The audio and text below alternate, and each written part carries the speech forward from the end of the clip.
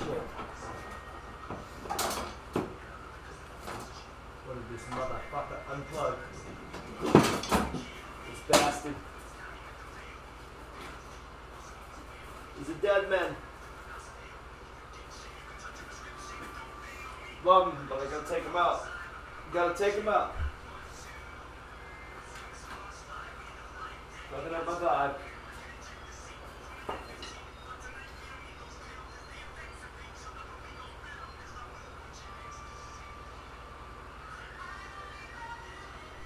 Nah, I'm kidding. I'm kidding. You didn't fuck up nothing.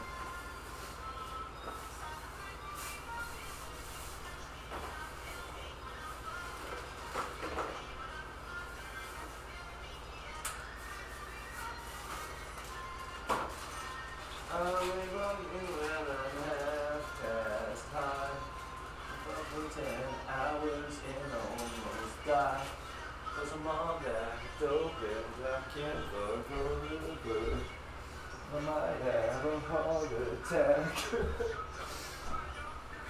That's the shit. That's the funniest. Don't you know? No, that is the worst. You do drugs. And you're up and you're like, oh my god. Like the amount of times I almost died. I think after doing drugs. Back in the day. My heart is just like, oh, because it's never going to happen for you, so you're just like, oh, well, I guess I'm just going until everyone wants to be done here, and then, like, you're also super fucking energetic and, like, with it, so you're, like, going crazy, then you almost die, because you're just giving it your all, and there's no end. You're like a marathon runner who's never trained for a marathon. So you're just getting this fucking, all this energy, and it comes at a cost. Like, you're gonna die, probably. That's the fucking crazy part about it. It's not even a joke. It's real life. Been there.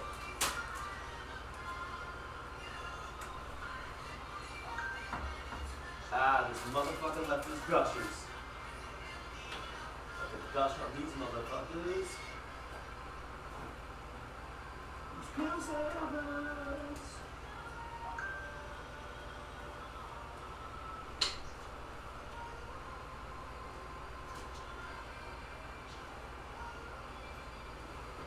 I swear to God, I definitely had light. I don't know, who gives a fuck.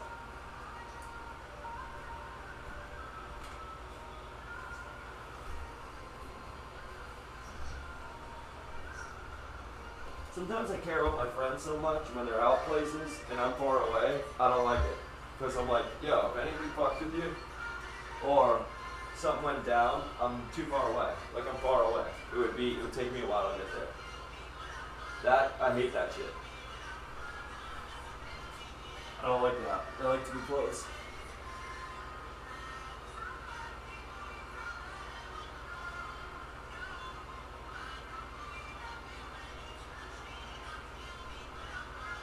So to throw myself into that fire. I don't get enough thrills in life anymore since being sober. So I'm gonna put myself in harm's way regularly.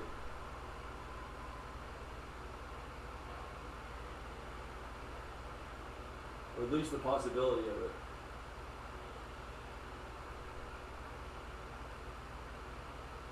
For a thrill nowadays.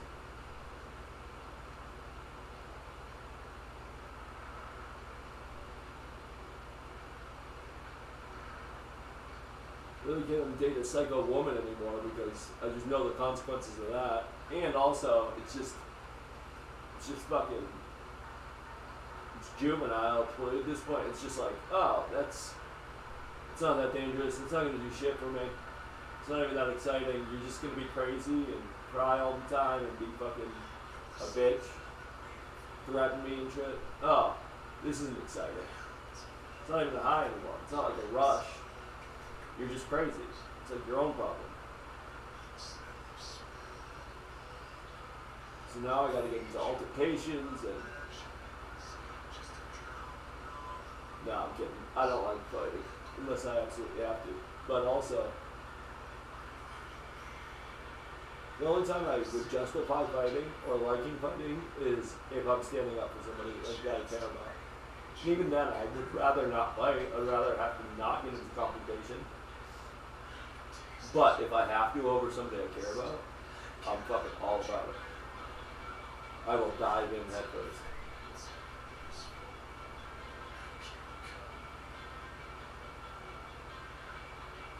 I've had my fair share of tussles in my day.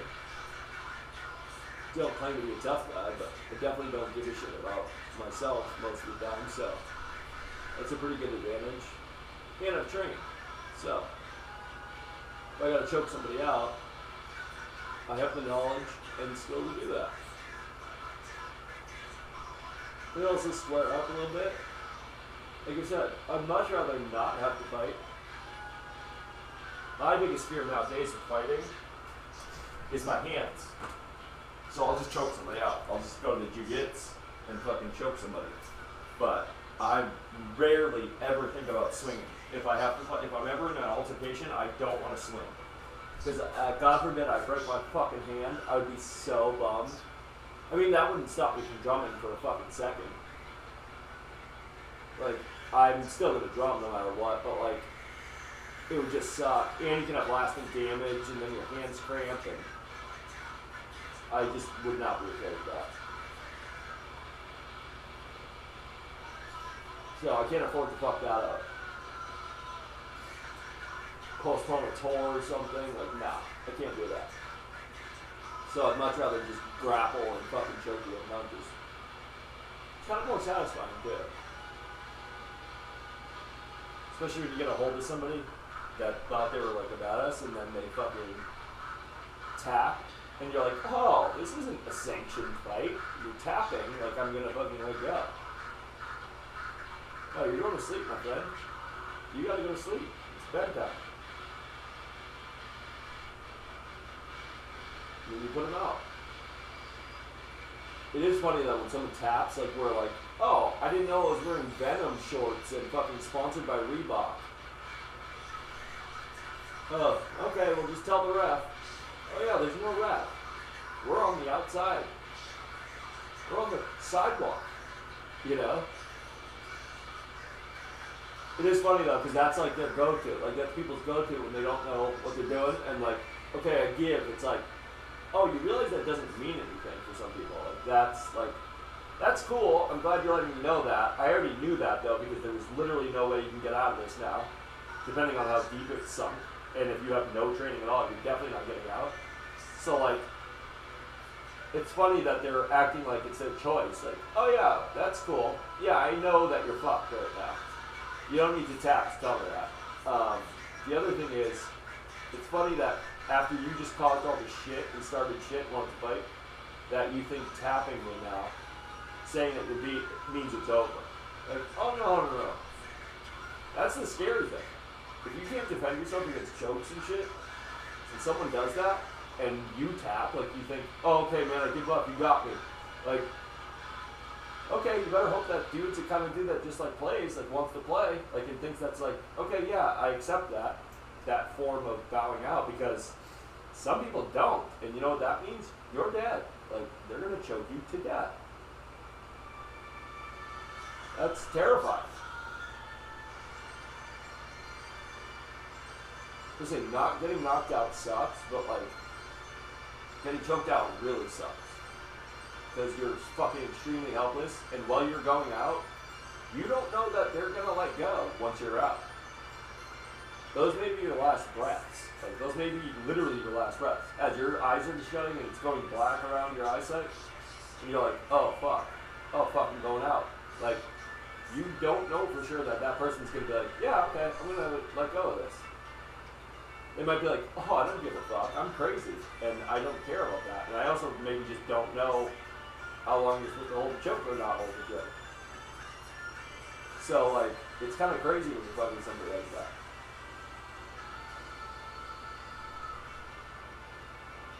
It is funny though, like the instinct to tap. Like you panic and you just, okay, tap, tap, tap, tap, tap, tap. It's like, when the fuck did we get into a cage or a ring right now? Like, are we on a mat? Why are you thinking that tapping is the thing?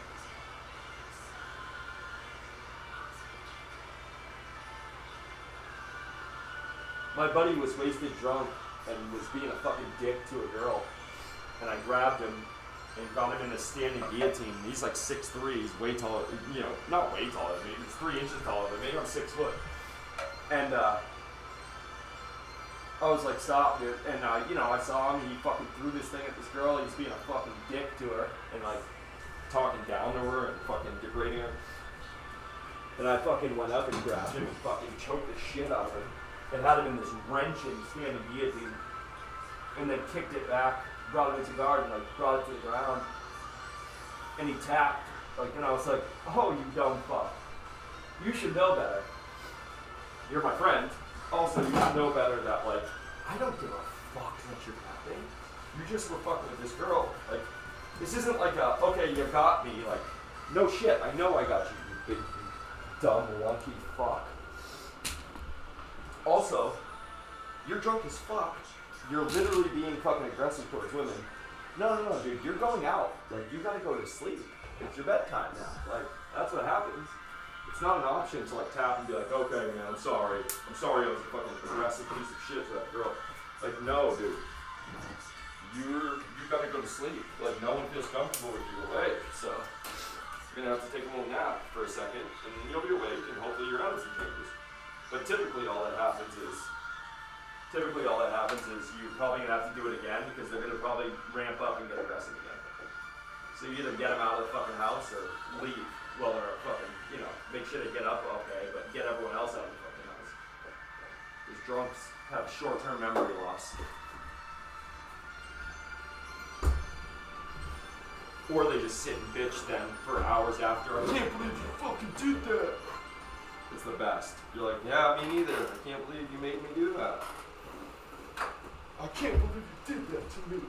I'm your friend. I'm like, yeah, well, good thing you forgot about the punch in the face I gave you.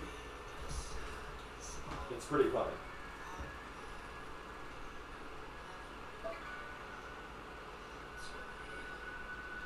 And listen, I don't like that. I never liked that.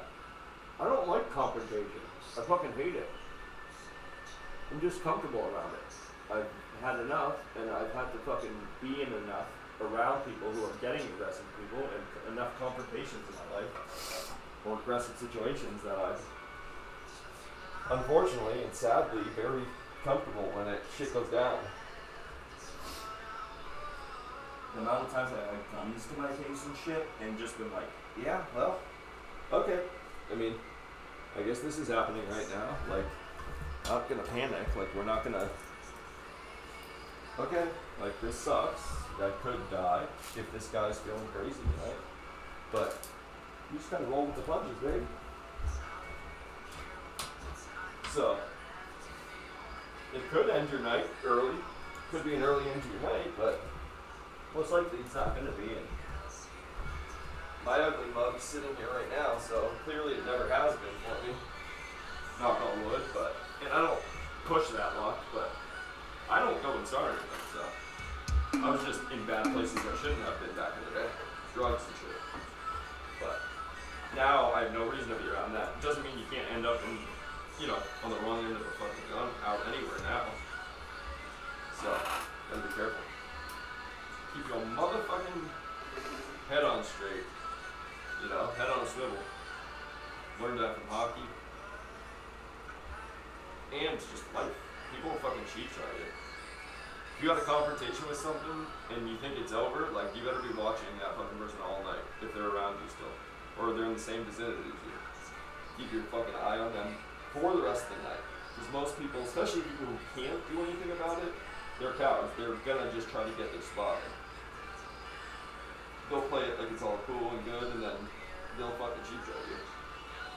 And that's how people get crippled, they're fucking, blinded because their orbital breaks, cheap shots and shit, like, it's disgusting.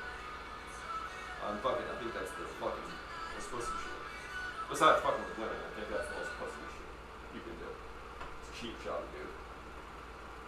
If you're feeling froggy and you want to fucking fight, like at least engage the dude face to face. If you get your ass whipped, you get your ass whipped, dummy. You obviously don't like yourself that much anyway, like, accept the ass whipping.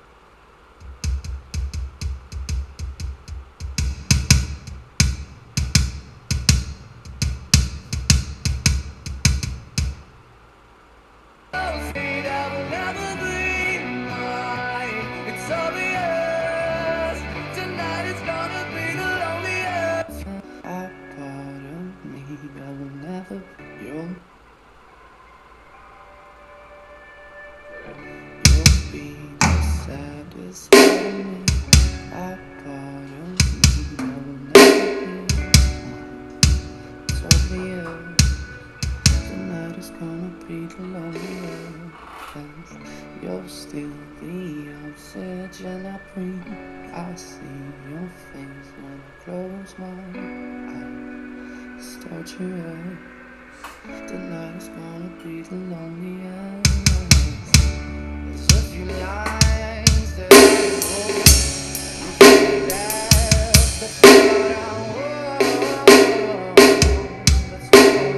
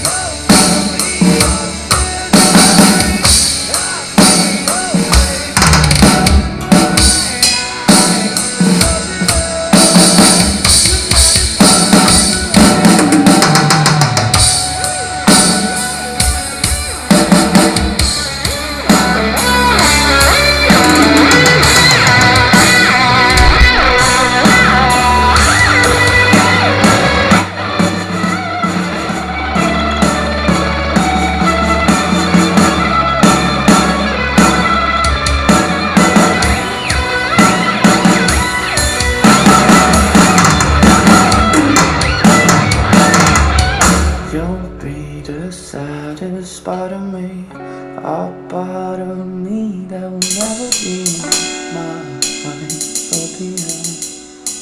Tonight is gonna be the loneliest. You'll be the saddest part of me, a part of me that will never be mine. It's obvious. Tonight is gonna be the loneliest. You'll still be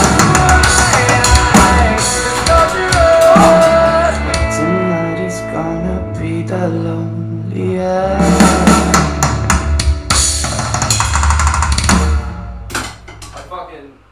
Sometimes you just don't get the transfer, like the fucking baton when you're doing a fucking catwalk. I didn't get the top, I didn't get the transfer. Turn out the light. Say goodnight to you.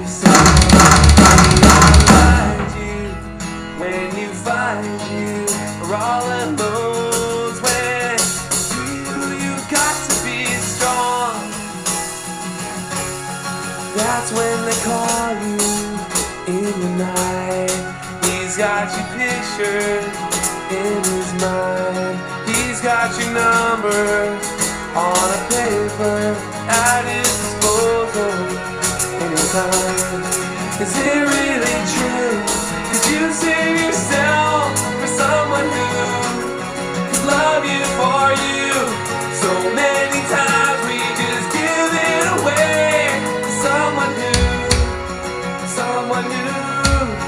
met in a bar, the back of the car, and for a moment you felt it pouring down in your heart. My self-esteem, it's been low. Go ahead and count, it's been lower than low. I know the feeling of it stealing lights out from underneath. I wanna learn how you save yourself for someone new. Love you for you.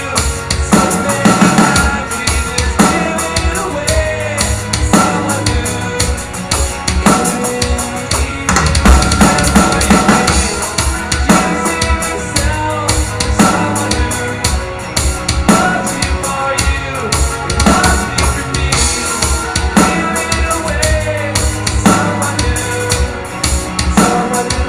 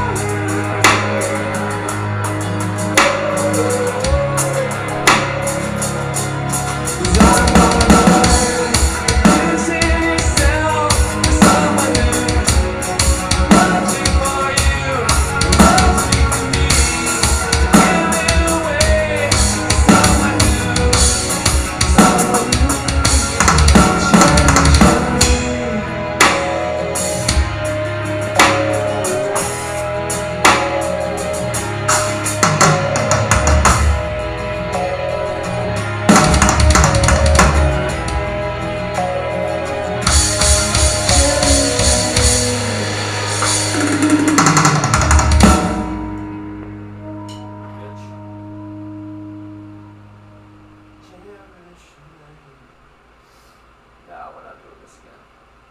I will do this though. Oh, you fucking motherfucker.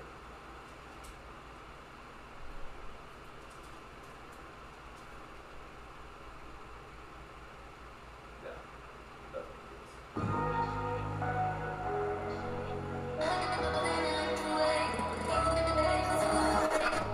I tell you to leave when I want you to stay.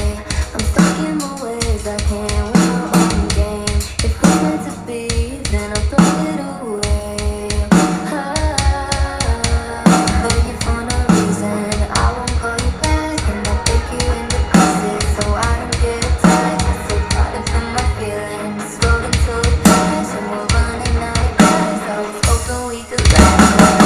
I thought, falling out of faith, and I put you away. All the self-sabotage. I love to dig my own grave. Something wrong with my life. I didn't feel ready for that one at all.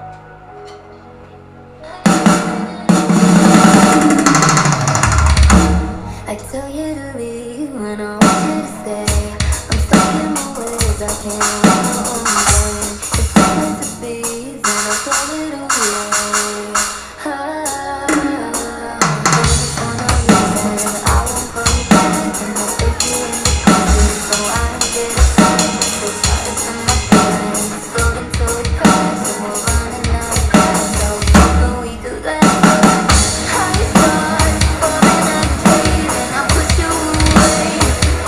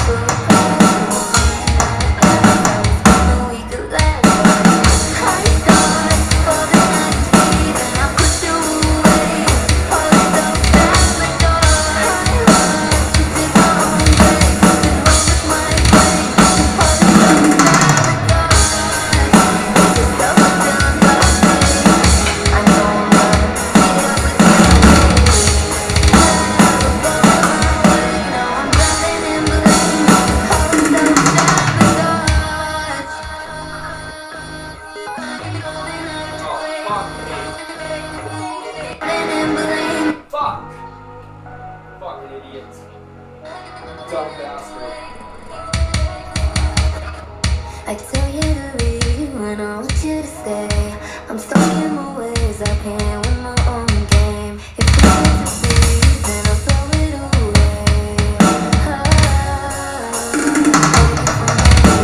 I won't call you back and I'll break you into pieces so I don't get attached. So caught up in my feelings, slowed until it crashed, and we're running out of gas. I was hoping we could last. I start falling asleep and I put you away. All the stuff take my own way. Something wrong with my brain. Call it self-sabotage. Make yourself feel empathy. I know I'm gonna get up with you never going my way. Now I'm drowning in blame. Call it self-sabotage. I'm making love, this girl is gone. I'm killing them softly, one by one. So full of your wrongs, yeah, you better run. I won't call you back and I'll break you into pieces so I don't get attached. So caught up in my feelings, slowed until it crashed, and we're running out of gas. I was hoping we could last. I start falling asleep and I put you away. All the self-sabotage. Take my own way, something wrong with my brain. Make yourself feel empathy. I know I'm gonna get up with you maybe. Never going my way. Call it self-sabotage. Take my own way, something wrong with my brain. Call it self-sabotage. Make yourself feel empathy. I know I'm gonna get up with you maybe. Never going my way, now I'm drowning in blame. Call it self-sabotage.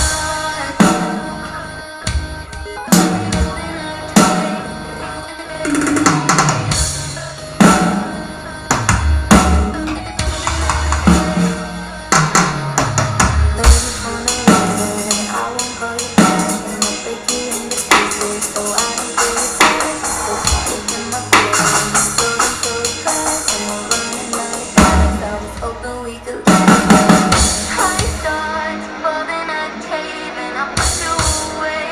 Call it self-sabotage. I like to dig my own grave. That's not the right one. Call it self-sabotage. Looking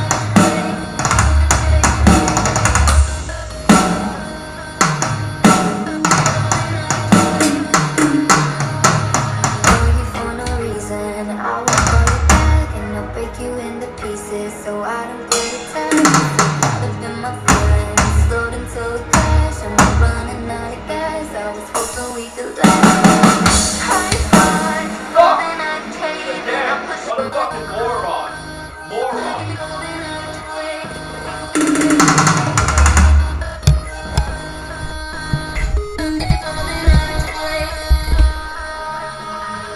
For no reason, I won't call you back and I'll break you into pieces so I don't get attached. Get so caught up in my feelings, slowed until it crashed, and we're running out of gas. I was hoping we could last, but I start falling a cave and I push you away. Call it self-sabotage. I like to dig my own grave. Something wrong with my brain. Call it self-sabotage. Make yourself feel empathy. I know I'm gonna get up with you maybe. Never going my way, now I'm drowning in blame. Call it self-sabotage.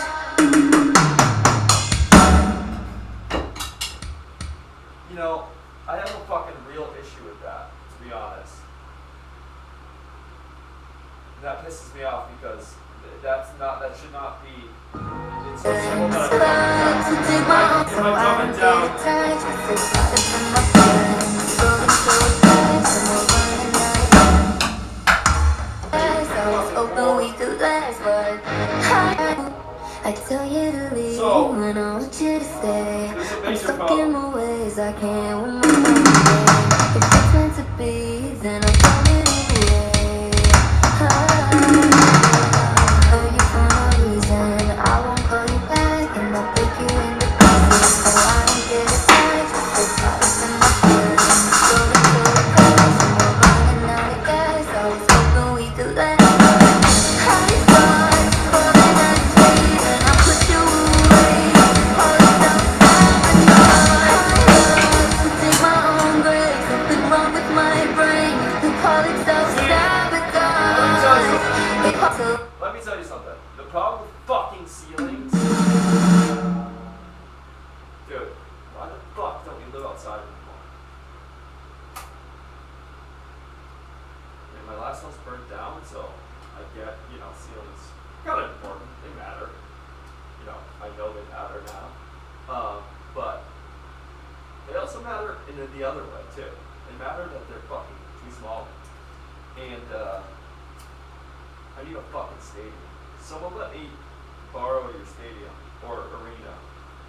Indoor soccer, indoor rollerblading, anything. Let me fucking rent out like a little area in a warehouse that have like 50-foot ceilings. Let me just store my drones there and like rent it out now and then. Just for videos and shit, and like so I can practice real fucking bounces that I'll be doing on stage and shit. I can't deal with this fucking short shit anymore. I really can't. It's fucking unbearable.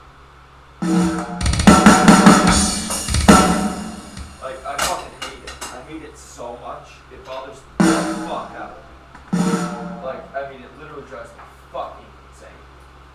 I want to lose my shit every time. I just go, it is something you can't change, dummy. Like, there's nothing you can do about it. There's no sense getting mad. There's no sense getting fucking mad because there's literally nothing you can do about it. So, just, okay, well, this sucks. I hate ceilings. But, I need fucking cathedral ceilings. I need to go to a church. Hey, church, some church, let me fucking in. Let me in so I can just drum there. I'll play Awesome God 3 times a week. That's like a requirement, I guess. I don't know. I'll play that like 3 times a week for you. Just to check off the old box with the big guy. And, then you let me fucking use the facilities. Because those motherfucking tax deductible, tax-free fucking establishments, they have very high ceilings. I guess when you don't pay taxes, you can afford very high ceilings. Because they usually have the highest ceilings. And guess what? I'll add a little bit of color to the ceiling. It'll be like a little bit like Michelangelo. And I'll paint the fucking ceiling a little bit for you. And also, I'll probably be clearing some dust. So I'm kind of doing you a fucking favor as well. So, what we well. Honestly, there's not really a church that place. But warehouses, for real, because the industrial parts are not that far. Like, the whole industrial work area. Now, I would imagine people will probably be pretty pissed that I'm just there drumming while they're at their job working. But get over it. They might provide some entertainment. You might be able to listen to some music while you're fucking stacking pallets and doing whatever the fuck. Being the fucking worst people in the world. Office job, fucking. Oh god, doesn't get started in positions in the office. Besides fucking adultery, there's a bunch of other things. Hey, am I right? They say, I read a poll the other day. Most people meet their boyfriends and girlfriends now. 22% was bars. Online was 40 or something. But no, work was 44%. That was the leading one. Was work. Bars. Gym was one, and I forget the other one. OnlyFans was wrong there, surprising. Crazy. No, yeah, works for sure. When have you worked a job that you didn't fuck with your coworkers? I mean, ladies, that's usually for you guys more so, but like, I think everybody I've ever worked with, that's that way. I mean, look at this band. I'm kidding. No, but like, as far as an employee, like when I worked at like Target when I was younger and like places like that, I always end up with at least one of my coworkers.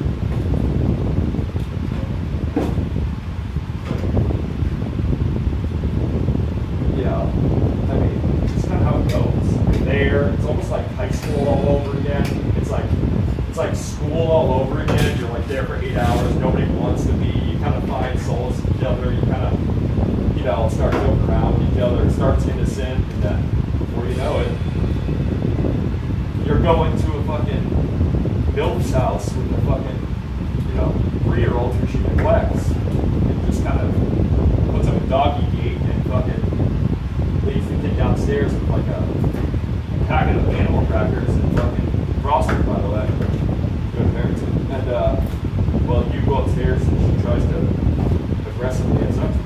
You're like, hey man, your kid's downstairs. Maybe like you should take care of him because he's alive and a living thing. No, because that's the last thing I want to do. Is like, he probably doesn't know because he's young. He's watching kick me downstairs on the whole 7th floor, but I'm not trying to cause that kid fucking issues later in life. Fucking they would be like, oh, my mom, like she was never there. She was upstairs with some fucking dumbass coworker from Target. Yeah, I don't like that.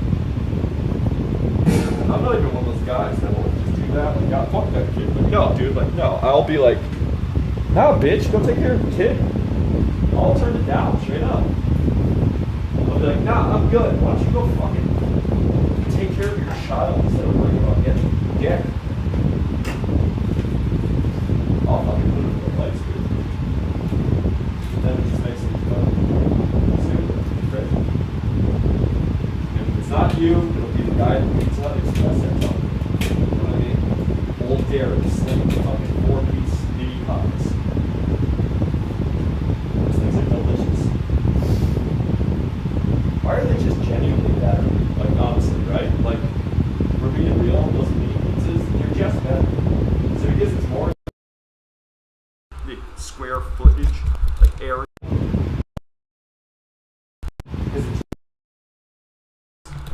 Like, I mean, it's just evenly spread out, a lot better, like, kind of zoned, or is it just they're fucking using better ingredients on the small ones to try to get you to buy the big ones? I don't know. But yeah, so yeah, that wasn't surprising to me, work. I mean, that always happens. If you're not fucking somebody at your job, you're kind of a loser, you know what I mean? You're that guy who's like, yeah. But everyone's fucking somebody at their job. Even like the ugly, like older people like that, you're like, holy shit.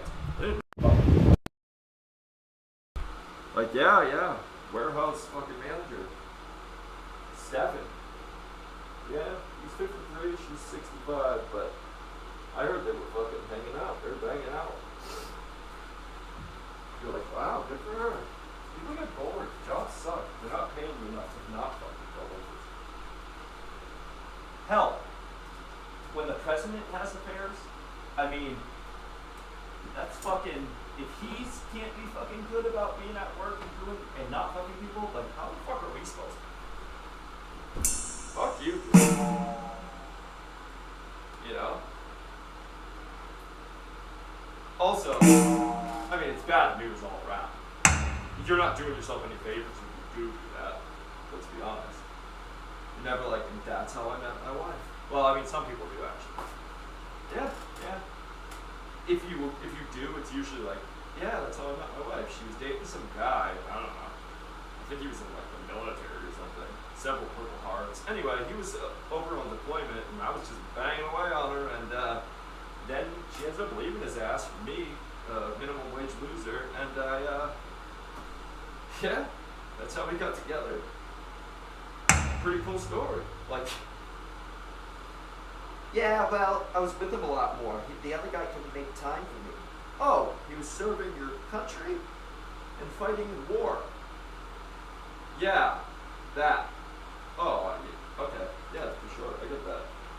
Selfish. Selfish motherfucker. I get it. I get why you have to cheat.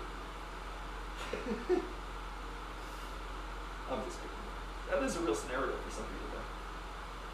Also, I don't need that to do that, by the way. Like, back when I did it, I just did it. Because I was like, well, I mean, spend a lot of time with them.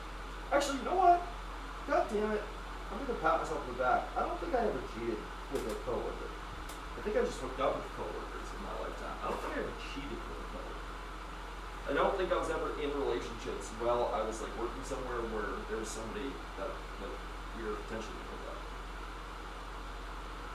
So, let me think.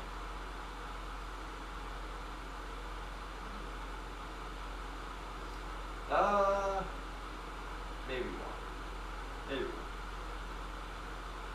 And if you count music as work, well, I've cheated quite a bit. It's not even funny. Cheating's not good. Everyone gets hurt. Not really. Not really. You know what sucks is like when you have cheated and like you find out like your girlfriend or someone's cheating at the end and like she wants to like leave you and you're like, okay, and then you've cheated a bunch, so like you can't really be mad, but also you kind of can't just say that either because now it just seems like revenge. Like now it seems like just like you're trying to like get at them, but you just want to be honest because it's all coming out anyway. And you're like, you know what? I should just be honest about this. I mean, she's saying she cheated and I feel bad, but like I should probably just now say, yeah, I've cheated a bunch of times over this relationship. But at that point, now you don't want to say it because it almost feels like you're like, yeah, well, I have too. Like it's a competition. So you just kind of go, yeah, I mean, you're a piece of shit. I don't know why you'd ever do that. No, I'm kidding.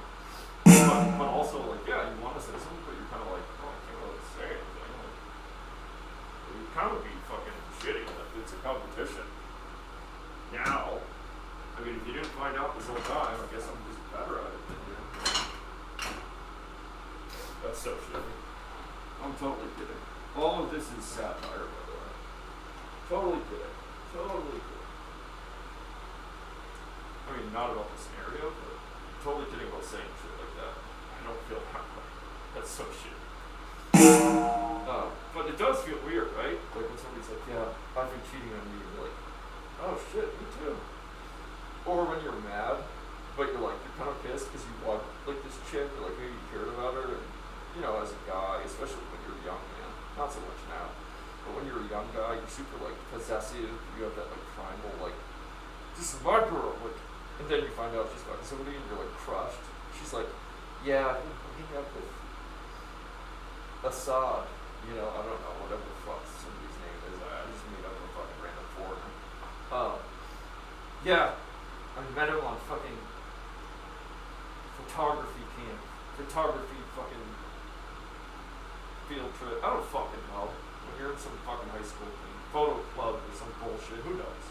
Some fucking scenario when you're young. I don't know what the fuck you're doing right now. And you're like, yeah, and it fucking sucks. And you're like pissed, but then you remember you cheated too, and you're like, ah, shit. Like you want to flip out and be like, you're such a fucking piece of shit. But then you're like, oh shit, I'm feeling like a motherfucker. I can't really be mad right now. You just kind of like, well, I'm really sorry you did that. Like, what do you say? It sucks.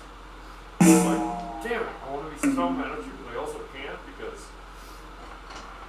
it only takes one, like, yeah, well, I bet you're not so perfect. I bet you've done things you wouldn't want me to know. And you're like, never.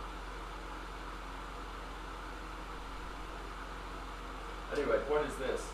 Don't meet people at bars. It usually doesn't work out. Definitely don't fuck your coworkers. It never works out. They don't want to be with you. They just want to hook up. Dummy. If you fall in love with somebody at your work and leave the person you're with to go be with them, you're a dummy. And you should get what you have coming, which is being single again very soon, because they just wanted to free fuck. Like, that's the other thing I've learned as we've gotten older. I'm not mad at the dudes ever anymore. Like, listen, if he knew about me and he was like, fuck this motherfucker as he's fucking like my girlfriend or or something, I'd be like, okay, well, fuck that motherfucker, I don't want to fuck him up. But at the same time, it's on your woman who initiated it all from the beginning. Like, she made the moves, she did it, she sought it out, she continued with it. I've been the cheater, I've been the cheatee a bunch in my life. Like, where I knew I was hooking up with some girl who had a boyfriend somewhere else, and back home, or a husband or something. And I'm just like, fuck that guy, I don't know him. It's not my problem, this fucking relationship was in the shambles, you know, it's going to shit. I didn't cause that, obviously Dave caused it in some way. And now this is just part of the results of it. But at the same time, I do kind of feel like, most guys want to kill that guy. Like, I'm sure plenty of dudes, if they knew, would want to kill me in those times back in the day. But it's really not me. It's like, dude, you're a guy, and if some woman's like, hey, I want to fuck, I want to flirt with you, you'd be like, okay. You're not going to be like, but wait, you have a boyfriend. Like, I don't give a fuck. Why am I worried about his well-being? I don't know him. If anything, she should be worried about his well-being. That's the person she was supposed to love, or did at some point. Not me. I'm not going to be the one if she's not. I'm not going to be like, wait, what about Brandon? Like, I don't give a fuck. You know, I don't feel good about it, but also, I just look at her way differently. It's definitely not like loving, put it that way. When I know, I'm just like, oh, you're so bad. You would do this to me. Like, you know, you can't sit there and be like, yeah, well, he's probably just an asshole. She would never do this sort of thing to you. It's like, no, she would absolutely do this. Picture that you're her boyfriend. Now, replace you, who's having this with her right now, with some other dude. You know, if he's that kind of a guy, you would leave. Obviously, you're just sort of if someone's hot enough or, like, attractive enough to you. So, I never, like, get mad at them anymore. I just go, like, okay, like, yeah, I get it. I don't blame her, you know. I totally understand that point of view. It's kind of on her. And I don't even get mad at her. I'm just like, okay, if I care about her enough, I'll try to see what we can do if we just, you know, are going to try to work it out. Because I'm sure I've done some shit too. And maybe we'll just come all out with it and be honest and fucking figure it out. Or we'll just part ways then. For me, cheating's not the end of the whole world. Like, it's like, okay, yeah. Listen, I wasn't the first when I first met you, you're not the first person. I'm not the first person ever to love you. At this point, it looks like I'm not going to be the last, so. The act of cheating, the act of what you're doing when committing cheating isn't the problem. It's just the fact that you lied, and we're obviously not that tight and in that good of a situation that we don't want to cheat on each other, so that's kind of the issue. We should probably work out or see what we can. But the whole, like, cheating, like, the sex part of it, I don't give a shit. That's not, like, the part that's like, what? You had sex with someone? Like, who gives a fuck? I'm not a jealous dude by any means. That's not the part that concerns me. I'm like, okay, yeah, she had sex with dudes before you met her, too. Like, are you mad about them when you get into a relationship? Are you like, what the fuck? You been with other dudes before you met me? Like, that's crazy.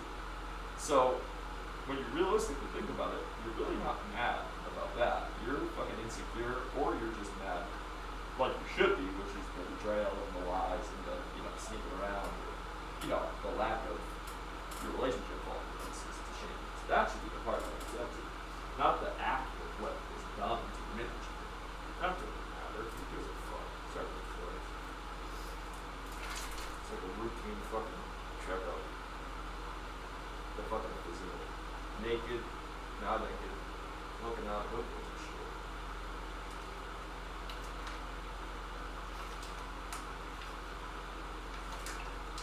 As you get older, you start to not give a shit. Or when you mature, when you get comfortable with yourself, I don't know. I've never been a jealous dude, so. I only cared when I was like 19 and I first got cheated on. I felt terrible. I was like, what the fuck? I just couldn't believe that someone cheated on me. I was such like an arrogant little shit, and I just thought, like, this girl's obsessed with me. She'd never cheat on me. And then she did, and I was like, floored. And then I kind of got possessive about it. Like, I was like, oh, what the fuck? Like, more upset because, like, I thought I fucking had this chick wrapped around my finger. And I didn't. And then after that, I stopped caring. I was like, oh yeah, I'm never going to be like that again. It's such a dumb emotion, especially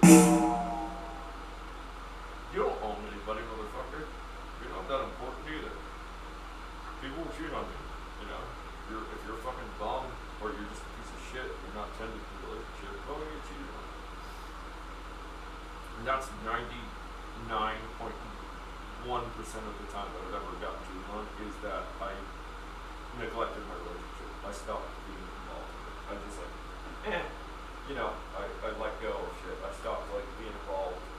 I fucking, was on autopilot. I wasn't tending to my relationship. If it was a lawn, my lawn would have been well overgrown. Put it that way. Several times, and every time they were just seeking out affection or attention because I wasn't giving it to them. I failed as a partner in a relationship. That's why. It was never just like, hey, things are going good, we're fucking, and they met somebody, and then this guy just put the moves on, and all of a sudden it was like, holy shit, you're better than him, let's just hook up. Like, it was always that I, like, neglected my fucking job as a fucking partner, and I stopped, like, caring, or I stopped, like, being involved, and I kind of gave up on the relationship, and then, what do you expect, dude? You give up on the relationship, like, they feel fucking abandoned, neglected, then they're seeking attention, some dude gives it to them, and then it's, oh my god, I haven't had attention like this, whatever. I don't blame them, I get it. I was never like deeply angry. I was like, yeah, I understand, I get that. I'm still of the mind you should break up with someone first, but just end it if that's the case, but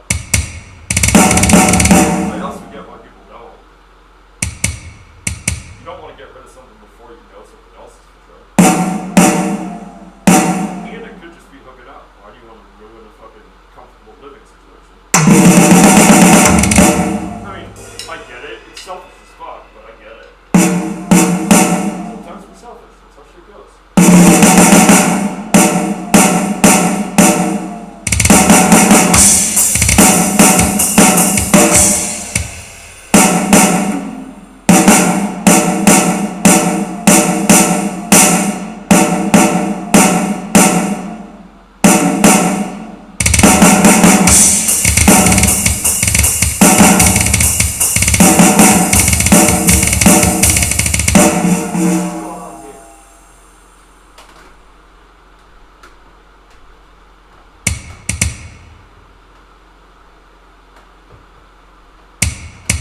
Anyway, if you don't want to get cheated on, be a good partner. Don't be a fucking loser. And we're running out of gas. I was hoping we could let I stop, so I don't get a time. In my feelings, floating till it crash. And we're running out of gas. I was hoping we could let I start falling like a cave, and I push you away. All these thoughts that I run, take my own breaks and control my brain. All these thoughts floating till we crash, running out of gas. I was hoping we could last, but I say so I don't get a turn. It's in my feelings, floating till we crash, and we're running out of gas. I was hoping we could last, but I start falling like a cave, and I push you away. All these thoughts I run, take my own breaks, something wrong with my brain. All these so feeling about the thing. I know I'm gonna get up with you and me. I've been rolling my way, now I'm drowning in the lane. Oh, it's self-sabotage.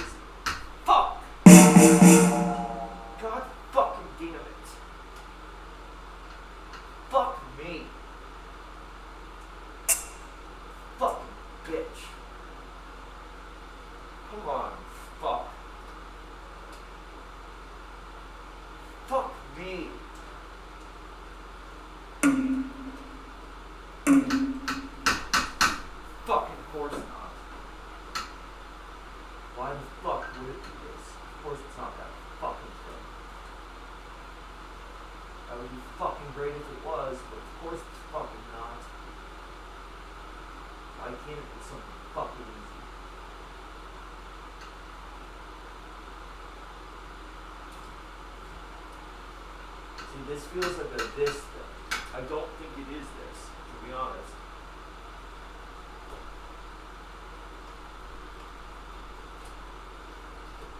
Oh no, it is. It for sure is. Motherfucker! Oh, I fucking hate this fucking thing. Greatest hi-hat stand in the world. There's one flaw about it. The build. The build, and you have to buy replacement fucking remote cables. And if you're a touring musician, you better make sure you have them on hand. And if you're a dumb cunt, well, you're not gonna. More often than not. Hi, I'm a dumb cunt.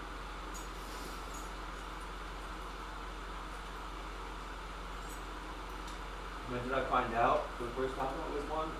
Well, you know, when you're that, you kind of always have this sinking feeling. But I've probably known a good 2 decades at least. Just my behaviors,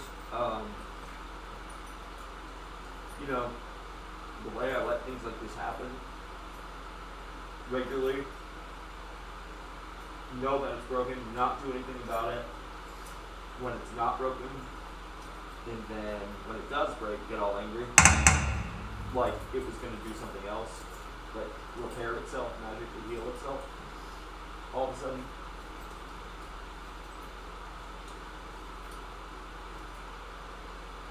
Oh yeah, no, that's called a fucking idiot. Yeah, hi. The other translation is Andrew.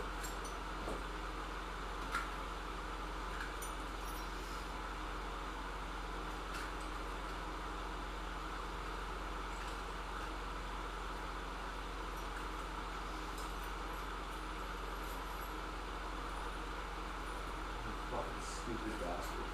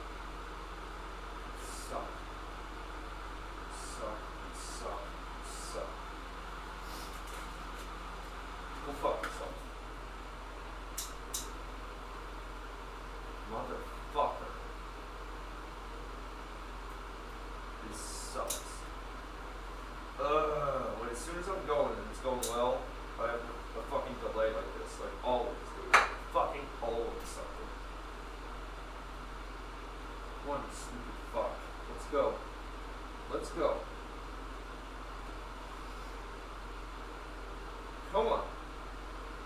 We gotta get angry, and then this is how it has to go. You gotta pop the fuck off. Right?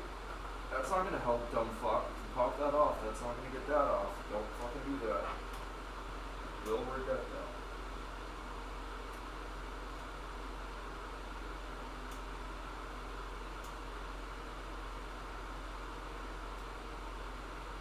Stupid motherfucker.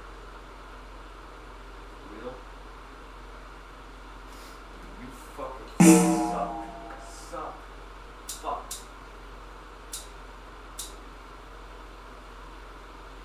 God, I fucking hate myself.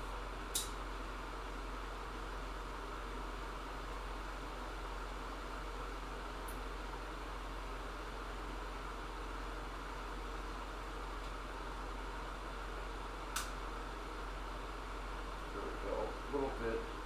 A little snug. Come on, fuck.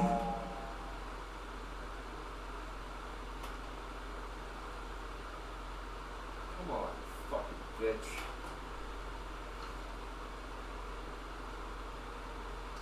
God damn it, Andrew. Fucking pussy. Yeah, strip that while you're at it. Why the fuck not? That's a good move.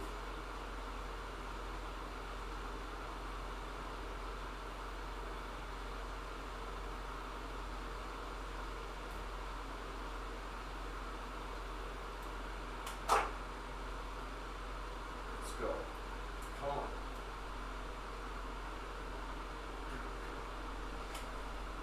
Come on up, you fucking piece of shit.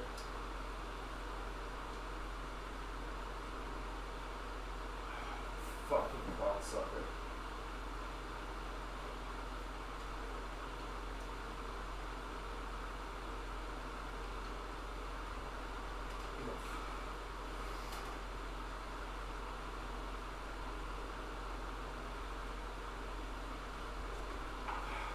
Fuck me.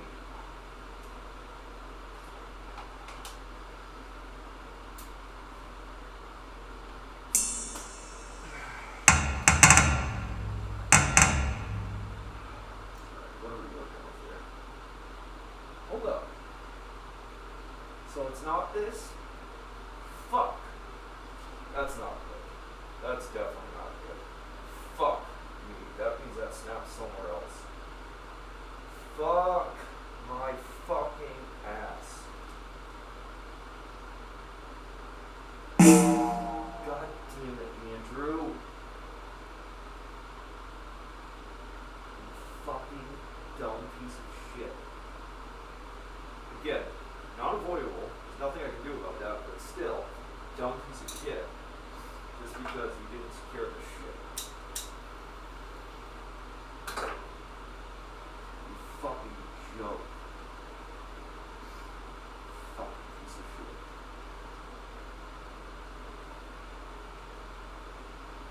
Like for real. What the fuck?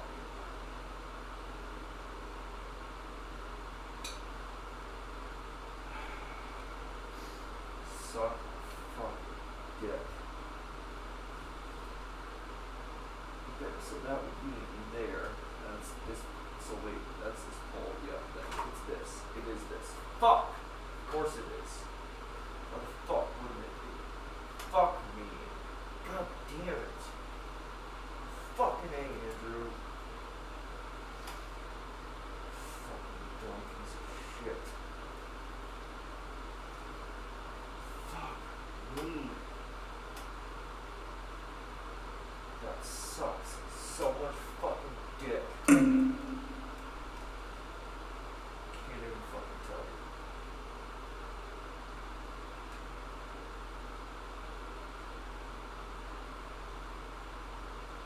Hey, instead of checking if it was did you just think to do the fucking Neanderthal thing and just pull it? You know? Brute force? Yeah, that's the first thing I did.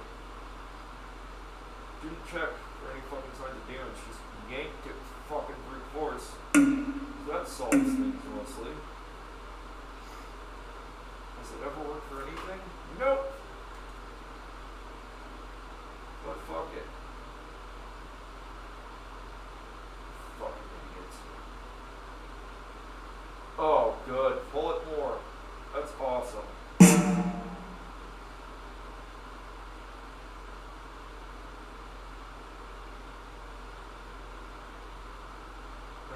gotta be a point where you just accept you are a stupid fuck. Right? I mean, please. It's like fucking, there's no way you're porting that. You're not getting that fucking back in, dude. You fucking delusional. It's not going back in, bud. That's not how shit works.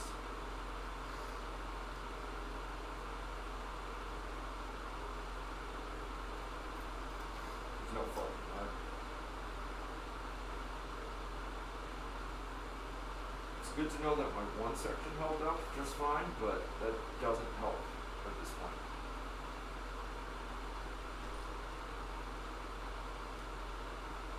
Fuck, dude. Of course, it had to be something. It had to be, right? There had to be some fucking issue. Fucking motherfucker. Fuck me. Fucking stupid fucking face.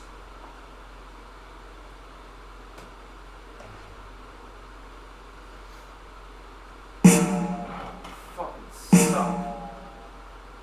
You fucking suck. Is that pushing up there?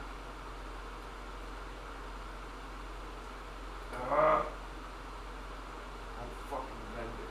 Can't get weaker.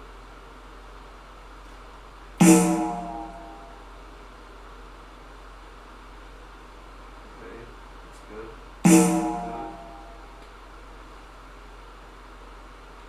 Okay, tools. Number 4. They help. I hope that's helping.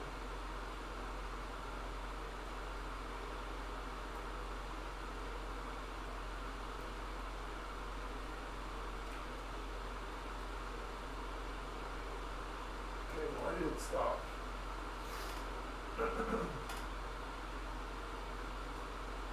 Okay, so that's where it's ending, so is that where it is? Is it inside there?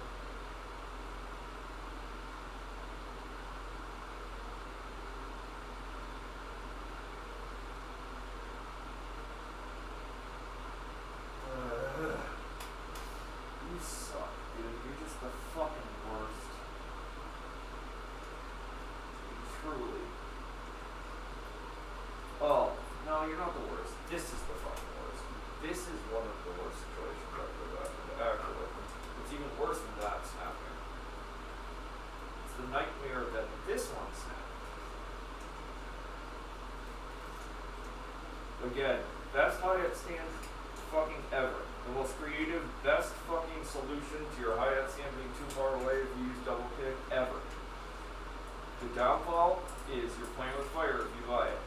You gotta be some kind of motherfucker.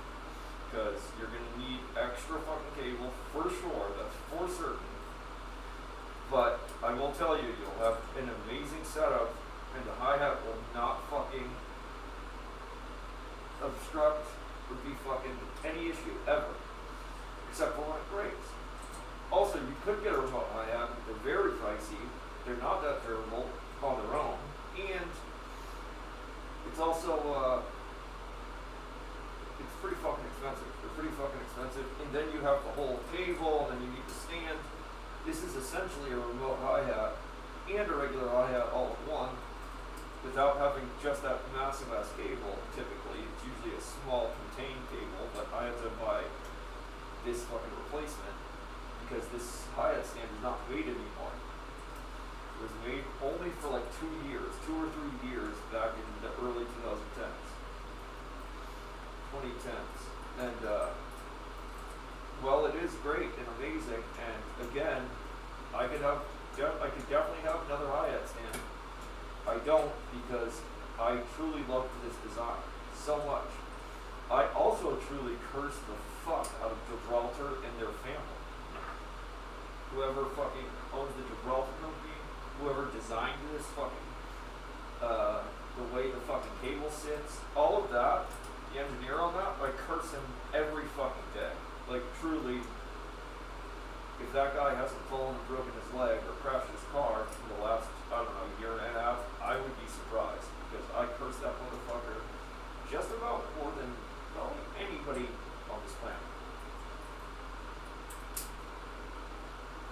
intentions and thoughts have fucking power in this world, and if that's the case, that guy's fucking dead. Because I literally wish so much harm on him all the time. I don't even know who it is, but I'm always like, fuck that dude, and fuck the guy who made this and designed it this way. I hope he fucking, his lunch is pulled. I hope he walks in on his wife cheating on him. I hope his kids are disappointed in him. And I hope he goes to like his kids' like field day, and when he goes to kick a fucking kickball, he actually kicks a rock, breaks his big toe, and embarrasses himself from his job.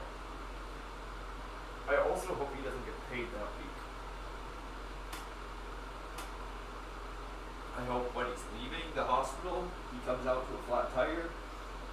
And then I hope a fucking bird flies in front of him while he's on the highway. It smashes against his windshield, blood squirts everywhere, and he's out of windshield wiper fluid.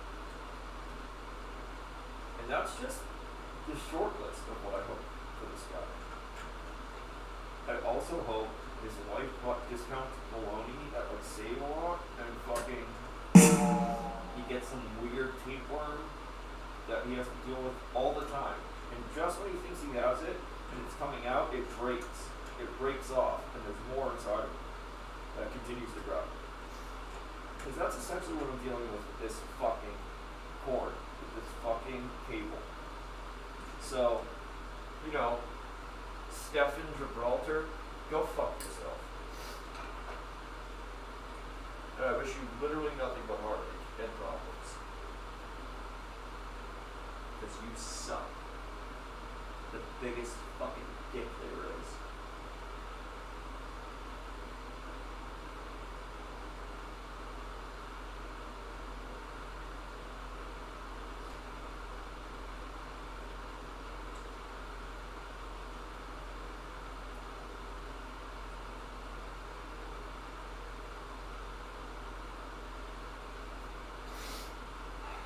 Okay, so that goes there with this. What comes down here? This is, see, that has to go up in there, so that that's not good. That's gonna be fucking faster now. I'll tell you that. I don't even know if I can make that happen because there's such short cable. There's such little cable on this side where it broke. Because why not, right? That I don't even know that I can actually pull this one off.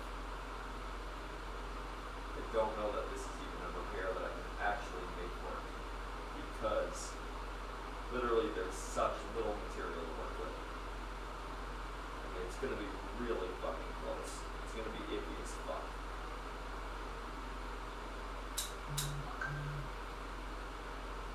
It sucks so much cock. Like, seriously? God, it's such fucking dick.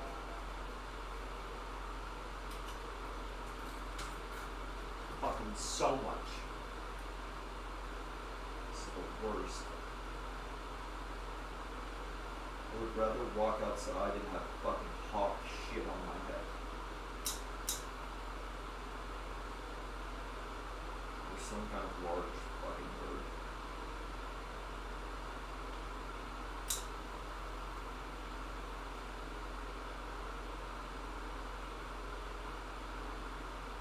Just about anything but drum problems. I fucking hate drum problems.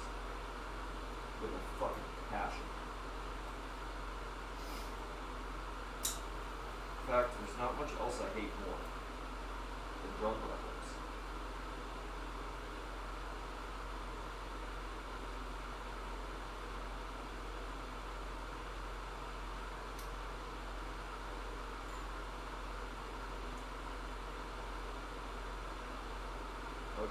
Okay, we got her in.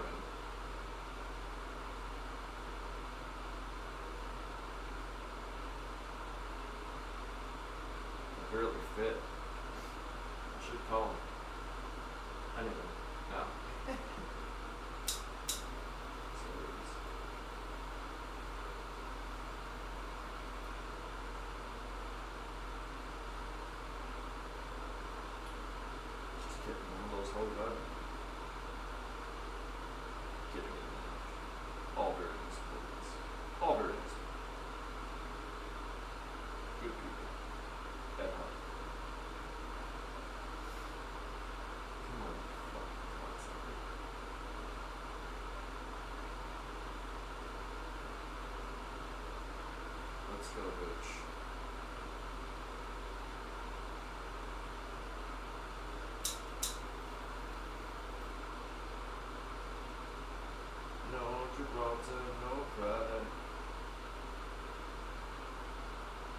you buy any other brand, literally any other fucking brand, you'll be better off in the future.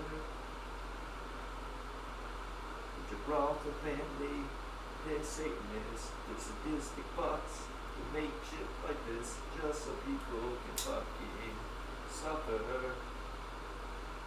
I truly believe that after owning this product. Twice in my life I've owned this hi-hat stand. The first time I never had a break. I never experienced this. This time I've had 3 different breaks. So, yeah, I truly believe somebody has it out for me. What is this dude one of the fucking people's wives or girlfriends that I was up with? Am I that guy? Does he know me? Did he do this to me purposely? Is this all planned? This fucking planned. Revenge? Trust me, it wasn't worth it. If that's the case. I wouldn't wish this on anybody. As a drummer to another drummer. I would not wish this on. Sucks.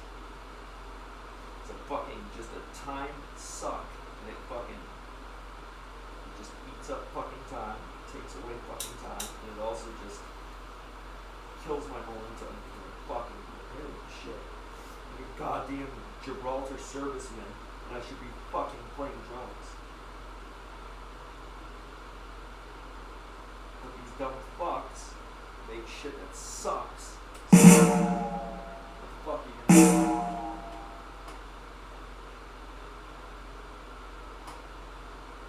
Be a stupid bastard to buy it, I guess.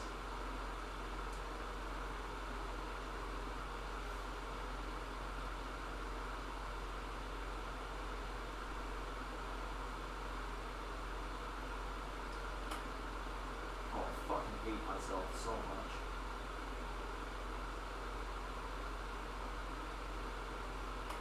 I mean, really. I have to be the stupidest bastard alive.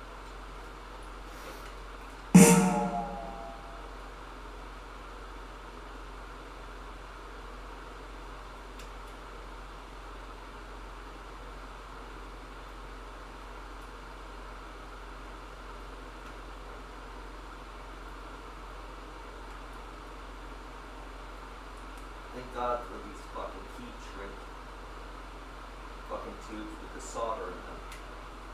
Now, the guy who invented this, I hope he gets his dick sucked every night by some fucking supermodel. I also hope he fucking wakes up tomorrow and he goes into work and he finds $300 in tens on the ground in an envelope just saying, trying to bless a stranger. Have a great day, anonymous.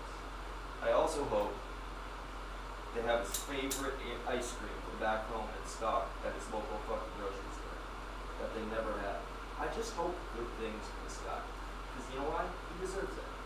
He's fucking done something that helps the people. He's not a piece of shit like Gibraltar. He's not a piece of shit. That fucking self-centered cocksucker. Fuck you, Gibraltar. Fuck you. This war's not over. It's only just begun. The amount of hate I have inside for you burns with 1,000 embers. Or whatever. Poetic. Something poetic. These fires rage on. I have not cursed you for the last time. Trust me on that. How the fuck could I? You're the fucking worst. Gibraltar, you're the fucking worst. I hope you find out you were adopted, and then also find out that they're just kidding, but they wish you were.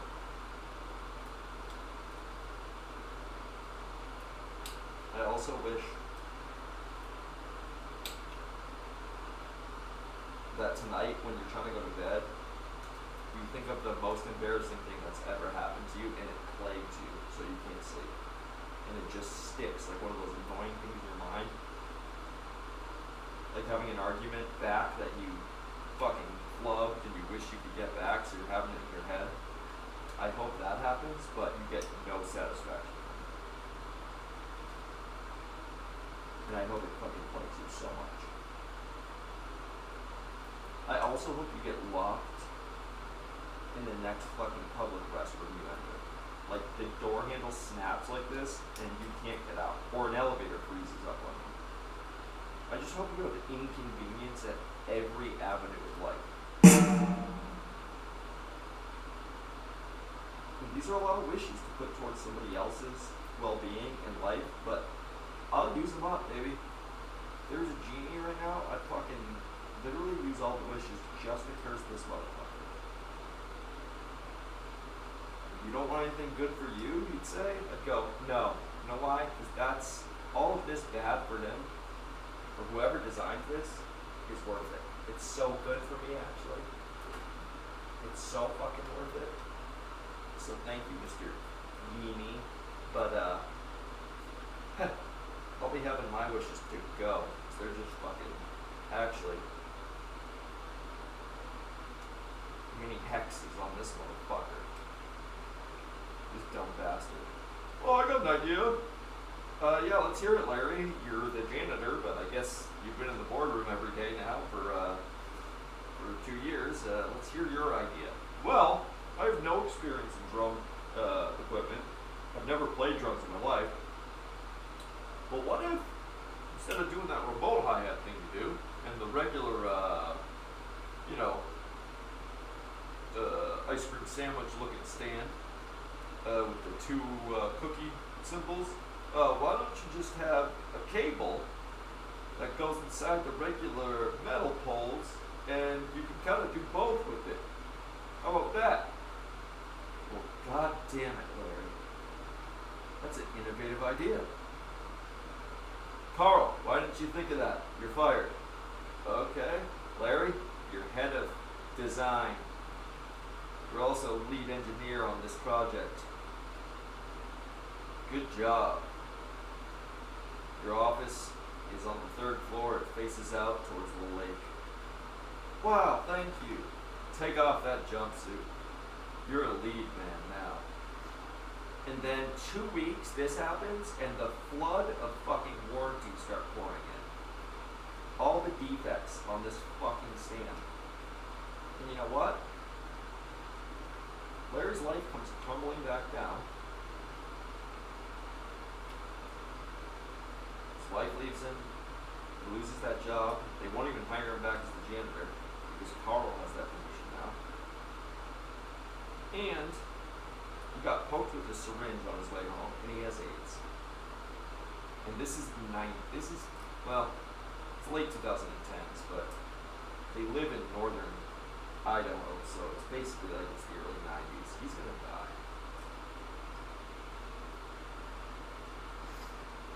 You know what?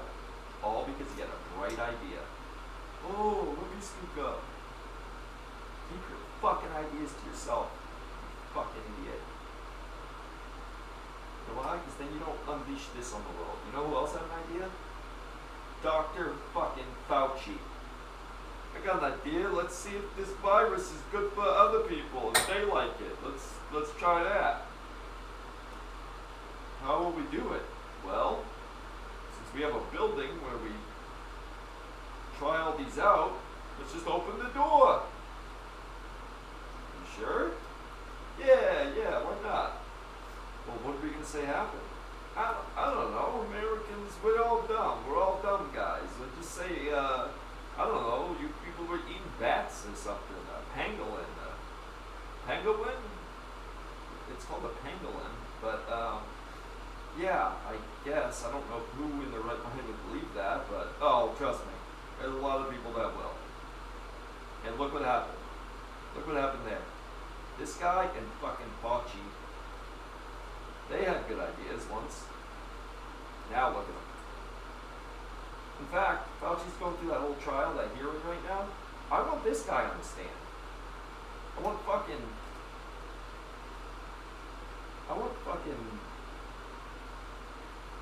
Gabe Gibraltar on the fucking stand to answer for this. I want to know who the fuck did this. Like I'm a fucking disappointed parent. I want to be like, hey, who the fuck did this? Now, no one wants to speak up. But we're gonna find out who the fuck designed this.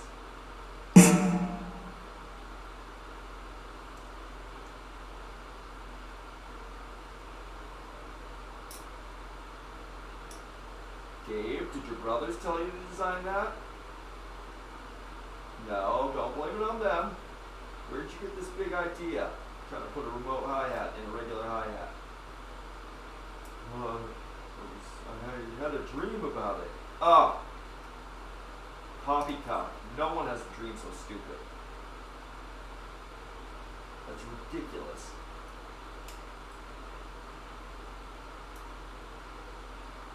Dude, I would give this guy a fucking lobotomy. That's how much I hate this motherfucker. With this cable. It's like, oh, that's cool. Hey, you know how you designed a fucking stand that you really have no idea how it works and how it's gonna hold up? Well, guess what? I'm not a doctor and I have no idea how these work. I've just seen old photos, so I'm just gonna stick this up your nose. And hopefully, your shitty design will break again, or it hits your frontal lobe. God forbid, I don't do this, you might come up with another fucking... What is this fucking stand called again?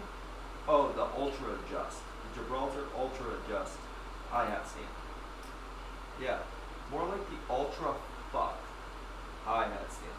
The Ultra Fuck Up Your Life hi-hat stand. That is what it's done. It's ultra fucked up my life. Taking a lot of time out of my life. It caused me a ton of heartache.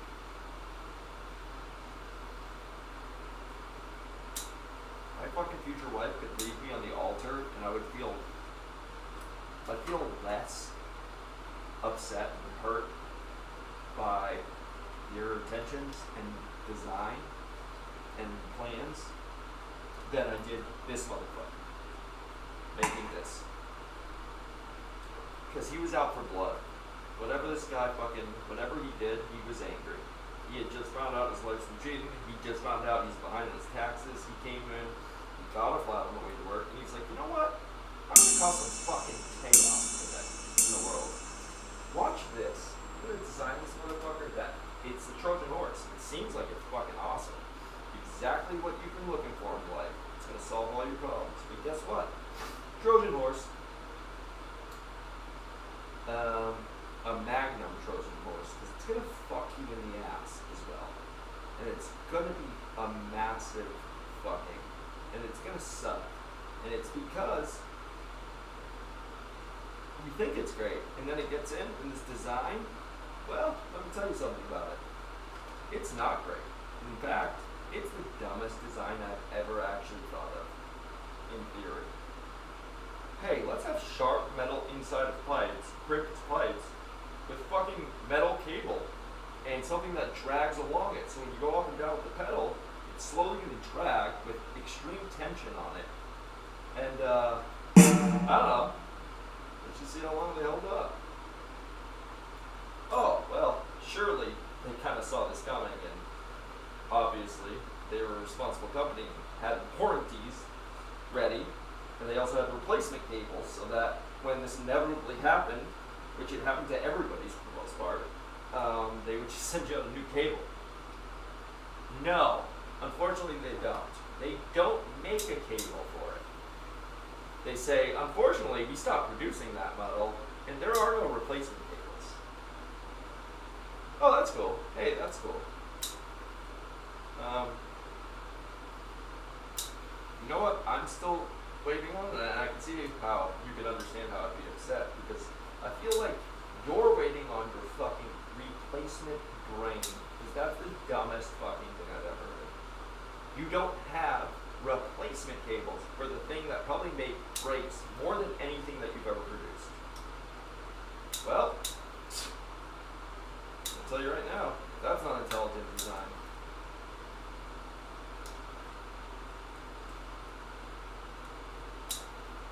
Hey, could you please go find the chimp that invented this while learning how to function as a human in that fucking scientific study that you guys did in the lab next door to Gibraltar's testing facility? Because I'd like to talk to him about maybe his influence on this. Because only somebody who's not human and doesn't use things regularly would design something like this.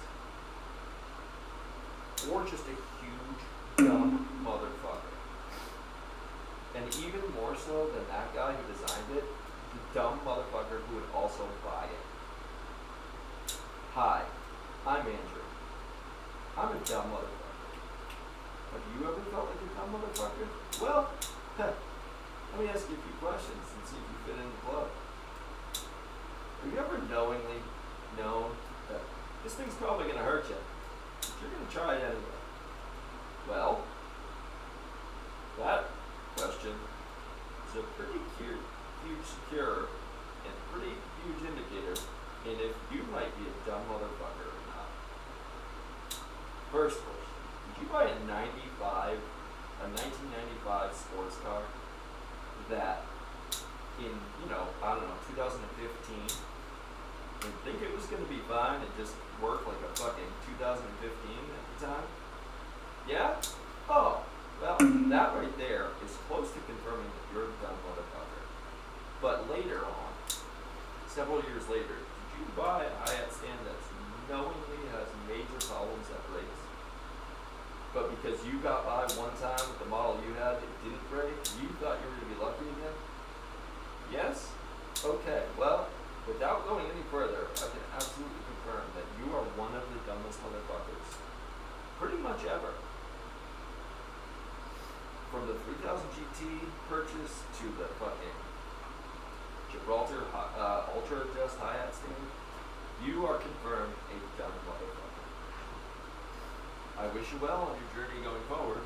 Try not to handle sharp things, and you see sketchy people selling things, just walk on the other side of the street, because you will buy it, because what we've confirmed today, you're a dumb motherfucker. Thanks.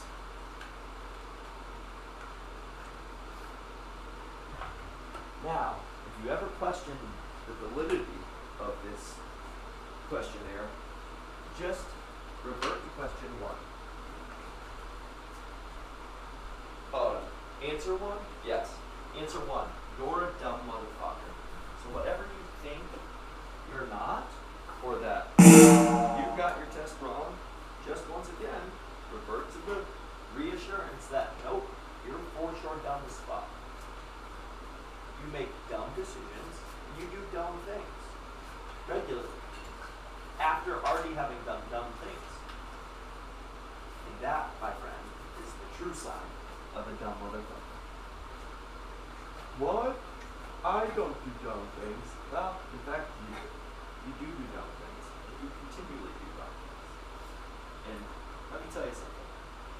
If I place money on it, I would say you can do some more dumb shit in your lifetime. So there's a damn good chance you can bet your ass.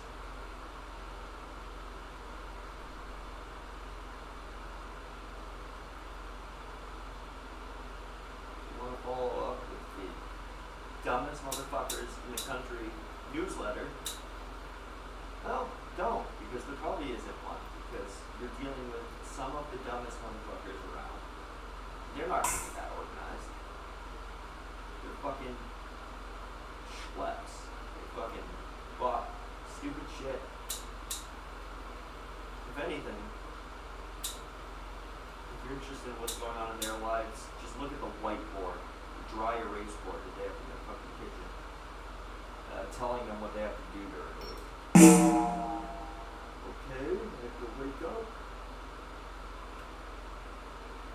Also, to confirm that you're dealing with a stupid motherfucker, also look for the Sharpie that's on that dry erase board. Because they didn't understand what they used it.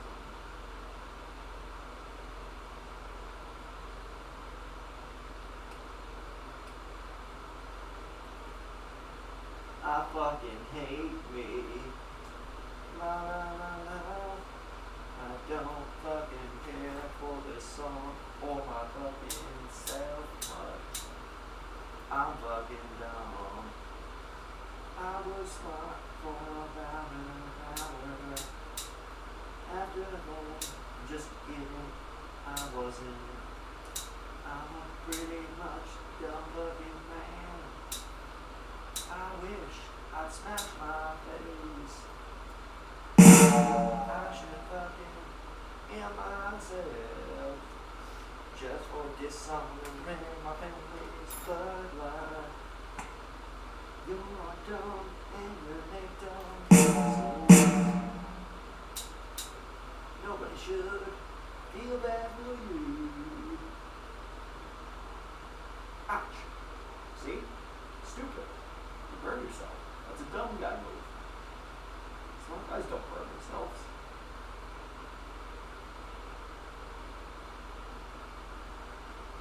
That's a stupid fucking thing.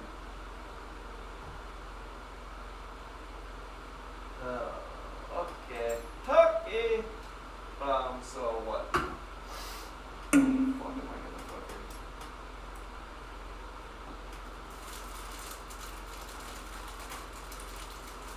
Jenny was a friend of mine.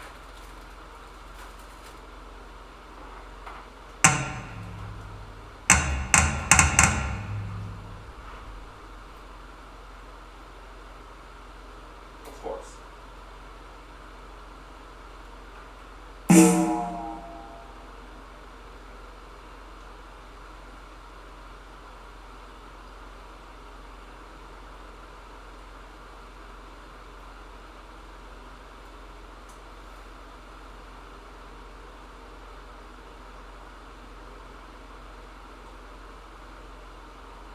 Oh, that's so intelligent, Andrew.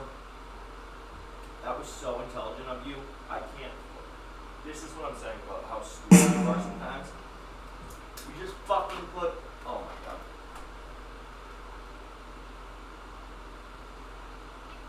I mean, truly, it doesn't surprise me, but once again, if ever you don't think you're that dumb, just sit back and realize you're so fucking stupid. Please, because there's really no other way around it to say that. Because there's not many people who would be as dumb to do what I just did, which is put super glue into something that has to retract and fucking close and retract and fucking, come back. Something like I don't know, a cable that's attached to a pedal that's a mechanism where it has to open and close and open and close. Right? Because that's a pretty stupid fucking move to do. Forget the mechanism of the fucking thing you're working on and just pour a ton of super glue down there so that it no longer does that mechanism. You stupid fuck. I mean, fuck me. Okay, so what's happening here essentially is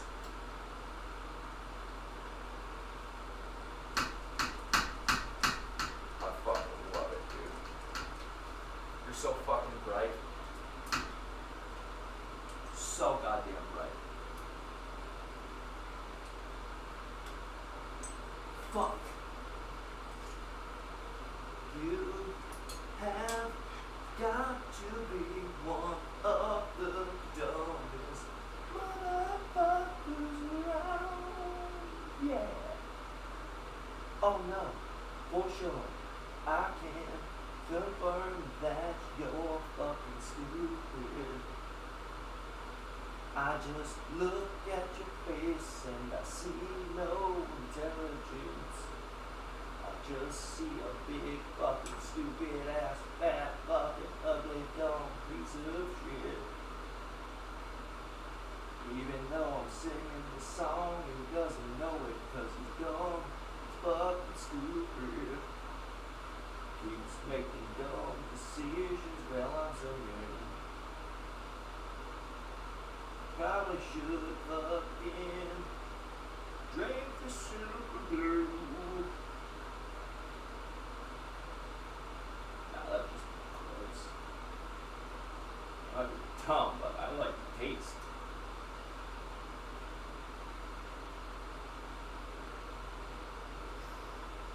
Okay, this is fucking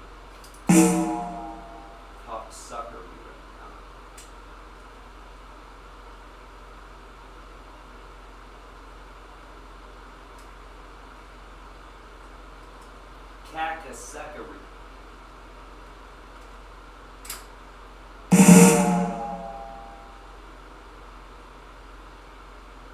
is fucking bullshit, honestly. I wish my father was alive. He'd be disappointed in me right now. He's not. So I'll just have to be disappointed in myself, I guess. By the way,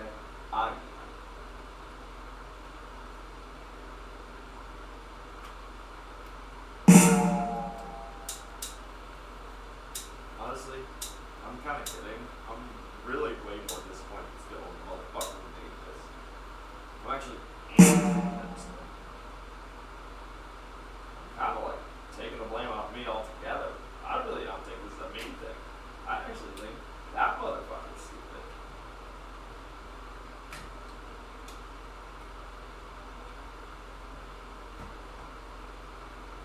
The fact that I'm spending this much time on that though, and he's got me like this, makes me stupid.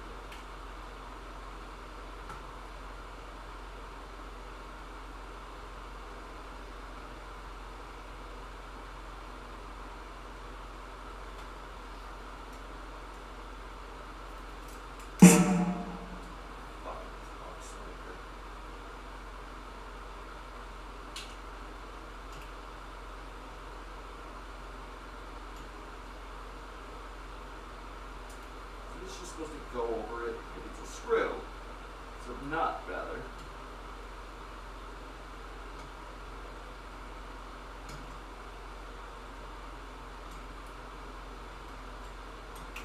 If I know one thing, or if I know somebody who knows one thing about screwing and getting nuts, I should probably contact my ex-girlfriend.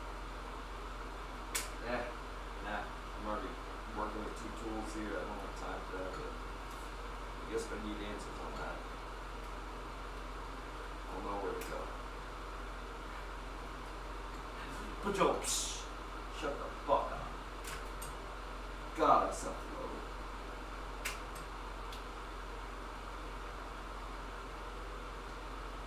But seriously, folks, there's no jokes here. It's all real self-hatred. All real, all natural. Homegrown. No PEDs used here. Just real, true, all American hatred for myself.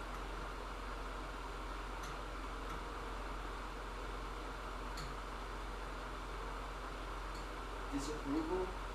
Yeah, there's some of that. I don't really care. I hate myself. I'm not that worried about proving it myself. Idiot. And I hate you.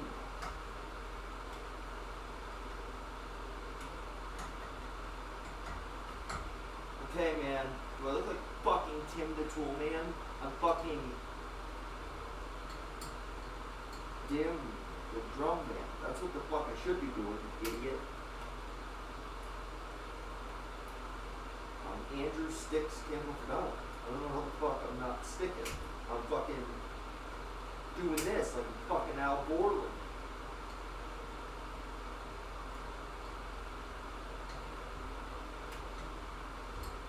Really, what I feel like from that show is the fucking delinquent criminal fucking brother.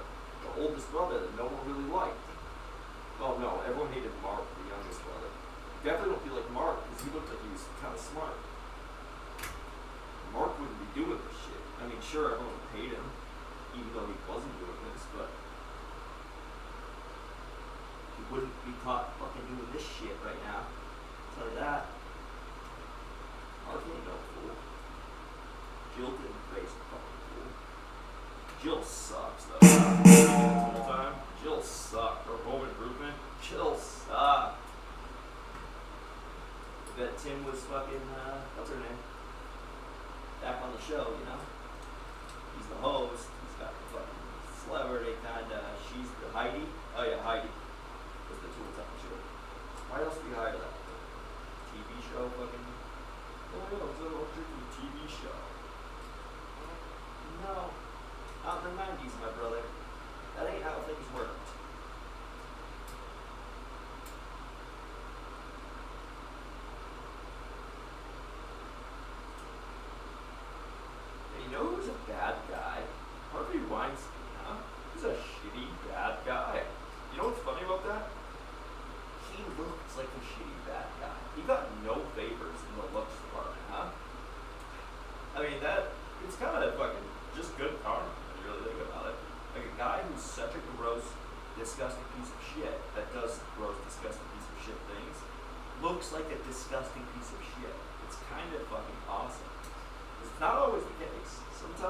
some good-looking dudes, you know, the good-looking women who were fucking pieces of shit.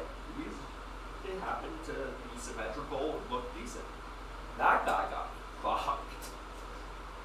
For all the gross, dirty shit he did, his face shows it. Like, it just is the worst fucking face. Head. He's just a hideous human being, huh? And it kind of served him. It's awesome. Now, if he was a good guy, or like a nice person, I would never say that about somebody who's like, maybe just doesn't have looks going for him. But because he's a massive piece of shit and did a bunch of fucking terrible things, it's fucking so great that he's such a disgusting, hideous piece of shit. And it's not just the face. From the reports, when all that fucking came out in court, I guess it fucking follows suit on the whole way down. It's not just fucking face-to-face appearance. You got that horrifying, terrible lip as well, I guess. Some people are just cursed, you know? Granted, he got money, he had money, and he had some fucking power, but terrible dick and fucking horrifying face. I mean, enough that your firstborn child, the doctor may not let you hold it. Sir, we can't have you holding the child. It could frighten the child. We don't want any events happening where the child's safety and life could be cut short. Children under the age of 1, 2 years old shouldn't see something so absolutely horrifying and hideous. And just purely disgusting to the human sight as your faces. So, I'm going to recommend that you wear a mask, this mask, or stay distance between your child for the first year to 2 years. And then also, you know who else was a fucking disgusting fucking piece of shit like that? Another one that got it just like that. Him, and then, what was the other fucking concept that was fucking disgusting? Kevin Spacey, right? I mean, listen, any chick who has a fucking dad kink is like, you know, secretly wants to do the dad and is like the fucking real weirdo, like just you know, like they have this fucking daddy issues, like true daddy issues. They love American Beauty. They love that movie, American Beauty. Other than that, though, so maybe in some fucking extremely disgustingly sick way, they think Kevin Spacey's attractive in that, or they would just do it because they're fucked. They don't even know why they would. They're just like, I don't know, the role got me. I don't know. It makes me think of my dad. Some weird shit. I have no idea. Those fucking freak psycho girls. I dated one. Dated a couple actually. Those girls, yeah.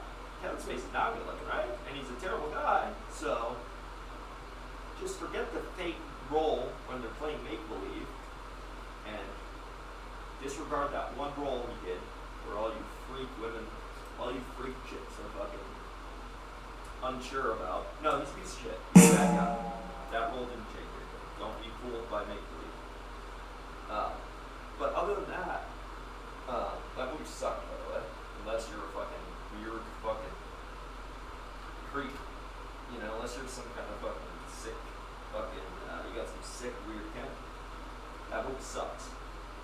I've never met a dude who's like, I love the movie American Beauty. That fucking movie's awesome. No, you'd be fucking weird as fuck. If I had a buddy who's like, dude, American Beauty is in my fucking top 5 favorite movies, I'd be like, yeah, I can't hang out with you, dude. You're definitely gonna have some shit come out about you, or you did some fucking crazy, creepy shit, or you're a creep, or you're just fucking weird. Because I don't know any dude, straight male, who would fucking like that movie and think that's a good movie. Only chicks who secretly want to date their father. And I'm not even just talking about the movie premise. That whole premise is fucked anyway, but like, I'm talking just the chicks that like that movie. Separate. Those things just go hand in hand. But fuck what the movie's premise is about. The chicks who like that movie want to date their father. And it doesn't have anything to do with the premise of the movie. It just happens to be a fact that goes hand in hand. They're like, oh, I don't know. They're also the same girls who did that TikTok trend where it was like the Madonna song material world, material girl. And they shared like old hot photos of their dad or something. And like, my dad said he used to be good looking when he was younger. And then they shared like hot pictures of him. It's like, dude, that's weird. The fuck? Why are you like promoting your dad was hot back in the day or whatever? I know, listen, guys did it with their mom too. I think that's just as weird, to be honest. Like, hey dude, guess what? No one gives a fuck that your mom or dad used to be hot. And for you to be sharing it like you think they are, and like the only reason you're sharing it is because you also agree, like, wow, they used to be really good looking, and you want to show people. Which is weird to do. Who gives a fuck? Also, don't think they used to be extremely attractive. That's weird. And then definitely don't share it on social media. Creepy. Just weird. Hey, why don't you share a recent post with your father? Like, hey, thanks. My dad shoveled my driveway last winter. Nah, my dad used to be hot.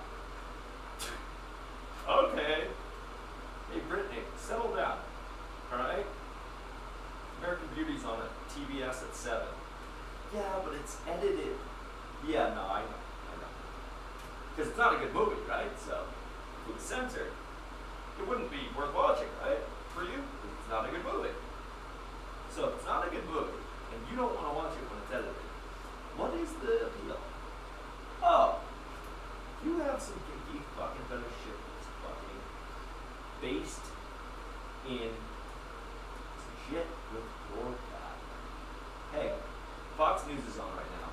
I know a guy who's sitting on the couch right now that'll pick up his phone. You should give him a call. You should talk about this shit. Or, I also have another line. It's for BetterHelp. BetterHelp, therapists, over the internet. You can scout for therapists, find one that you like, matches with you. If you don't like him because he doesn't remind you enough of your father, you can switch out for a new one. You can find out one that reminds you of that Fox News watching, semi-racist guy that you know and love, your father.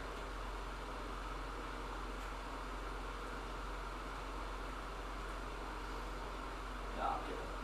But I did date a girl that, after I was done dating her, her mother said, listen, oh, I know, it's creepy how much her and her father get along. Like, it's weird to me. And if I didn't know better, I would say, like, if I didn't know better, I wouldn't put it past them that they were, literally said that. I was like, oh my god, that's fucking an insane thing to say and have come from their mother. That's a fucking wild fucking statement. Especially to hear as an expert at the time. Just getting out of it, I was like, wow, that's a fucking crazy ass thing to say. No. Because most people, like, most people's mothers don't say that about their ex-husband and their daughter. That's fucking crazy. So I thought that was crazy. And that was a fucking event for me to hear that. I was like, wow, that's a fucking insane thing to say. I can understand being angry or not liking somebody, but that's a wild ass accusation. That is a wild ass accusation. Or even just like thing to highlight. Like, I haven't known you that long. You've known them your whole life, their whole lives, and you just said that to me, a person that like we maybe knew each other a couple years. That's I mean, that's just kind of general fucking info that you don't mind, even if it's just a theory or like a thought that you would believe it if you got told it happened, which is an insane thing to say. You just threw that out there into the world, not knowing what I might do with it, or like if I was the kind of person that would slander or spread fucking shit like that. That's fucking crazy. That means it's a kind of fucking pretty reliable thing to say, which is absolutely insane. No? But yeah, I'll never forget that. I was like, oh, I kind of laughed, like, yeah, right? She's like, no, I'm serious. It's crazy, man. It's always been like that. And I'm like, wow, that's crazy. Then I was like, well, besides my many, many shortcomings and flaws, I now know why we're not together anymore. One of them is, I'm not enough like that pussy cup first. I'm just kidding. Nah, he was alright guy. Just kind of creepy. Kind of creepy dude. He was alright. I mean, shit, we have the same taste in women. But hilarious. I'm fucking funny, dude. Fuck me. I'm dumb as a fucking doornail, but god damn it, that humor. That's not good old American humor right there. It's pretty fucking funny. I kind of wish I would have said that at the end. It's a good fucking line. Like, hey man, chill out. We got the same taste in women. If this wasn't happening right now, we'd probably be buds. And everyone would relive your 20s again. I don't know. I doubt that. I didn't think that. I didn't get that vibe, but that is insane for somebody's fucking woman to say. Fucking insane. Wild ass thing to hear.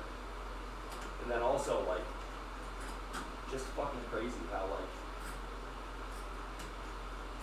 I don't know. I will say, it was pretty weird when I was a dater, but I haven't had too much pushback from people's dads when I was gonna start dating them, but I will say, most of the women that I did used to date, their fathers weren't around to say anything, so let's just be real. Which kind of tells me something about me now that I'm looking back. I dated a lot of girls without fathers. A lot of stepfathers in the situation. Not good. It's not something I looked for, it just seemed to always happen. That's the women I ended up with. Kind of crazy, because I never really thought about that. Another thing I thought about the other day, I never dated a girl that had a sister. Never. A stepsister, one of them. Like my first real girlfriend had a stepsister. Other than that, I've never dated a girl with a sister, which is probably a good thing, honestly. Because that would be fucking crazy. So I'm kind of glad I never have, but yeah, never dated a girl with a sister. Never really dated girls, like any of the women that I like dated long term, none of them had siblings. Oh, younger brother, actually, one of them. Only brothers, if ever, and rarely, like maybe only 2 of them actually had a brother. So like, I really dated only child, like a lot, like women who were like only children, like the only child that their family had, which is fucking crazy. A lot of only childs, like, which I think is a personality type or a certain type of person. And let me tell you something. I've grown to find out I don't like that certain kind of person. I like people who have had siblings. They're a little more realistic about shit. They take jokes better. They're more fucking a little more like game about it. Like, yeah, man, whatever. You know, they're a little more chill about stuff. They're not like so fucking tight-assed. They're not so self-centered. Also, they knew they had to grow up sharing, and like the world didn't revolve around them. That kind of shit. Like, kind of rings true. As much as, I mean, me and my sister got along just fine. I had a great relationship, like, with my family, like, my sister and stuff. We always, like, we're only 3 years different, so she was always cool, and, like, she was, you know, older than me, so sometimes she treated me like the younger brother, or she'd be like, yeah, you're not hanging out with us, but her and her friends, like, taught me a lot about fucking, like, when they were younger, like, when they were 3 years older than me, about, like, school, like, the next year when I was going to, like, high school and shit, they would tell me stuff, and, like, I was cool before that because of that, because they'd, like, prepare me for shit that was going to happen. Like, yo, hey, when you get on the bus, go to the back of the bus, don't be a loser, like, on the first day, this is what all the kids make fun of, all this shit, she'd, like, prepare me for shit like that, and she'd tell me, and then some of her friends I'd have crushes on, so I always had, like, older chicks in the house. When I was younger, it was sweet. It was great having a sister. I mean, my sister's cool as fuck.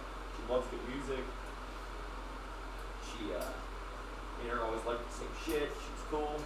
So I never had any fucking problems. She's the one who gave me my first Slipknot CD. Like, well, I kind of took it from her, but she was the one who had it originally. She's the one who got me into it, so I owe my sister a lot. I wouldn't be drumming today right now if it wasn't for that. So I owe her quite a bit for that, and so I was pretty glad. If I didn't have a fucking sibling, that, you know, literally, I would be, who knows, probably be a fucking loser, more so than I am. I really don't think I'd be a musician. Like, truly, I don't think I would be. I don't know that I would have found music like that. I mean, Kevin, my stepfather was a musician. He was a drummer, and he always had musicians around. We used to have the drummer at Godsmack come over all the time, like Tommy, like when the dude with the long hair back in the day. Like back in the day, not Shannon Larkin. Like that dude Tommy, whatever his name was, the original drummer for Godsmack.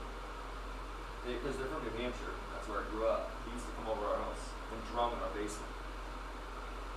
And Kevin would always have band practice down there, so I was always around the band. I would always be down there during band practice on my little mini kit, and Kevin would be playing in the band, and I'd just kind of be tapping away. I was like 3 or 4, but I was surrounded by music like that all the time, so maybe I would have become a musician anyway, but I kind of veered away from it as I got to be like 5, 6, like I stopped. I wasn't really drumming, and Kevin, we went through some shit when I was younger than where Kevin had to get rid of his kit, and we didn't have a kit in the house for a long time, which was a goddamn shame. But then as time went on, I kind of got out of it. I started playing hockey, so hockey kind of consumed my life at that time for a lot of years. And then 1999 rolls around, and my sister trades a Trans-America Rave CD to her friend for this little self-titled album called Slipknot. And I get my little fucking 9-year-old hands on it, and I am in love. I played number 4 until the CD's pretty much burnt out, which is Wait and Bleed. And then started discovering Me Inside and No Life and fucking all the amazing songs on that. Found out about the secret track that's on there that goes into Eeyore early on. That CD right there and that event happening literally got me back to the drum. After I listened to that CD like 3 times, I was like, oh, I want to start playing drums again. Because my sister had Joey Jordison posters all over her wall from like Revolver magazine, like Metal Parade, like all those like Hit Parader, all those like she had all those magazine posters, like the insert posters, like all over her wall. So I'd always see Joey in like his white kabuki mask, or like the one with the lines, you know, his original first one with the 3 lines with the eyes, and then the stitch mouth, and like so many fucking things like that. And because of that, I decided, oh, I want to play drums again. I think I want to play drums again. And then my parents were kind of like, okay, yeah, like I had hockey, so like I wasn't like dead set on it, or I said it every day, but I knew I wanted to again at that point. I wanted to pick it back up. So I kept saying it for years and years, and it really did go on for years and years. Because like I said, it wasn't like an everyday thing because I had hockey consumed in my life. And I was playing that, and I was really into that too, but every once in a while I'd turn on that CD like before a hockey game or listen to it to get pumped up, and I would just be like, I want to play drums again, dude. I love Joey Jordison. He's the shit. He's so cool. I fucking thought of him as like a character, a mask and shit back then. I was 9. So over the years went by, and then at 13, I was like, I hadn't let it go. I was still dead set on that. I was like, I want to play drums again. Like, I really want a drum set. And we were starting to get more serious. We went and looked at a few different kits. So much so that we like tried to like scheme, like we tried to like hustle my grandma, my yaya, my Greek grandma. We tried to hustle her with like for her to buy us like a $20,000 like Rosewood DW kit at one point from like the Music Mall in New Hampshire, and she wouldn't, like, if I was like, I want this kit, I want drums because Joey Jordison and Slipknot plays them, she would be like, who from who? No way, those disgusting guys with masks. Like, she would not have been into that, but so me and Kevin, my stepdad, would go into the Music Mall and like we'd be like, how the fuck are we gonna try to sell this? Like, he wasn't doing it, he had a job and money obviously, but I was like, I gotta try to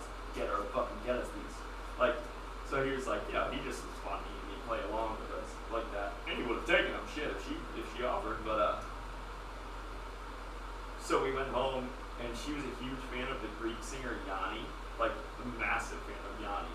Like she loved Yanni. Like that was an artist she could get behind. Now if I was like, listen, I want to fucking play music and dedicate my life to playing music like Yanni, she'd be like, oh, that's a musician, you know? So we went home and I was like, Yaya, I was at the music store and I saw this drum set. It's the same one Yanni's drummer uses. Now at that time, and still to this day, I have no fucking, literally someone could have a gun to my family's head and I couldn't tell you what type of kit Yanni's drummer uses. I've never known, nor do I know who the fuck Yanni's drummer was, or is. But, that day I told her that he used rosewood DWs that were found at the bottom of a lake after like 100 years and made it into drum shells, and they were $20,000. I don't know why I shot for the moon, but I did. And I was like, yeah, Yanni's drummer uses them. It's the exact set Yanni's drummer uses. I want them so bad. I really want to become a drummer. And she was like, oh, that's very nice. Like, no bite. I was like, fuck. I was like, huh, okay. So that didn't get her, but years later, anyway, I keep persisting, and we had kits like before PDP, before it was PDP, when it was just Pacific drums, like we had this mother of pearl double bass kit on order. We were gonna order this double bass, I think like an 8-piece, 2 kick drums, 8, 10, 12, 13, 14, whatever, 16 maybe, I don't know. And we were about to order it from that same music mall, and we were looking at them and we were like, wow, this is so nice, mother of pearl, the lights are gonna hit them, white, it's gonna look so nice, whatever. And I really thought we were about to get drums, and not only just drums, they were gonna be double bass drum, like Joey. I was gonna get to fucking start playing double bass drum right off the bat. And we, like, literally, I think they were gonna be like $1,600 or something, and we had to custom order them, and they were gonna come in. It was gonna take weeks, but then they were gonna come in and whatever. And Kevin had the picture of them, and he had like the what is that called? The catalog, Pacific's catalog, and he brought it back home, and fucking of course he did, because he sat and like dwelled on it and kept looking at them. The more he looked at the Pacific's catalog, the more he hated the rim mounts. He ended up fucking despising the rim mounts that they used. And back then, they really were bad. They were not subtle or sleek. They looked fucking terribly chunky and clunky. They really did like throw off the whole kit and the whole drum. They made the drums look like shit. Pacific used to have this massive plate rim mount that was like in the front. It was just a plate, like a fucking chrome plate that covered like half the shell, dude. Like almost more than half the front of the shell. And it was just like atrocious. It was like, why the fuck would they have a plate there covering this much of the drum that you want to see to finish? So the more I was young and I was angry because I was young and I just wanted drums. I didn't care about shit like that. But he was right. Like looking back now as an adult with common sense, like, oh, he was absolutely right. That fucking kit, like the rim mounts of the Pacifics were disgusting. Like why the fuck they would have ever made those? It's horrible design. And that guy probably transferred to Gibraltar fucking unit. So he ended up being like, they're fucking disgusting. Those rim mounts are disgusting. I'm not fucking getting those. And I was like, dude, what? We just had them. We were going to order them. We literally replaced the order. And he's like, I'm not getting them. I don't like those fucking drums. I'm not spending that kind of money on those drums. They're disgusting. Yeah, because he's a drummer too, obviously. So like, he's like, no, man, they're terrible. Those are fucking ugly. It's a terrible drum. It looks like shit. I'm not getting it. And I was like, ugh, I was so angry. But then, we went on, and then we found this, at Daddy's Junkie Music, we found this fucking pearl, like, throw-up green export kit. Like, literally, it was like puke green, baby shit green or puke green. It was terrible. And it was an export kit. It was on sale, of course, because it was a disgusting finish. And I was like, I want these drums, please. They're like, I didn't really want them. I didn't like the finish at all, obviously, but I was just like, I know the price range on these is low enough where like my mom's considering it that day, And I was like, please, I want these drums. She's like, these are the ones you want? I'm like, yeah, I want these ones. Because I thought there was a realistic chance that I would get them. And we ended up not getting them right then and there. She's like, let's go home and we'll see. We'll talk to Kevin about it. And when we got home, he's like, you don't want that fucking color kit. I was like, Kevin, I just want fucking drums. I don't care what color kit. Like, I really don't care at this point. And that wasn't gonna happen. So that didn't happen. But then we slowly kept looking. And finally, we settled on an extremely cheap, like beginners, not really beginners because it was a fucking 10-piece kit, but it was a Starion, like $500 for like a 9-piece double bass kit, which honestly was the best thing I could have ever gotten to begin again.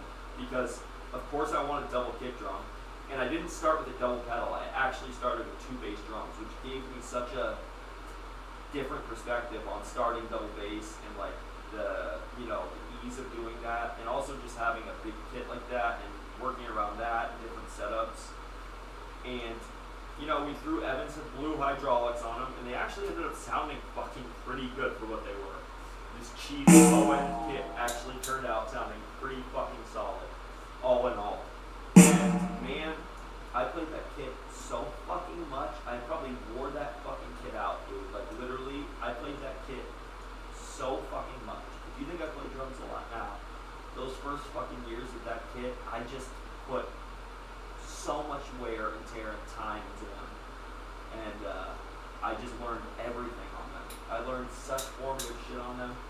And that kit like established it all, man. It started my double bass journey. It started everything. And we both had some great times on the kit. We like used that kit up for exactly what it should have been used for. And like, it did exactly its job. It got us a lot of fucking enjoyment on that kit, and a lot of good drum times, and a lot of learning, and a lot of, Kevin hadn't had a drum set in years at that time too, because it had been years since he had a kit in the house. So it was big for him to have drums back in the house too, and we'd sit down and play together, and we'd just go downstairs and fucking play together for hours, and we'd get home.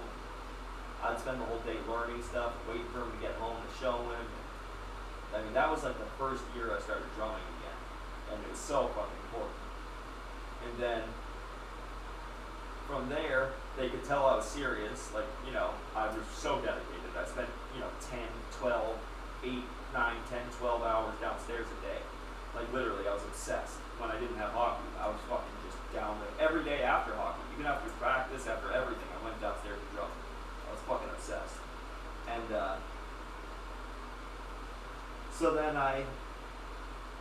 So then 2 years later, on I think my 14th birthday or 15th birthday, we upgraded, and they got me this limited edition, like Guitar Center special edition finished Pearl EXR Blue Radical kit with black hardware. Because I wanted black hardware on my kit, like Joey. You know what I mean? Like I was done with the chrome shit. I wanted black. That started my journey of like, I want colored, like unique shit. So they got me this limited edition one. They bought 2 kits, so I'd actually have 2 kick drums.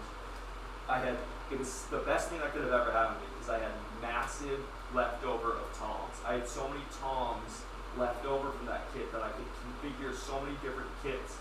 We went out and we met this guy who was like a metal fabric.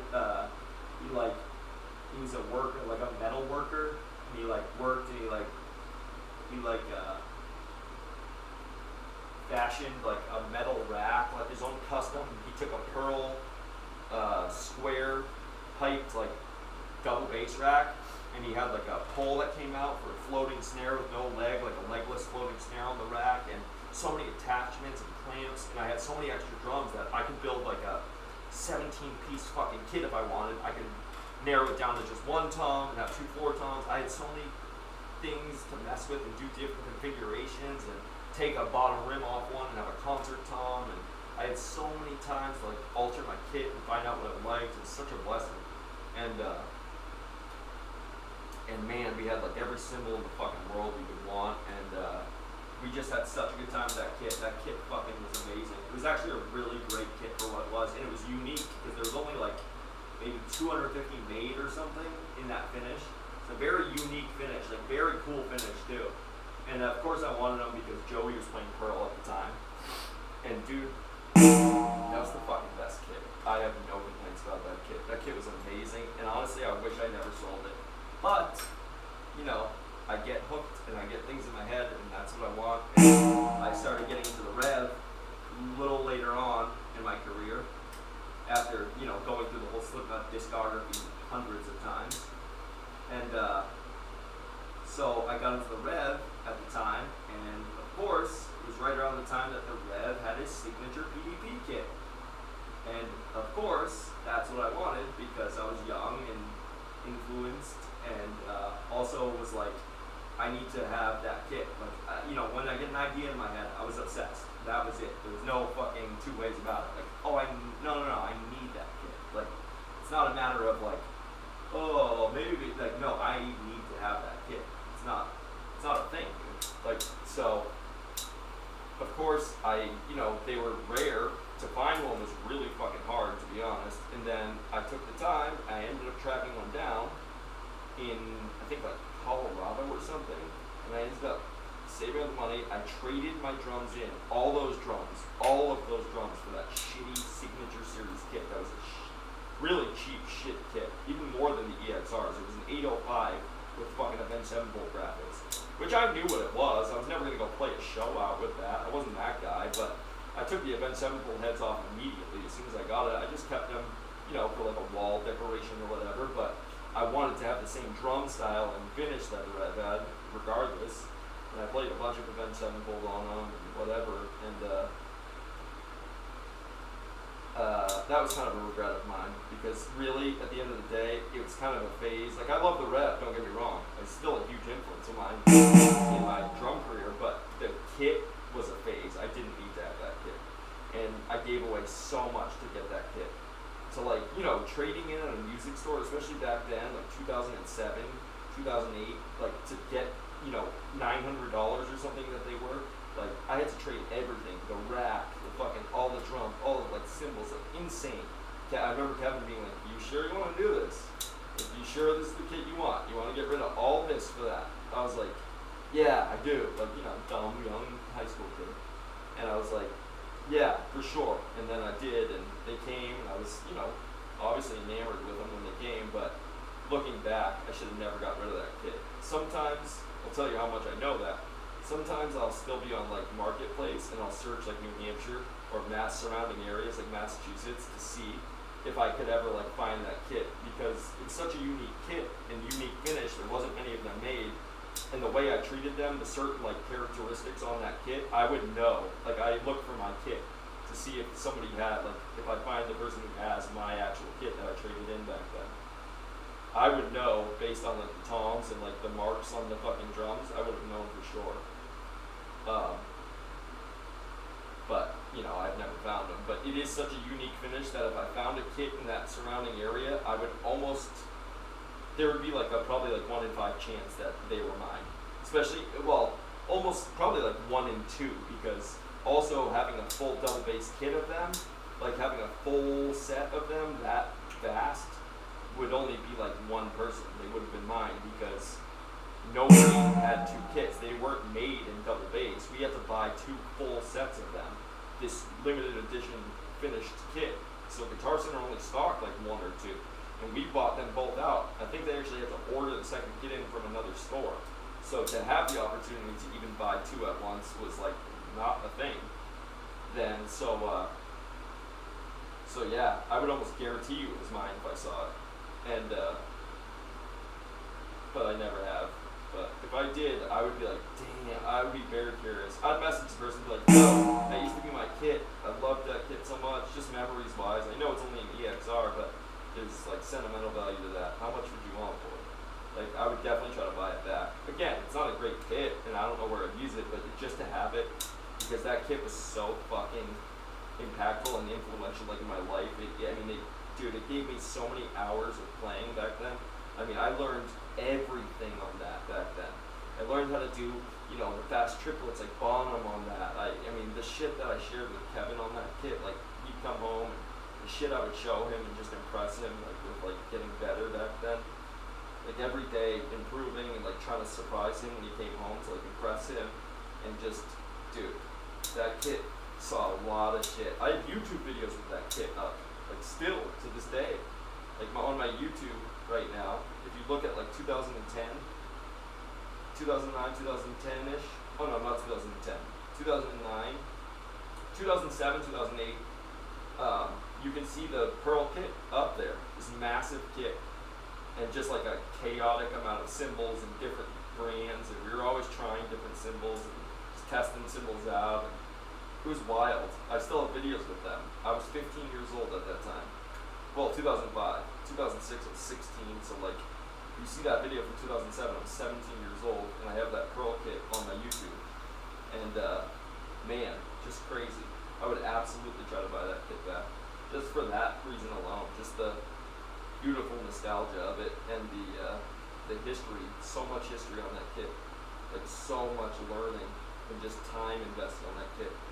So much time and history on that kit that I even could probably, I mean, hopefully the owners have cleaned them since, but if they're anything like me, they didn't. Because I went to a hockey pasta party, like a team party one night, and I was like 16, and the boys decided to drink. The guys on the team decided to like have some alcohol, which I wasn't a big drinker. I wouldn't have ever gotten in trouble or anything. My parents wouldn't like that. They're like, whatever, you know, you're not a dumb kid, you'd be smart enough or whatever, but I decided to have a little bit. I did drive home, which is insane now that I look back on that. I remember just like trying to back out of like a parallel park situation that I did when I arrived there, and then leaving. I probably wasn't drunk, but I had a little bit of a buzz, and I just didn't even think twice. Like, I was like 16, and then as I just said, I'm smart. My parents know I'm smart. I did that, but I didn't feel fucked up until I got in the car and I was trying to parallel park out, and I was like, how the fuck, why can't I, and I just felt so weird backing up, and then I was like, I need a minute, so I sat there, I like closed my eyes for probably like a half hour, and then I got in the car, and I didn't live far, I lived right around the corner, but still, pretty fucking crazy to do back then, at 16, and then I pulled up to the house, and I remember feeling so nauseous. I had just eaten like spaghetti and meatballs, like a pasta dinner on like a Friday night before a game on Saturday. And I was so fucking loaded with like pasta and like about to puke, about to bust, just that I went downstairs and started drumming. And like obviously now my stomach's sitting all worked up. I'm fucking probably playing some insane like Slipknot or Genera or, you know, Demure Bourgier or some insane double bass shit back then, and I start playing and I'm like, like, I feel much better, whatever, now I'm drumming, and then all of a sudden I fucking puke everywhere, all over my floor tom, like cheese, like actual like cheese, like undigested like mozzarella, like real mozzarella, like, you know, stringy cheese, and then fucking like sauce all over my floor tom, and it was caked inside the rim of the head in my floor tom for I don't even know how long, dude. Forever, as long as I can remember, it was in there. Fucking insanity. Like literally, it was in there for so long, and I never fucking like got that out. I think the buyers who bought that probably had some of that, like dried, just like literally like cemented now inside that rim from a fucking pasta party, and a 16-year-old's fucking cultured, you know, pretty much virgin alcohol stomach from no fucking, never having really alcohol like that. So of course I'm gonna puke, especially after pasta like that, and then fucking, not to mention having drumming like a madman when I got home after it. So yeah, that was in there forever. So if they didn't clean that kit, there's definitely 100% throw up. And if I need to ever figure out if that was my kit or not, I could absolutely probably get DNA off that puke. Which is insane, but that's funny.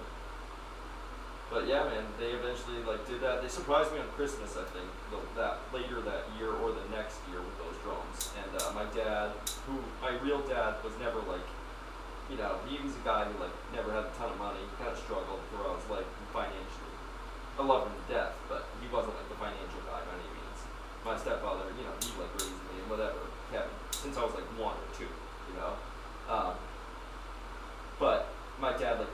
my mom, and she helped him like get me some gifts, and I ended up getting the Pearl Eliminator pedals, the P2000Cs that Joey like did the ad for, and I had 2 of those like double bass like single kicks for that, and they I had them on my Pearl kit, and dude, you couldn't tell me shit. I literally felt like Joey Jordison that day. I was like, I'm fucking Joey Jordison.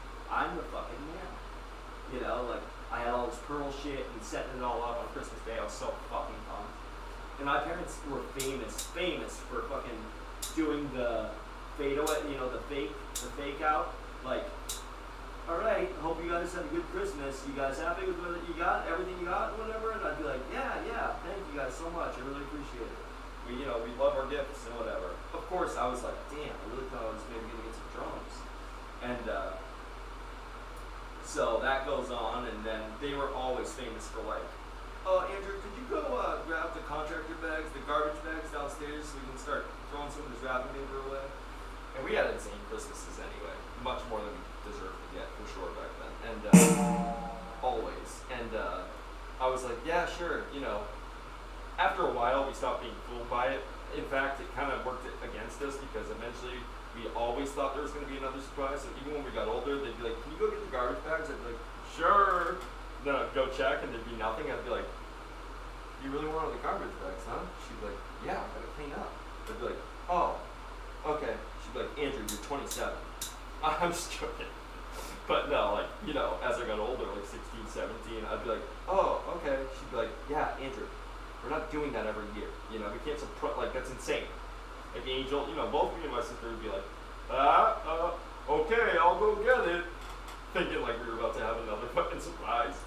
But, you know, they were good about it. They would surprise you. They'd get you when you least expected it. But, like, yeah, they did. They told me to go downstairs and get them, and they were at the bottom of the stairs because they probably were up all night rapping last minute. Like, that's what they did. Typical Christmas in our house.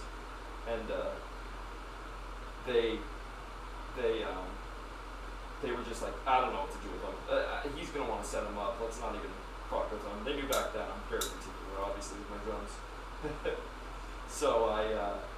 So they ended up just putting them at the bottom of our basement stairs, which was a finished basement and stuff. So when I walked down to like I was gonna turn the light on to go downstairs and get trash bags, I saw them sitting and I was like, no fucking way. I was so pumped. I was so fucking pumped. They looked so beautiful. Because I saw them in the store originally months before, and I was like, I gotta get these drums. I love this finish. It's so cool because back then, I don't know if you know this, but the options for like hardware colors and shit were not vast yet. You know, yeah, you could order from like Orange County, like back then. That was like the SGC, what SGC is today. But, you know, Joey used Orange County for a while and shit. That was like big bucks. And honestly, like that, I didn't even know how to go about that yet. I was so young, and like going online and setting up, you know, custom ordering, it was a huge to-do. Kevin wouldn't have known how to do that and shit. Like, so that wasn't in the ballpark. But those fucking pearls, man, when I saw they had black hardware, that was pretty rare, man. Not a lot of shit had black hardware at that point. Like, black hardware was like a rare color to have. Like, everything comes with black hardware now, or black nickel or something, like, but back then, it was chrome, dude. You got chrome hardware. That was what it was. That was standard drum hardware. They didn't come in a ton of crazy colors yet, and it had, don't even forget about colors. Like, it was just white. You know, I had a Gretsch kit at Club Catalina that had white hardware. That was pretty sick, and it had white stripes. Black sparkle with white stripes, and 2 white stripes through the black sparkle, and white hardware. That was an amazing kit. Mahogany with a 24-inch kick. Very cool kit. And so yeah, man, it was rare to like have different colored hardware. So even that black kit, I was so pumped on it because I was like, dude, that has black hardware. Like, Joey, I want that shit. And it was a cool blue color. I was like, I gotta have this kit because, of course, Kevin and me have varying tastes on drums, like very different tastes on drums and like how drums should look on stage and stuff. First of all, he hates my white cymbals, even though he's the one who's influenced me to get them in my lifetime by showing me the Great White video back when I was a kid and watching Metal Mania and being inspired by the 80s and shit, but that doesn't really play into it for him. He's just like, I don't get it, they're disgusting. I'm like, dude, they're the fucking best, are you insane? And he's like, I don't get it. like brilliant finished cymbals are the best. They're beautiful. When the lights hit them, I'm like, yeah, they're cool, man, but it's not my style. Like, we have very different styles as far as drums go. And then as far as finishes go, Kevin always would fucking shit on black finish, black hardware. He'd like, ugh, it's disgusting on stage. The lights hit it, it's just dead and dull. It looks like shit.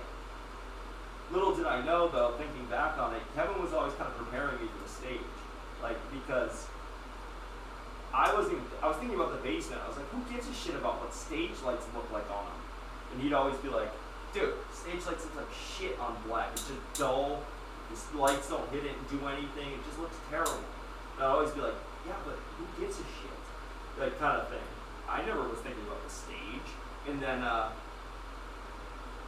and black hardware he was against, and black finish for drums. So the fact that I found that blue, like marble-ish, kind of the radical blue color it's called radical blue, and it was like blue marble-ish with like black, like kind of marble swirl in it. It was an amazing color, and it had black hardware, which is kind of a compromise on both our parts, and I just loved it so much. Such a unique, cool color, and the black hardware appeased me as well.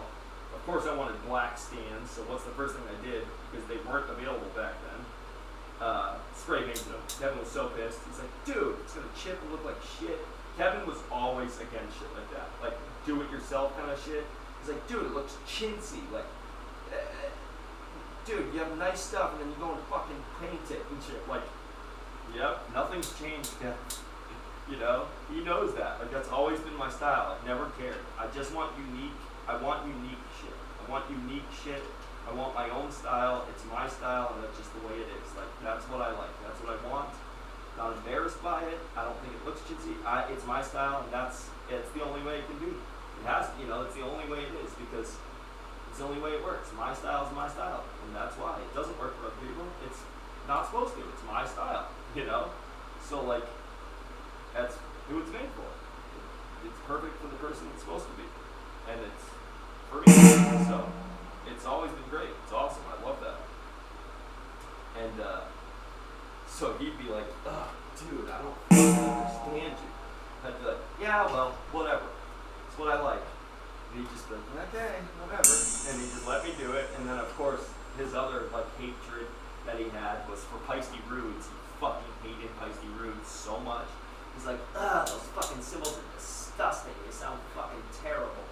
Because they are really thick, kind of terrible cymbals, honestly. Even I kind of found that out as I used them. I bought a ton of Peisty Roods. The white, again, I moved because of Joey.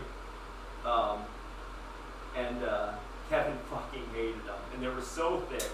And even the Z Customs, because of Tommy Lee, I loved the Z Customs. They were such nice looking cymbals. But they were so thick, they sounded like shit. Unless you're playing like an arena or fucking some massive place that you need that projection, they are just way too fucking much. They ring out for like a year and a half. I mean, seriously, like, there's probably still a Peisty Rood in Nashua, New Hampshire somewhere ringing out from me hitting it in 2005. They were just so fucking ringy and so much fucking resonance. It was just insane. So yeah, even I kind of grew to learn, like, yeah, I don't think I really like Peisty Roods that much either. I love them. They're so iconic in the design and the look. I mean, there's so much iconic about those fucking cymbals. I love them to death, but that's why they started making the thin Peisty Rood, the thin crashes and the Peisty Rood thins, because they are an amazing cymbal. And but Kevin also, like I said, he's a brilliant finish guy. He loves cymbals with brilliant finish. He fucking hated the Peisty Roods with the earth tone colors, and like, dude, there's not a cymbal he could have despised more. Except for color sounds, which I always wanted. I was like, I want color sounds. I want Peisty color sounds so bad. Even in black or red, and he'd be like, dude, they're fucking disgusting. You want cymbals to be shiny and like pick up the stage lights and like shine when you hit them and stuff. That's the look. And I'd be like, yeah, no, I want my cymbals to be colored. Like, I don't care what that looks like. I want them to like be cool and match my kit. And you'd be like, they chip all up and they're shit. And like the old ones kind of used to. The new ones don't. I know by experience. And but I was always like, yeah, I guess. And back then, white was a custom order. They didn't make white. Like you couldn't just get white like I have now, like all white cymbals.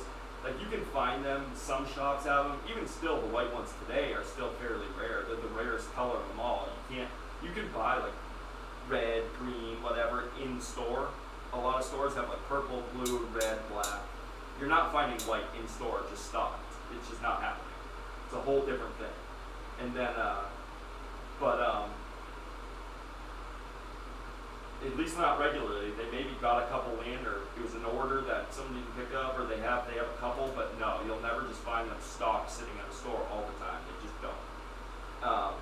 They're a whole different thing. They're different than all the other color sounds. They're thicker, and they're coated with something just a little bit different than like the translucent like reds and greens and black and everything like that. The white is a different coating, and I know that so much, in fact, that the reason is Nick Mason from Pink Floyd is the person who fucking piloted all of that. He was the one who requested color symbols back in the 70s, in the late 70s. He wanted his symbols done. He wanted white symbols originally. He was like, hey, I want white symbols made. He told Feisty, and they were like, yeah, okay, we can try making you some colored symbols. And of course they tried, and they tried a bunch of different colors and did a bunch of variations, but they couldn't get white to work. Because to do white, the coating had to be different. It had to be much thicker. And with the thick coating, it killed the symbol way too much, and he couldn't make it work back then. So the color sounds were invented, but he couldn't have white. So they had to tell him that. And it wasn't until the 80s that they figured out how to do it semi-properly with the white symbols. Even though they did, they really didn't, nobody really used them live. Like even Audi the Bro from Great White, he used them in the Rock Me video, but I'm pretty sure in live footage he wasn't using the white pasties, because even now they're a very dry cymbal, like very dry, dude. It cuts down on the overtones so much, which I personally love, but I know a lot of people wouldn't, and that's today, and they've kind of, mastered the color process, especially on the white, a lot better. But in the 80s, with the color sounds how they were back then, the paint used to chip on the regular colors. And yeah, I can only imagine the white was probably like if you spray painted a symbol today. Like it was probably so thick and it probably just did not work. So people just really didn't use them live. And it wasn't until 2005 that Joey started. Like when I had already been in love with the white cymbals. I had no clue that my favorite drummer in the world was going to start using my fucking favorite cymbal in the world. And all of a sudden I went to the Jägermeister tour 2004, their comeback tour, the reunion, like, where they got back together for the first time in 2004 after Iowa and all that, before Volume 3. And dude, when that curtain dropped, my mom took me. I was fucking 13 years old, about to be 14. And Worcester Palladium, Massachusetts, when that curtain dropped, dude, I fucking almost wanted to cry. Like, I'm so serious. When I saw Joey's double bass kick, that pearl, black and silver sparkle, Master Series pearl with white cymbals, I was fucking in awe. I was like, oh my god, Joey has white cymbals. Joey has white cymbals. I was freaking the fuck out. My buddy Ryan was with me, my stepbrother Ryan actually, and my mom, and I just looked at my mom. I could only imagine what my face looked like back then. I was probably just like, he's using white cymbals. Like, dude, it changed my life. It was like a moment in my life that, like, it altered something. Where I was like, I need to have white cymbals one day. Like, it programmed something in me, and it set something off right then and there. Where I was like, oh, I'm gonna do this. I'm gonna drum. Like, that was such an influential fucking moment in my life. And we stole the Jägermeister tour banner after the show. We ripped it down, like a big ass banner, like the 6x6 or 8x8 foot big banner that hung over the second level scaffolding. And we took that, and I just had, it was always in my basement. We had this awesome memory, and just like, it was the fucking best time ever. And Joey had white cymbals. I could not fucking believe it. And then they were in the Duality video eventually, and Before I Forget video, his white cymbals were in, and dude, it was so fucking amazing. And I just couldn't believe it. And then, it took me up until, what, a year and a half ago now, that I actually got all white cymbals finally in my life. Touring and like, you know, being a fucking professional musician out there touring and whatever, I finally got my white cymbals, and I was so, I mean, dude, when I finally completed my set of white cymbals, and I had a full set of white cymbals, and when I went out there and set up my drums, there wasn't one bronze cymbal out there, I was so fucking proud. It was like literally a realization coming true. It was like a moment for me, where like everything that I wished for, like drum-wise, back in the day, that I thought would never happen, like because I was like, yeah, I mean, you can only get white cymbals if you're like Joey. It's impossible to just get white cymbals. Or they're like insanely expensive, and I'm never gonna fucking be able to spend that much on a whole set of them, you know? And dude, it changed everything for me. Like literally, when I got all white cymbals, I was like, get the fuck out of here. I don't think I ever babied cymbals in my life. Like, and I still do to this day. I'm like, hey, don't fucking scratch those. Like, I just want them to last forever. And already my china broke, my rude glass china, white glass china broke. And a bunch of other fucking color sound chinas, by the way. Fuck china cymbals, but you need them. But yeah, that fucking broke on me, and a bunch of shit. But dude, just having those white cymbals literally changed my whole existence. Like, the first show I played with those, I just had 2 crashes the first show. It wasn't a full set yet. But even that was like so fucking insane for me. Like, just to look out like in front of me and see 2 white cymbals, I was like, I can't believe I have white cymbals. Like, I got to the point where I have white cymbals. Like that, it was so fucking amazing for me. And Kevin Still was like, gross, they're fucking disgusting. I was like, I don't even care, Kevin. I couldn't be happier right now. I have white cymbals. And I got them myself. Nobody had to spend any money. They weren't fucking, you know, I got those by playing. I got those with fucking deals and like drumming. And like, I made that happen. It was fucking insane.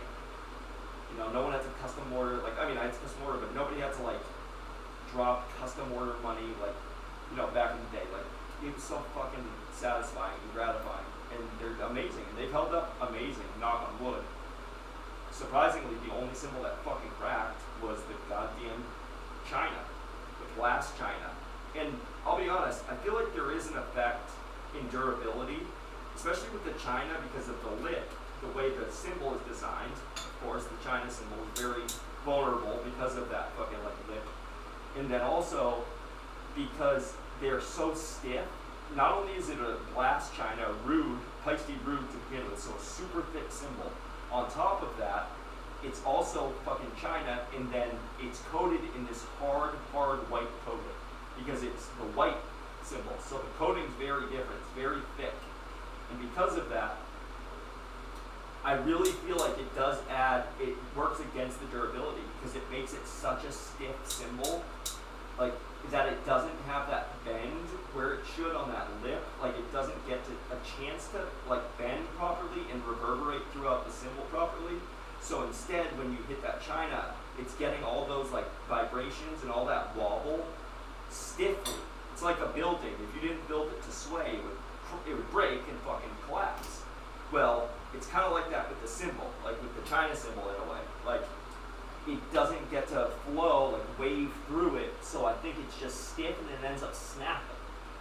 Like, that's my theory on it, honestly, and I think it's a pretty good theory, because that cymbal is a feisty rude. It's a very thick cymbal, and it's also coated. There's no reason why that should have broke as fast as it did. Like, 0 reason. And that's the only theory I can think of on that, is that the white, and it makes sense, because if that cymbal isn't able to vibrate out properly or ripple out properly when it gets hit, what's going to happen is it's going to be stiff, and all that, you know, again, like a building swaying, it's going to go through it, and what's going to happen is it's going to snap rather than flow and like pop properly. So yeah, I think it is that. And I still contacted Feisty, and I still am waiting. I need to fucking do that before August, because if those motherfuckers try to give me a hard time, I'm gonna be like, dude, listen to me.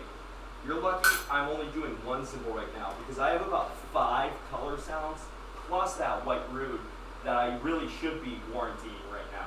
Because in the past year, I think I've gone through 5 china cymbals of yours. 4 color sounds, or 3 color sounds and 1 white blast rude china of your chinas this year, by the way.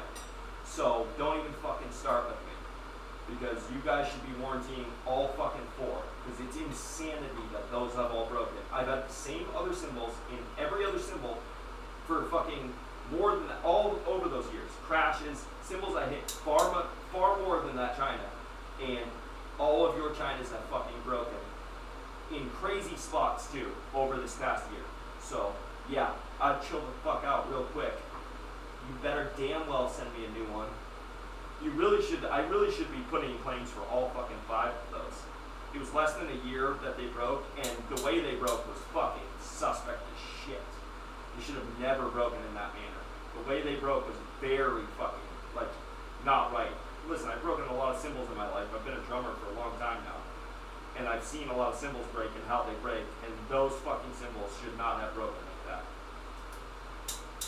Like, they just should not have broken in the way they did. Like, the breakage spots and, like, the way they broke, it's not natural. Like, it wasn't how a symbol should break. You know, I know how symbols break. I know how chinas break. I've broken enough symbols in my life. And the way these ones broke is very, like, defecty. Very weird. So, I'd be like, yo, Peisty, I'm gonna be like, guys, I tried emailing you months ago. I never got a fucking response, first of all. Now, I don't know if my email didn't send, because again, it's not an email, it's like through a fucking little link on your website that I have to leave feedback to get you to fucking get in touch with me. And then, beyond that, it's like, no, dude, this is fucking crazy. Literally, like, think how much money that is. A blast china is like $275, the white one, coated. And then, on top of that, all the fucking $160, $180 color sound. I had a red one, I had a purple, I had a black one. Like, I've gone through so many fucking chinas like that. It's insane, dude. They're thin, they're very thin chinas, and granted, I was using 14-inch. Oh no, the 14-inch blast china was the one. I had a 16-inch on the other, and then I had 14s on the red and the black one. So I did have 14-inch chinas. Granted, that's a smaller china, but still, that should be thicker than, you know, it's not like they're thin chinas. They're, I mean, they are thin chinas, but it's not like they're branded, like that's not the model. And, yeah, it's crazy. Joey Jordison had a white Peisty signature thin china. He actually did have a thin china. Like, that was the model. I think it was a 14-inch thin china, which was probably amazing sounding, but you know what's crazy? His cymbals went up for sale in the Netherlands after the 2005 tour. All his full white cymbal set went on sale. Some guy ended up with them. Like, and of course, that thin china cracked. Part of that set was cracked. The thin china, of course, cracked. Had a big crack in it from Joey playing them. Of course it did. There's no fucking way that's gonna survive. All his other cymbals didn't, but his cup chimes had a bunch of fucking paint chips off them. I will say that. That was weird. I don't know if it's the process they use, which is so proprietary, it's insane. I mean, you can usually find anything online of how they do stuff or secrets. Hell, you can find the KFC formula, the Coke formula. That's leaked. But like Peisty's cymbal coating formula and how they do it, bro, you have a better chance finding the secret cure for cancer out there. You know, the fucking page on that. Peisty, I don't know how the fuck they keep it so unlocked. No ex-employee, nobody. There is zero information on how they actually confirmed do that. It's not powder coating. It's not electro, you know, coating or whatever. It's like, everybody has their theories, but it's not that. It's not what you would think. And it's fucking insane that no ex-employees ever come out and have been like, yeah, this is how they actually do it. Like, there's zero information. Trust me, I have searched for years on how Peisty does their cymbals. Again, I read, you know, people share links with me. No, see, it's right here. Somebody posted it. It's like, yeah, dude, that's that guy's theory. He doesn't know. And I'll tell you how I know that's not it. That's not how they do it. Like, that's not like an official, actual fucking, you know, confirmed way that they do it. That makes sense. Like, no, that's some guy just thinking he knows shit because he's like, yeah, they power code them. Like, no, they don't, dude. That would kill the symbol. That's not how it works. But thanks, though. Move on.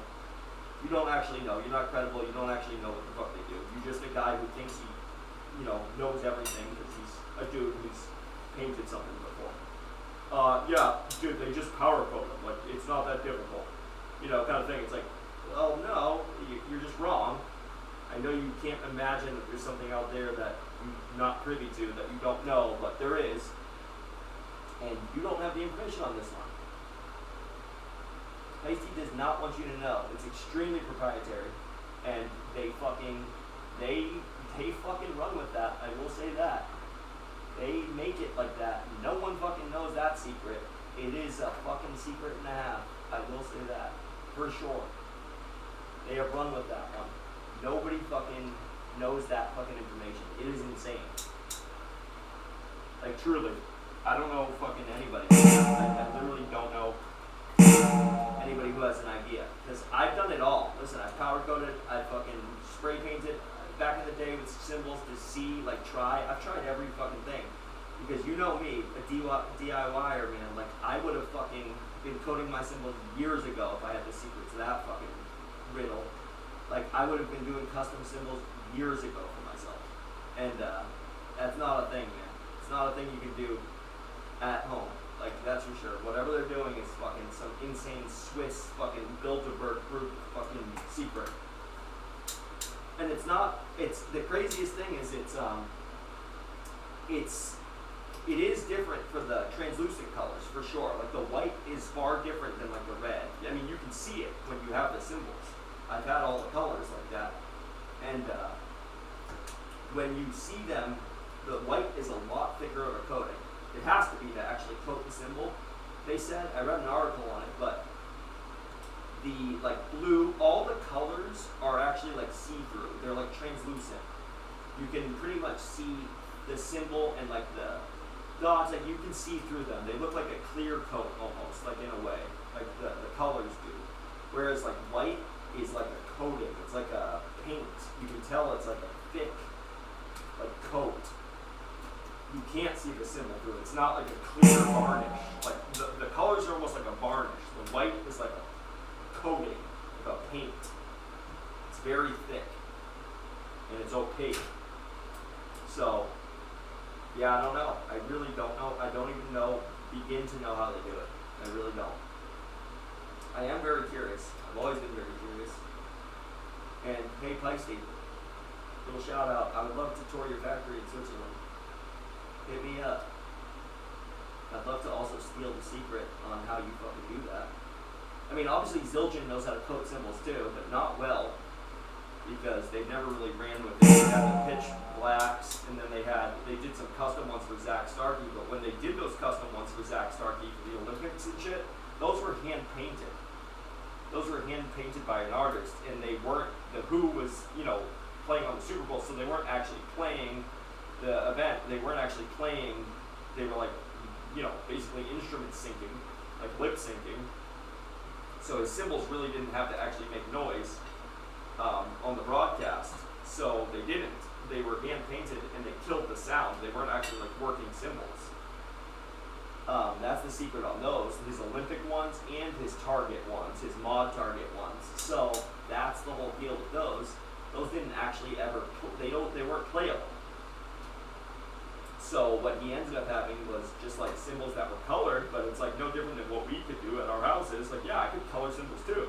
It's just gonna render them useless, but yeah, basically. So just kind of how that goes. But yeah, man, that's Zildjian's like, I don't know. Zildjian feels more like classic, like old school. They don't really fuck with shit like that. When they did the pitch black, I kind of dug it just because I love unique stuff like colored symbols and whatever. But I also kind of was like, and this isn't your lane, dude. Get the fuck out of this. Like, Zildjian, this isn't you guys. Like, I know you have to like kind of keep up with the times and do stuff that you don't do, but like, this isn't for you guys. Stop. Like, I didn't like it. I was kind of like, yeah, nah, Zildjian, this is not for you. This is not a Zildjian thing to do. You guys are too traditional and classic, and I just would rather see you guys let Peisty do the coloring of symbols and shit. Although I do have another endorser that I'm going to be working with eventually. When I can afford to outfit my whole kit custom before, you know, because I'm not going to build up slowly and have like one or two symbols of it and then, you know, convert. But it also doesn't work like that. I have to have I have to convert fully, like make the move, sign the contract, and then become an endorsed artist. But you can't play any other symbol brand at that point. If you are in a contract with them, then you have to have full setup of theirs. Granted, their artist prices are really, really good. I will say that.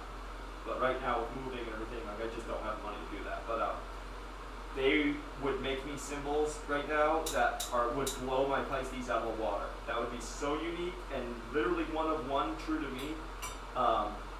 They would fucking blow my mind. I mean, it's exactly all I've ever wanted.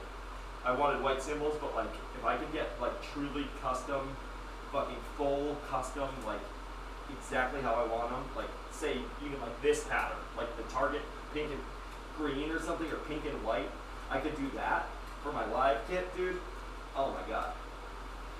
Yeah, they can do that plus so much more, and they're offering so much, and I've seen fucking photos of it done in prototypes and stuff, and holy shit, incredible. They fucking nail it. They look so good, and they can also, because I would be an endorsed artist, it wouldn't just be, you know, whatever stock symbols Peisty makes. Like, you know, if I want a 13-inch cup chime, of course I can order that from Peisty. But if I want like a color sound cup chime, and you know, in store, they don't make that. They don't sell the cup chime like in color sound. Like just at the store, of course I can make a custom order from Switzerland and have it cost fucking insane money. Pay plus 30% after that for the coloring. That's insane. Retail plus 30% for any color, custom color symbols. So that's fucking crazy. But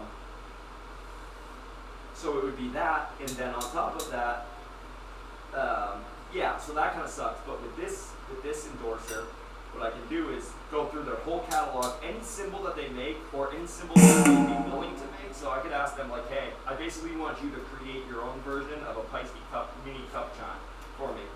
I've always wanted one, and I want it in neon pink. Okay, yeah, let's do it. You want your signature on it? You want your band's logo on it? Like that kind of shit? Yeah, that'd be cool. Okay, cool. Yeah, that'd be amazing. Alright, you know, and then I have a full setup of exactly what I want. It would be fucking insane. And, yeah, I'm just waiting to do that. I love my white symbols, and I'm not really in a rush to get rid of my white symbols. I'm loving the era of the white just because it feels such a nostalgia for me and a dream of mine from childhood. But when I can get my own, like my own actual, like complete custom, my dream, like when I saw Joey have the white ones, or when I saw Audi Bro from Great White have the white ones back in the day, that would be like, is crazy to be seen. Them having white back then, for me, somebody seeing me with like insane neon colored symbols or something, like actually made from a company, you know, not like DIY, custom made in like all janky. Like no, like real, this is my fucking symbol setup kind of thing. You know, and a company made these for me, and they're durable, and they wear, and they don't have fucking like issues like that. They're not like, you know, some shit. They're fucking reliable, good fucking symbols. Like it's insane, man. There's nothing I want more. Like I think it would just be so fucking cool. So I'm definitely like feeling that out, and as soon as I have the money to completely convert, I will do that, and that'll take some time, obviously. In the you know, it'll take a little bit of time to get you know, order and for them to set and stuff. But their artist prices are amazing, like really good, really reasonable, and also like there's again, when I'm talking about like paying for stuff, when my fucking Peisty Chinas break all the time, and like it costs, you know, close to just as much. Actually, it costs more, really, than these custom symbols of my own stuff would cost. Like, yeah, it's fucking insane to me. That's like not even okay to me. And then also, I'm sick of doing that. That's what I was saying about my custom sticks, like my artist model sticks. I got to the point where I'm like, fuck giving money to other people, other companies. Like, I'm investing in myself. If I'm gonna drop money and it's gonna be expensive for fucking, you know, sticks and symbols and shit like that, when I could just go custom and get exactly what I want, not just like close to what I want, and do the job, I'm gonna fucking, you know, invest in myself. I'm not fucking supporting these companies for the insane prices that they charge and not really even getting completely what I want. Like, no, dude, I'm fucking investing in myself. I'm putting that money in, and I'm gonna get out of it exactly what I want and something unique, one of a kind, and custom made for me. Not just like, oh, anybody can go buy this at a fucking Guitar Center and it's gonna be $15.99 a pair of sticks. Go fuck yourself. That's insane. Fucking insane.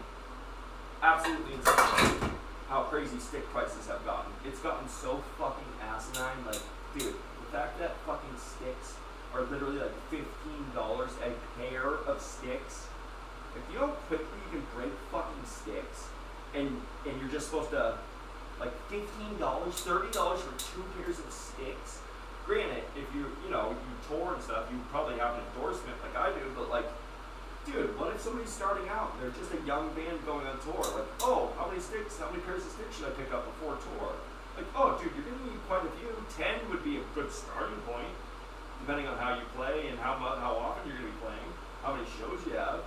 So, oh, let's pay $150 plus tax, like $175 probably, out the door, like, for sticks. That's before I have to eat on the road. I have to fucking live.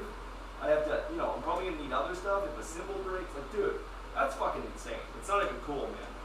Somebody needs to talk to the fucking Guitar Center CEO. Be like, yo, dude, remember when you guys were about musicians and trying to fucking, you let people leave to tour, and you guys were about the actual fucking musicians that come in and like support you guys? Yeah, what the fuck happened with that? You're charging fucking $15 for sticks? That's fucking crazy. And on top of that, okay, yeah, oh, you get it, it's the companies. Okay, well then let's go higher up. Let's contact Zildjian. Let's contact Vic Fur. Hey guys, remember that you guys were musicians too, and like, we're musicians. Like, the people who are buying your products are musicians. People who are passionate, just trying to make it. Maybe they have made it. If they've made it, they're buying your sticks. Don't worry about it. You're not worried about their buck. It's the people that maybe don't have an endorsement yet, the kids out there and shit. Dude, how the fuck can you charge like $17 for fucking pair of sticks? Like, you should be fucking ashamed, dude. It's disgusting. I swear to God, sometimes if I see a kid come up to me or somebody come up to me, can I have a pair of sticks? Like after a show, I swear to God, I'm like, I don't even know if you just watched our show. I think you're just trying to get some drumsticks for free. I don't blame you. It's not a bad move. I'm kidding, but like, dude, seriously, that wouldn't be a bad move at this point with how expensive sticks are. Yeah, dude, oh, I loved your set. I'm such a fan. Can I have a pair of sticks? Sure. You want them signed? No, I don't want them signed. Just because, you know, I want to hold them a lot and I'll probably smear off. Oh, yeah, good thinking. Yeah, bitch, I don't want your signature on them because I'm playing with them. Like, you know, like that would probably be it. That'd be so funny. If somebody was like, honestly, dude, I didn't even see your set and I don't even think you look that cool. I don't know how you are as a drummer, but as far as how you look, I'm not really into it. But I really needed sticks, dude. I'm a drummer and I'm just out of sticks. I'd definitely be like, go fuck yourself. But at the same time, I'd respect it. I might give him a pair just out of respect for like the hustle. Like, yeah, dude, oh my God, sticks are fucking crazy expensive. I get it. That's fucking crazy you did that, but I get it, brother.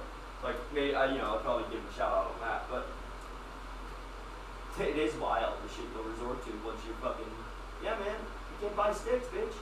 Hey, if it kept somebody between playing and not playing, I would support it. I'd be like, listen, dude. Like, I don't have sticks, man. I'm obsessed with drumming. All I want to do is fucking play. I literally don't have sticks at home right now. I have no money. I can't even play my drums. I'd give him a fucking dinner. I would definitely support that. I'd be like, alright, buddy, I got you. I don't give a shit if you see me or not. Maybe I just made a new fan through it.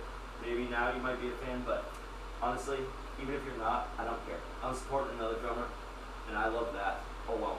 That makes me fucking super happy alone. That just by itself. So, go fucking drum it up, bud. And then I would leave. I would fucking send him on his way with his sticks. If it's one thing I support, it's fucking drumming. And if you're fucking obsessed with drumming, I support the fuck out of you. Y'all don't want to give me money, man. Because I'll be fucking dangerous when I have money. I will give away so much fucking shit. I'm fucking such a giver, it's insane, dude. Like, literally when I worked at Guitar Center for the short time that I did, when Jake worked at Guitar Center, he had his boss look me up, like my old record, and Jake was telling him about, you know, the folklore, which is my Guitar Center time. My time at Guitar Center, which is like a folklore now. It's like stories, it's been told throughout history. I was like I was that guy. But he goes, oh, if he would have done that now, he would be arrested for what he did. Like, he would literally have charges pressed against him. He would be arrested today. And Jake was like, oh, well, this was like 2010, man. He was like 20 or 21. I was like, yeah, try to get me now, bitch. But basically, I worked at Guitar Center, and what I will start by saying is, I never once, which is so dumb because I don't even know why. I don't know why I never thought of that or did this, but I never once did this for myself. I never once benefited personally from it. Or friends even. I never benefited of friends or family or for myself once. I never used these ways to like get myself an extra something or mark down ever.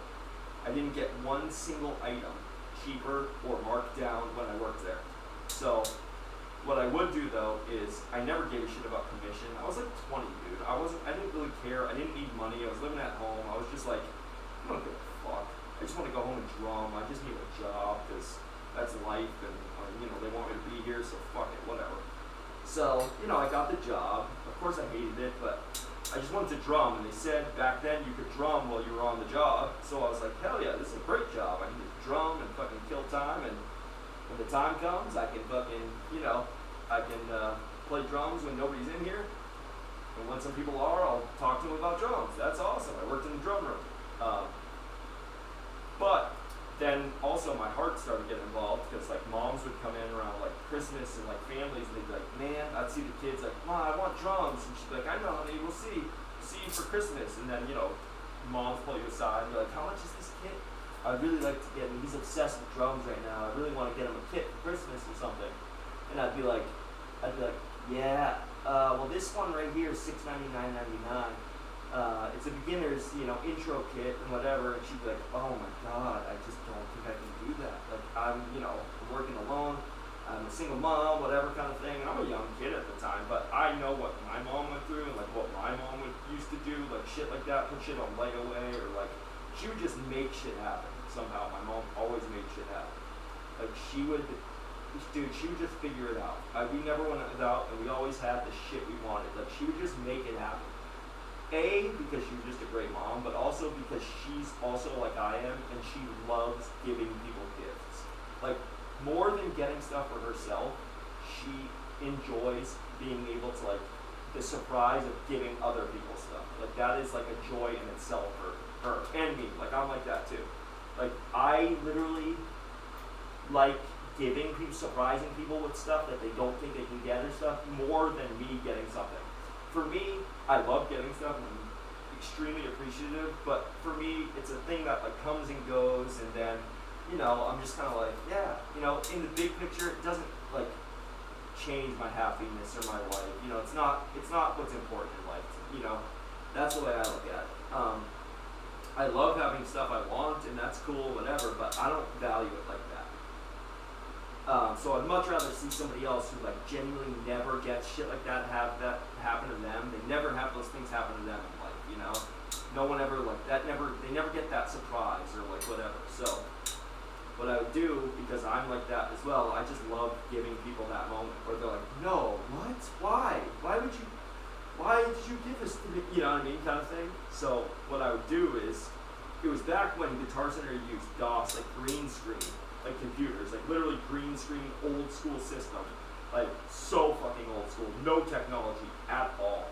And this was only like maybe for like 2 more years after I left Guitar Center. Like it changed very shortly after I worked there, and the whole company revamped. And but they were really behind. They were like some of the last stores that used that. And so what I would do is like I'd see somebody like that come in, and they'd come in often, and they'd want a kit, and they'd just come in to drum when they could, when the mom was maybe going shopping or grocery shopping. They'd pop in the store and just like mom would bring them in for 10 minutes to get to play, and I just always tugged at my heart because my mom was always good to me, and I always loved my mom growing up. And she did a lot of stuff for me even when she didn't have a lot of money, and I'd just see that, and I just would like, just like tug at my heart. Even as a 20-year-old kid, I'd be like, oh man, I remember that. It just gave me good vibes. I just remember being like, man, that's awesome. I love that.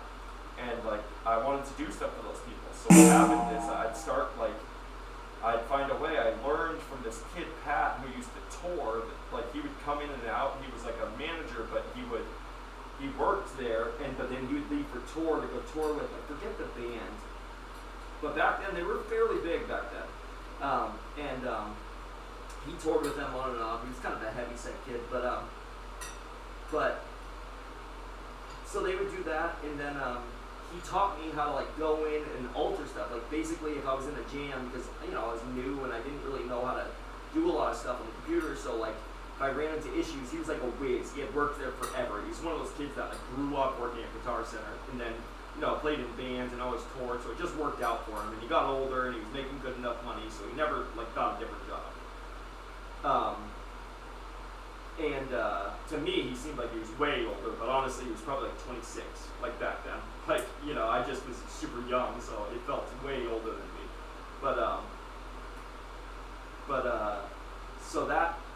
So he taught me all these like tricks in the computer like that, especially like that old computer, like ways around stuff. If I ran into a jam, I could take care of it myself. I didn't have to get a manager or somebody from a different department.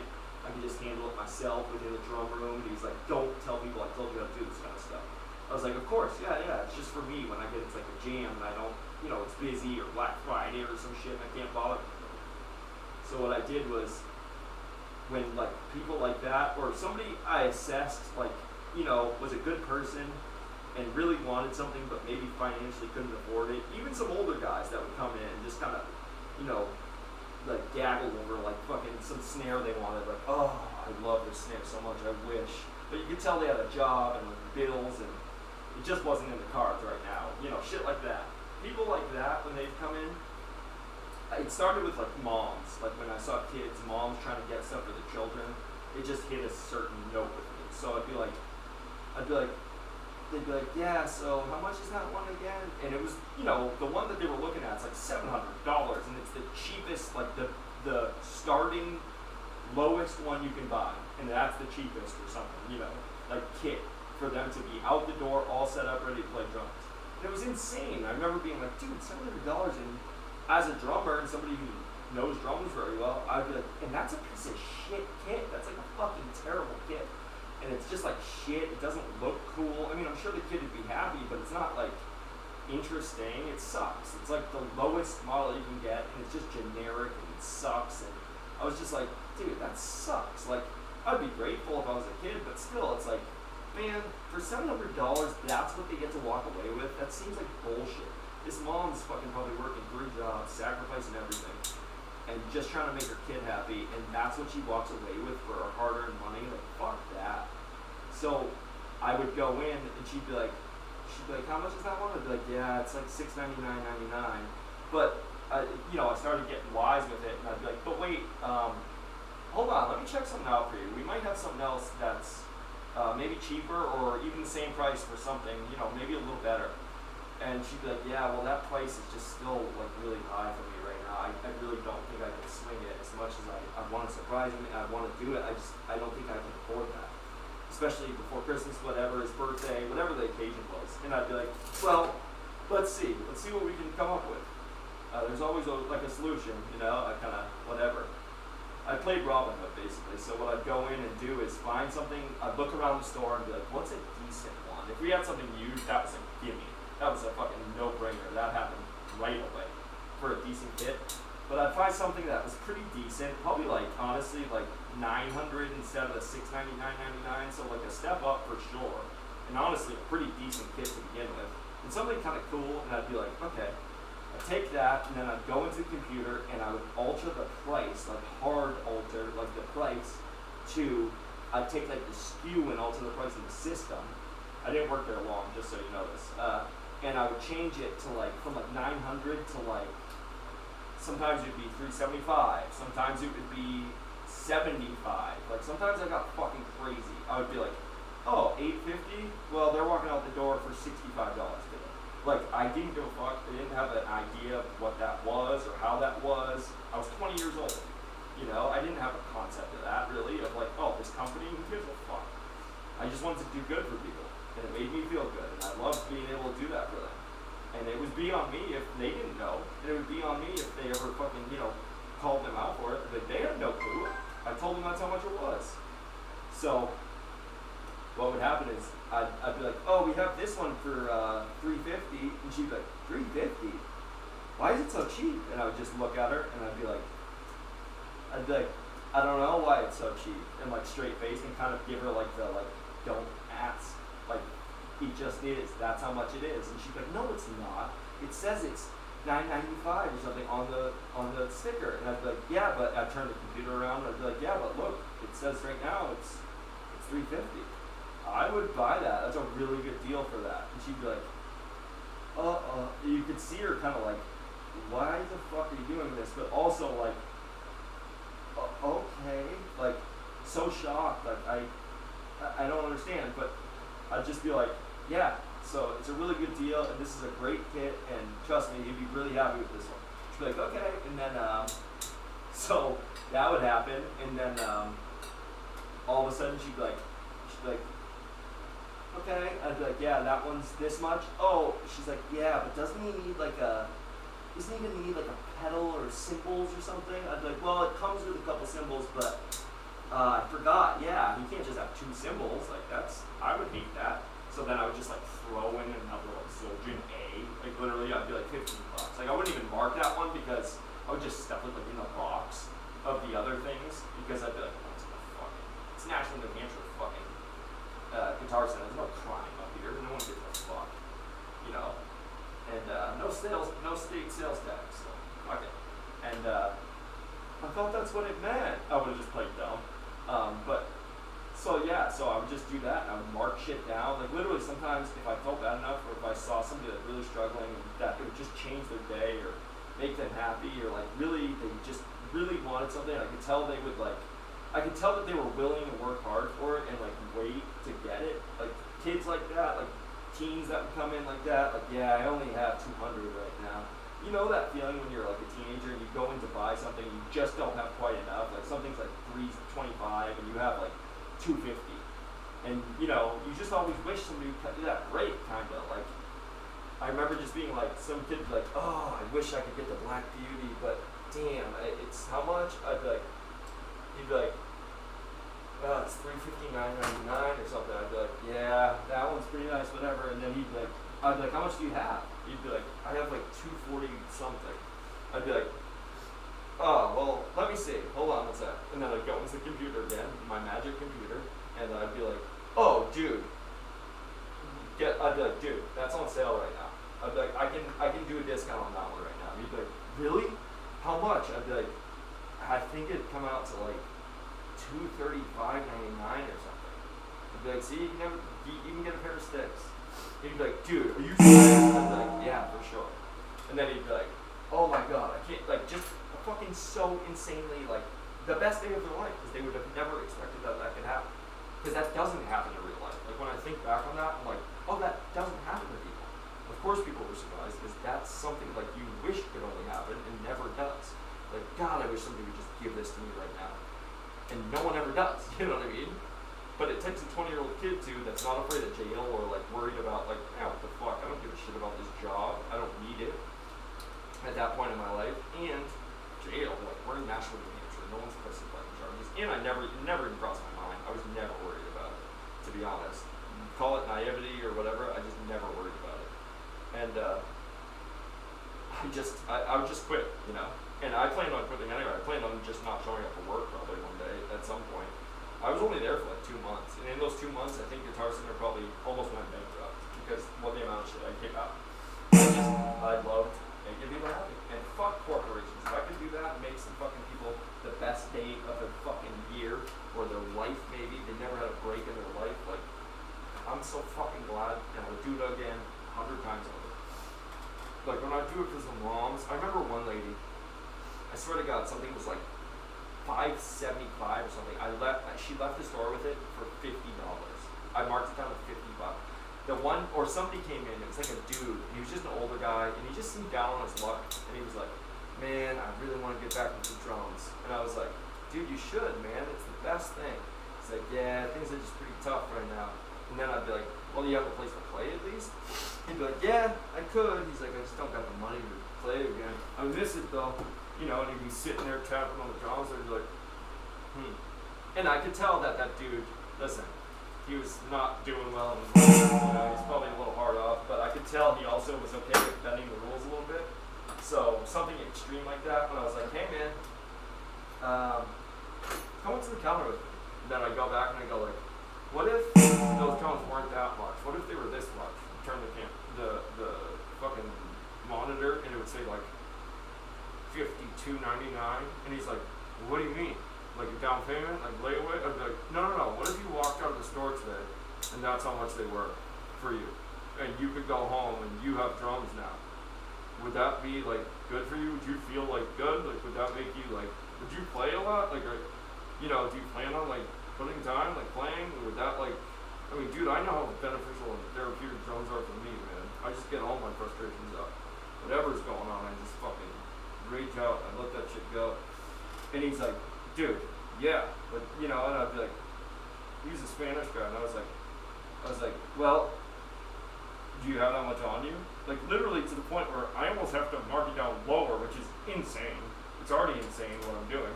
But like if I mark it down any lower, I feel like it would be like, "Oh my god, that's just fucking crazy." I have to like mark it as something different. Like there was a lot of finagling with when I had to mark them that low. And I had to worry about people checking the fucking door, the receipt at the door, because they wouldn't do it that often there at the Nashville one.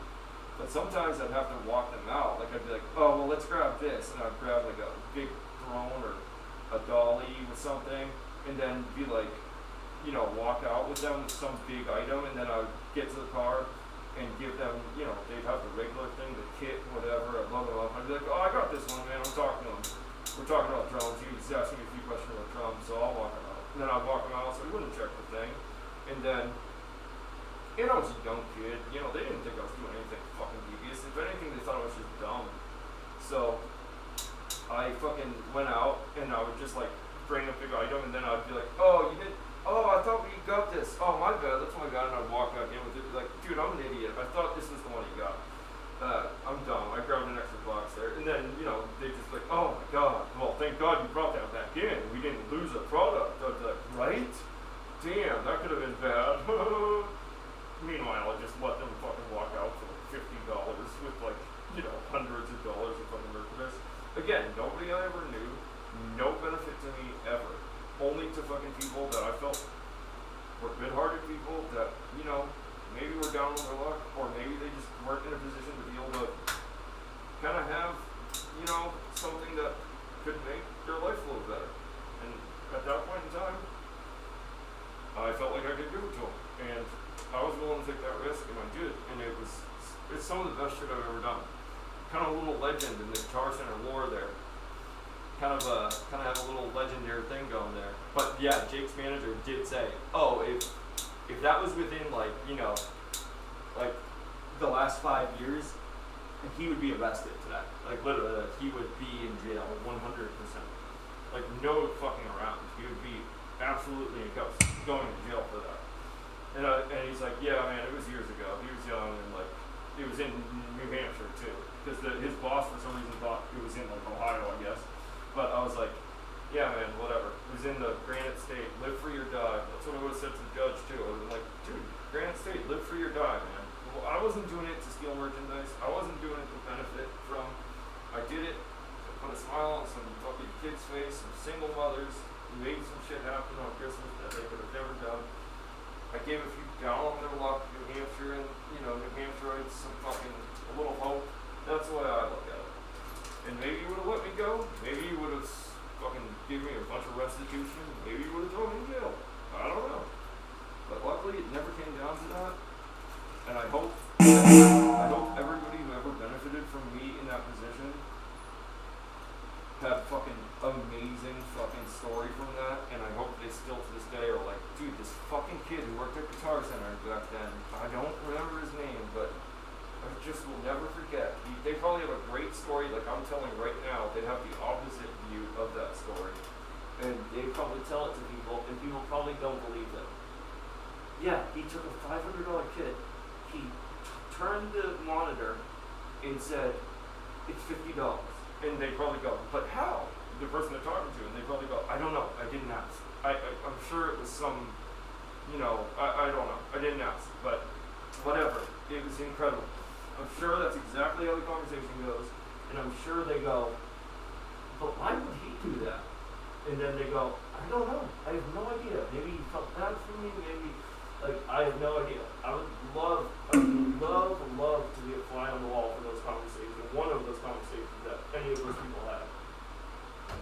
Just to fucking see what they thought. Because I couldn't talk to them then, in the store, I couldn't be like, hey, I'm trying to help you out. One lady I did, because she wouldn't shut the fuck up. I was trying to get her out the door with fucking something for her son.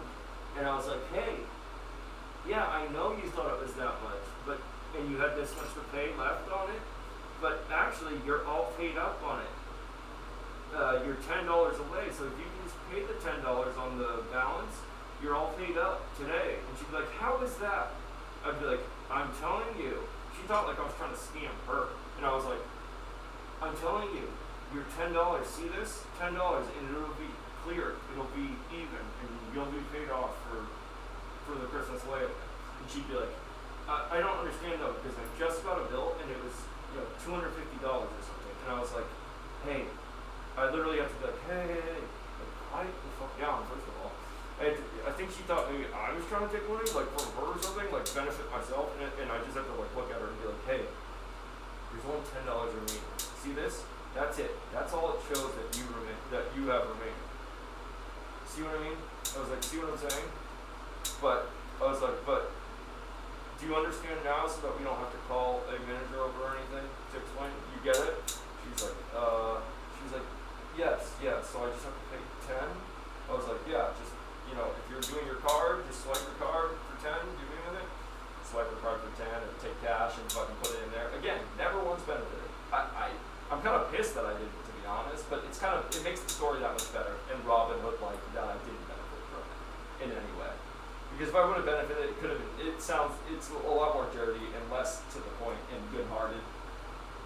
It's kind of more like, you're just a scumbag. But I never once benefited from any of it. I never got anything on my own. I kind of wish I would have had my mom come to the store and at least grab something like the symbol I wanted for me and marked it way down. But to be honest, I never even thought about that. Which I'm just dumb. I'm literally stupid. Because I never once thought about that. I just had so much fun doing that when I was at work. That's how I passed the time, and also it made me really happy to do that. So when I did, I never once thought, oh shit, I could do this for myself and get a fucking ton of shit. And my mom could just come in and buy it, and I could have a ton of shit. Never once, truthfully, did that cross my mind. I never got one thing from it. Not a pair of sticks, nothing. It never, ever once even crossed my mind. It's the funniest thing, because I would have absolutely been like, oh, fuck, if this works with those, I'm definitely gonna I need a few things, Never once. It's fucking insane. It really is crazy. So, fuck me. So what ended up happening was just, nothing. Eventually, I knew I would. I helped as many people as I could, and when it started getting slow, I was bored with the job, and I just quit. I didn't even quit, I just stopped showing up. They probably thought I died. Which is a sweet way to go out, I saw his car blow up. He wasn't in there. No, I saw him die. He's not alive. Good, because we would have been pressing charges for years on that guy. You know, like some story like that. No, I saw his car blow up. He ain't alive. And I like escaped through the sewer next to my car. Like shit, like it was a wild time, man. I'm really glad that happened though. I wish I could talk to somebody about that. Guitar Center's probably listening. Like, yeah, you know, you can talk to that about that. A lawyer. Like, nah, bitch, you scam people every fucking day. You're extorting people. Fucking the money that you get from people for shit is insane. Well, also knocking out all the local music stores that fucking actually have unique, interesting shit in stock. You fucking take over and have all this generic bullshit. Push your fucking Walmart agenda with music, your big box store, take away all the cool, unique shit when you walk into a music store and find like, holy shit, they have a used kit, they have this used kit, they have a set of North drums, they have fucking this. One time I saw a set of North drums used in a Guitar Center and disgusted. I was like, what the fuck? You guys don't even deserve to have this shit. Let alone, it feels wrong. You guys see no value in these. You literally look at them like, trash, but I guess they're worth money, so we'll mark them up insanely. It's like, no, mark them at what you think they're worth, what your opinion on them are, because you guys are just fucking such non-drum heads and musicians, like gear heads, you're just all fucking corporate fucks, so you guys, yeah, mark them for what you think about them, because if you did, you'd throw them out the back fucking door. Vintage shit like that. Oh, they're not the new fucking SJC fucking whatever, like shut the fuck up. So I hate fucking Guitar Center like that. And I hate that they carry all the same shit. It's like a music store, what's exciting about a music store is the fact you can walk in and like, dude, oh my god, look at this guitar. Like this one's unique, or this drum, this snare drum is like unique. I've never seen a fucking snare like this. This is insane. And then you can fucking put that thing on hold or something and fucking eventually pick it up, and you feel like you found this one, and it's the only one. You know, like, holy shit, I've never seen another snare like this. They stock it, it's because it's an item that's retailed, and fucking whatever. It's like, fuck that. Yeah, they have used items, but it's all bullshit, too. It's just like, it sucks. They took the joy out of music stores, you know? They really did. Like, they took the fucking joy out of going to a music store and feeling like you might find something you've never fucking seen. Yeah, again, they have the used section, but chances are you're gonna see the same old bullshit in the used fucking section as you've seen in the store or that you've seen in the forum. You don't really see exciting shit at the Guitar Center fucking thing. Every once in a while you'll find a hidden gem some idiot decides to sell there, but for the most part, you're not getting anything unique. You're seeing all the same bullshit. It's fucking, it's annoying. I fucking hate them. And well, I will say that had nothing to do with my behavior and decisions when I was 20 years old. That was just out of kindness and pure love out of my heart. But I do later in life hate Guitar Center because it's just like, yeah, you guys are just selling the same bullshit. You're all just like clone fucking stores, and it's all just like, yeah, I guess it's convenient when we're on tour if I need a pair of sticks, but the last time we were on tour in Florida, I went to some small local music store. I called and found out they had the neons, and I was like, yeah, I'm going to buy my sticks from there. I'm going to pay $15 either way. Fuck the Guitar Center. You know? Fuck them. Fuck a Walmart. Fuck a Guitar Center. Like, I miss Toys R Us. When I was a child, dude, Toys R Us was the shit. Like, it was the best. It was so exciting going in there. And then they're gone. Like, so what? Walmart? Like, stupid KB Toys isn't around. All the, like, experiences when you, like, from when you were a kid, like, all these experiences like that are gone. And it's like, dude, that was some of the best times walking in, like, in store. Yeah, Amazon's cool to know, like, hey, I can get that if I want it, and I can wait a day and it'll be here. It's convenient in some ways, but for a child, or for, like, when you're a kid, it's not exciting. It's like, oh, I can't wait, tomorrow it's gonna be here. Yeah, that's cool, but you know what's super fucking cool? Walking into the store and asking your mom if you can get it in the store and seeing it in person and being like, wow. And even if you can't get it that day, you at least saw it in person, now you're obsessed, it's the thing you want so bad, like, that's the shit, dude. Go fuck yourself for this different fucking experience bullshit. I hate it. I fucking hate it, truly. It fucking bothers me. Like, it's just such a different fucking world, such a gross, like, take now. It's just like, ugh, it sucks. It sounds fucking terrible. Hate it. Hate the fucking world.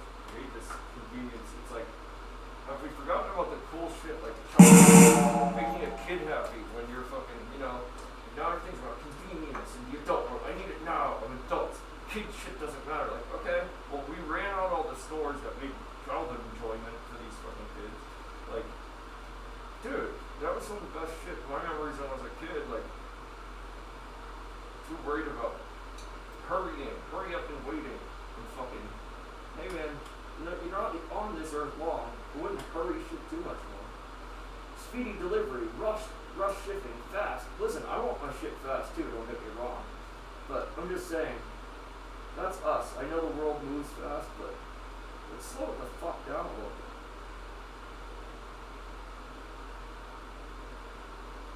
Everybody moves fast until they're on their fucking deathbed and they're like, oh my god, what did I do all this time? I wasted so much time sucking my boss's dick for nothing and being miserable.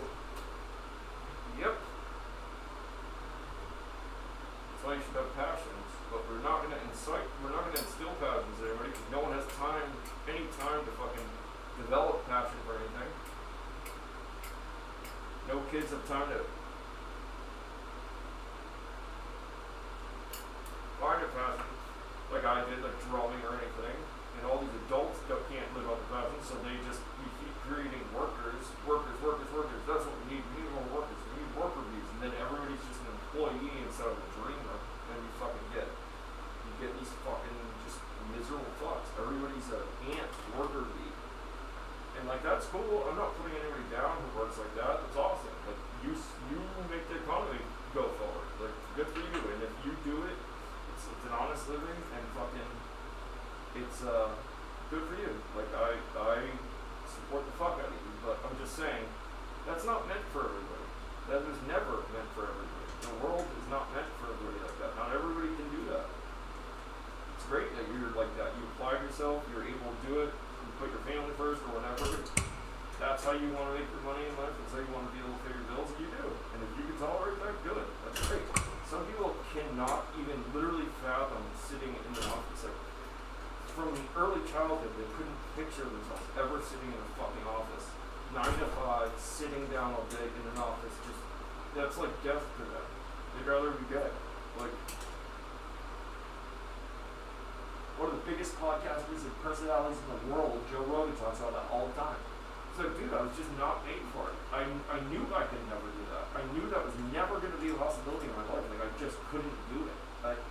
I couldn't even imagine. I would have been so miserable. When I think of it, I get anxious. I get miserable. He's like, when I think about that life, like an office, like I get anxious. Like, I know that's not my life, but the thought that it could have been, or that, you know, people push you towards that, like that just, I knew at an early age that could never be me. I could never do that. I didn't know what I was going to do, he says. He's like, but I knew that couldn't be it. He's like, because I knew I couldn't do it. He's like, I just couldn't. I couldn't sit still. I couldn't be there like that.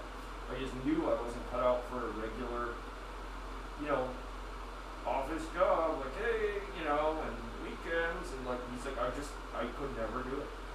He's like, and a hand to the people that can, like, you know, different kind of person. He's like, I just know I could never. I was never made to be able to do that. I couldn't do it.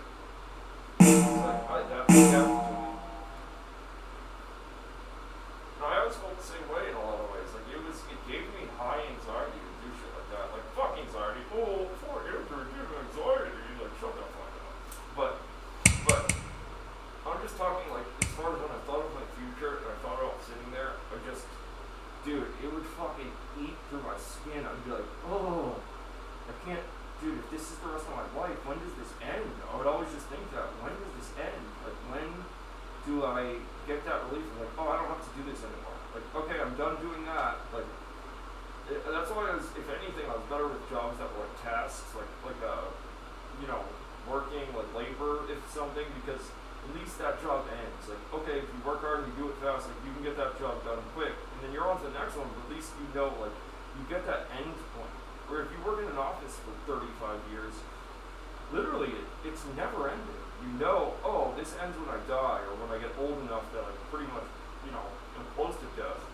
They'll allow me to leave here, and I can just, like, do whatever I want. Like, have freedom and be able to do the things I want to do with my time. Like, the idea of that freaked me out so bad when I was young. Still does to some extent, what I think about that for people.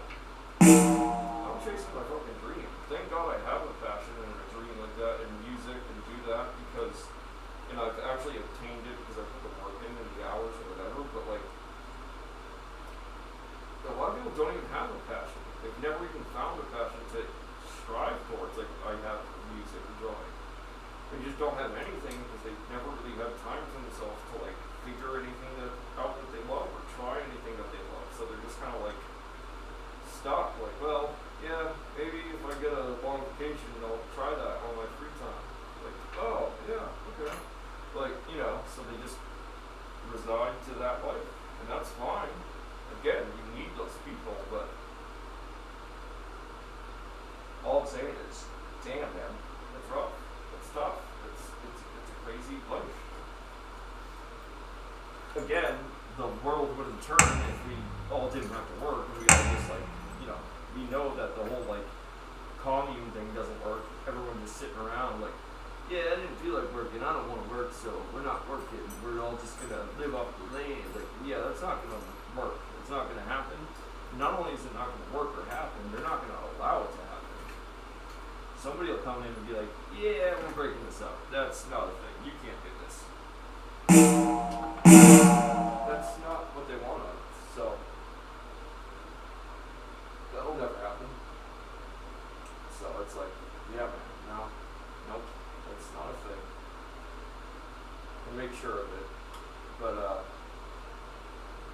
again, thankful for all those people who can be those workers, and it takes a lot, man. That's a certain mentality to be able to be that guy who shows up daily, you know, never misses a day, fucking can do that, and just put his nose to the fucking, you know, to put his nose to the dirt and, you know, strap up and go and do it. And, you know, day in and day out, no complaints, just fucking puts on his fucking gloves and boots and goes out and fucking does it.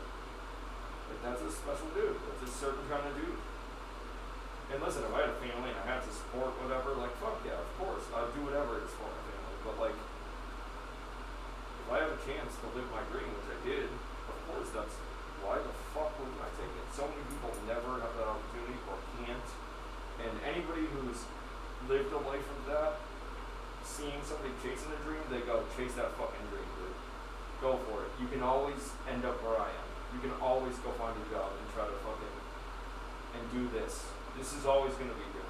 Trust me. They always want you to do this. They always are going to want you to end up doing this. But if you have an opportunity to, and you have a passion for something, to be anything else, go fucking attempt to be that. And it's rare. It is like a lottery. It's rare that that shit works out and you can make a living off, even if it's a tight living. If you can make a living off your dream in life, that's not working, man. You know? If you can keep a roof over your head and your stomach full, like, that's fucking living your dream, man. I'm not saying I'm flush with cash. I don't have a fucking Lamborghini or anything right now. I'm hoping to. I'm hoping to get fucking to the point. But I'm doing alright, like, you know, and I have a lot of fucking potential in this field to do a lot of stuff. A lot of opportunities right now with bands and touring.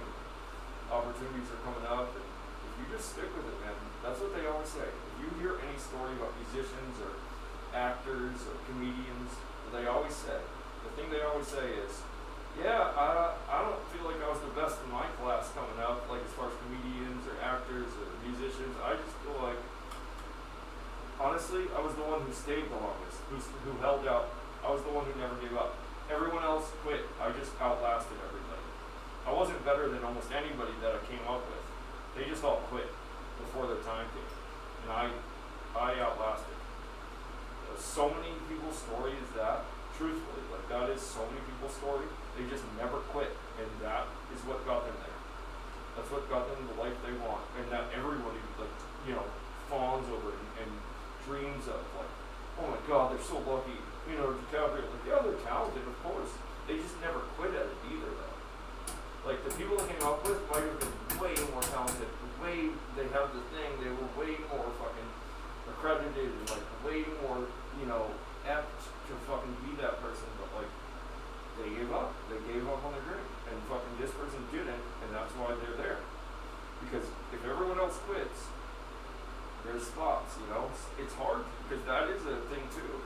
It's hard to work a 9 to 5 and it's hard to commit to that and like be a worker like that, but it's also hard to live your dream and not give up on your dream because it does get discouraging. There's times where you do want to give up, and if you quit, again, you quit. Now, how many other people are out there chasing that dream? It makes a lot less. And as people age and get older and shit, so many people do quit because they're like, the pressures of life and the pressure of, you know, oh fuck, well, you know, this, you know, societal pressures of, you know, stop chasing that dream. You're getting too old for that. Like, you just go get a regular job and settle down. It's like, okay, yeah, you can do that, but know that you can do that at any point in your life, too. You can only chase that dream for so long, and if you prematurely give up on that, you'll never know what could have come. You'll never know what might have been. And with this kind of industry and acting and entertainment, when you give up with that, you never know what might have been literally right around the corner. Like, the next show you performed at might have been the fucking one where you got the opportunity of a lifetime. Somebody might have seen you at that show. Like, it's so fucking... The people who do quit, I applaud them at the same time too, because, dude, it takes some balls to fucking make that decision to give up on your dream. Like, it's so fucking heartbreaking. Honestly, also, it's so fucking, it's such a gamble. Because, yeah, of course, maybe the next show you play, maybe the next 100 shows you play, you get nothing out of it, but maybe that next show you played might have been in front of this executive or this person who knows this person, and your one opportunity that changed your whole life and your dream career might have been literally hanging in the arms of that show. Like, and it might have been waiting in the wings of that show, and it could have been one more time you go up and do the thing that you love, and it pays off. Like, so to quit and not know about that next show, what could have come or what might have been, is fucking wild too. It's a wild move, man. It takes balls to do that. So, I applaud both sides. It's just, you gotta make a choice.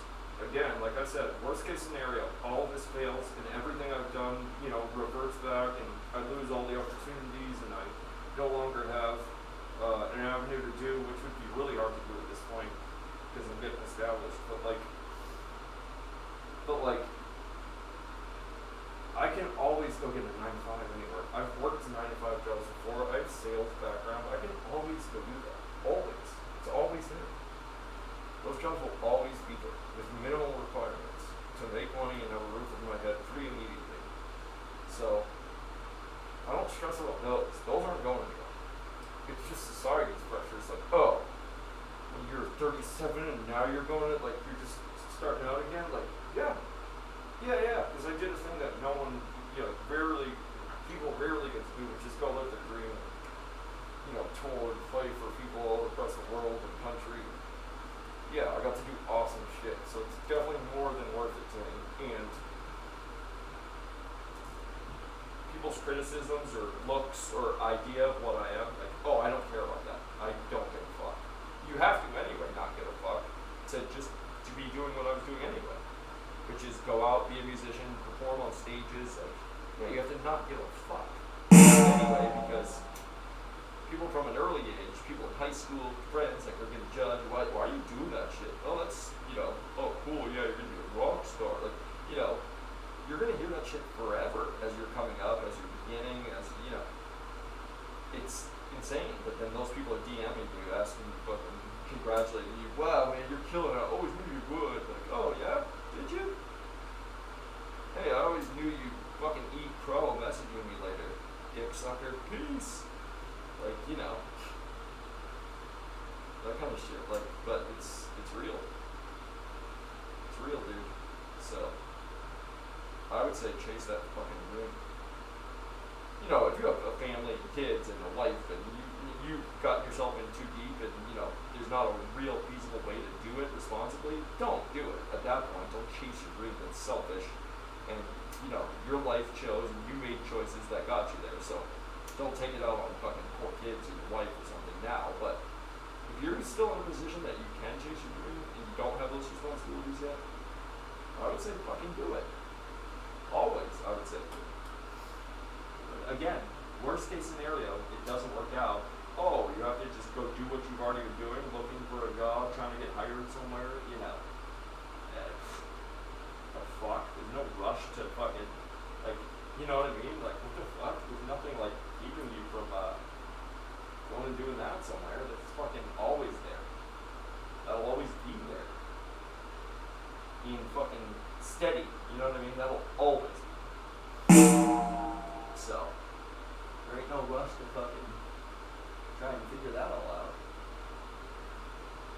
find a job, it works out, great, cool, okay. Enjoy that for the rest of your life. Again, maybe you're tired of the road and like touring and like that life of the ups and downs and the unknowns, and maybe that's comforting to you and in the end when like just a steady schedule and like, knowing where your paycheck's gonna be and how it is and not worrying about a gig or making it, like that might be comforting to people after they've done this for a while. Make a decision eventually like that, yeah, that's cool. At least you tried it, you tried to live your dream and it wasn't necessarily what you wanted or how you thought it would be. That's cool, at least you have the story of being like, yo, I did, I went out and lived my dream. It wasn't all it was cracked out to be. I didn't think, it's a hard life out there, whatever. That's cool too. At least you definitely, tried and you did. And you could say, you know what, man, I did live my dream for a while. I ended up kind of deciding that wasn't for me. That's badass. That's a cool story too. At least it was on your terms, You got to decide. You got to fucking live that dream and try and see how it was. And again, it's not for everybody. Certainly not for everybody. A lot of people are they're in the fucking main, they're in the big picture already. They made it to kind of a good place where they can support themselves. And then they find, oh, well, I have a relationship. I really love this girl. It's just not working out. She didn't really want to be with an entertainer or somebody in music. Like, she really hates when I'm gone, and it's just hard. I don't think this is life I want to live. I don't think it's for me. I think this is the girl of my dreams. I want to be with her. I think I'm going to stop. Like, you know how many times that happens, dude? A lot. People make that. It's like, okay, well, if you love that person enough and that's what you want to do, make that decision, go for it, man. The thing is, if that person loved you as much and they knew that was your absolute dream your whole life, like, I feel like maybe that's not the person for you then. People like that, put it aside, or you get to a place where now you can bring them with you on the road, or there's ways around it, but people like that, I had a girlfriend that always put it down. Not recently, my last ex was, I don't know how she was because I wasn't at the level that I am now with her, but even just shows and stuff, she was all about it. We were a great rock couple. Like, she was all about it. She was very, like, she was the best actually at shows. She's so supportive and such a good fan, and like, she was proud, and I was super proud bringing her out to shows. I loved having her out at shows. That was like probably my favorite thing, honestly. That's one of the things I missed the most about that relationship, was going to shows with her and having her as my chick at shows, She was like a fucking muse for me. She inspired me so much when she'd be there. I'd be just fucking going all out for her. I'd just be looking at her in the crowd. It was some of the best nights ever. And some of the best memories. And super supportive, and that woman, it got hard sometimes on the road, don't get me wrong, we'd get into fights, and it was hard to not be home to handle them and discuss things in person and straighten things out, in person. Things got difficult at times. And that's hard because when you're in like a fight or you're having, anxieties away from each other and there's problems going on in the relationship, it's really hard to be distant with each other because you feel like, oh my God, I can't make this right. Like, it's so impossible to make this right now. Like, when you're away from somebody like that, you just want to get back home to like resolve it because it's making you anxious, it's making them anxious, and like you just feel like if I could get back home in front of them, I know that once we're together, it would be better. I know we'd feel good again, and we'd be able to talk it out, and we'd have a good night, and then this would just reset all this. Like, that's how you start to think, and it's like, you gotta find ways to do it on the road because that kind of shit is toxic, but it's true. It is. It's like, damn, I know if I was home right now, we wouldn't even be having this argument. It would be, it's tough. It's really tough because that shit starts to weigh on you bad, where you're like, fuck. I did it once and I'll never do it again. But I did do it once. I left touring. I gave up on my fucking dream once for a woman. I loved that girl so much, and things weren't going well, and I could tell it was starting to not go well, and I was getting so anxious on the road, and I didn't know what to do about it, and I felt out of control. I felt like I didn't have control of the situation, and I was like, I gotta go back home. I gotta get back home. I have to just, like, I think we canceled the last one of the dates at the end of the tour because I was just like, I gotta go, guys. And I kind of prefaced it like it was an issue with, I just don't want to do this anymore. Like with the band and with the group and whatever. And when in reality, it wasn't that at all. It was pressures and anxiousness from my relationship, and it was killing me, and I was just like, I don't think I can do this shit anymore. And that's a regret of mine, serious regret of mine.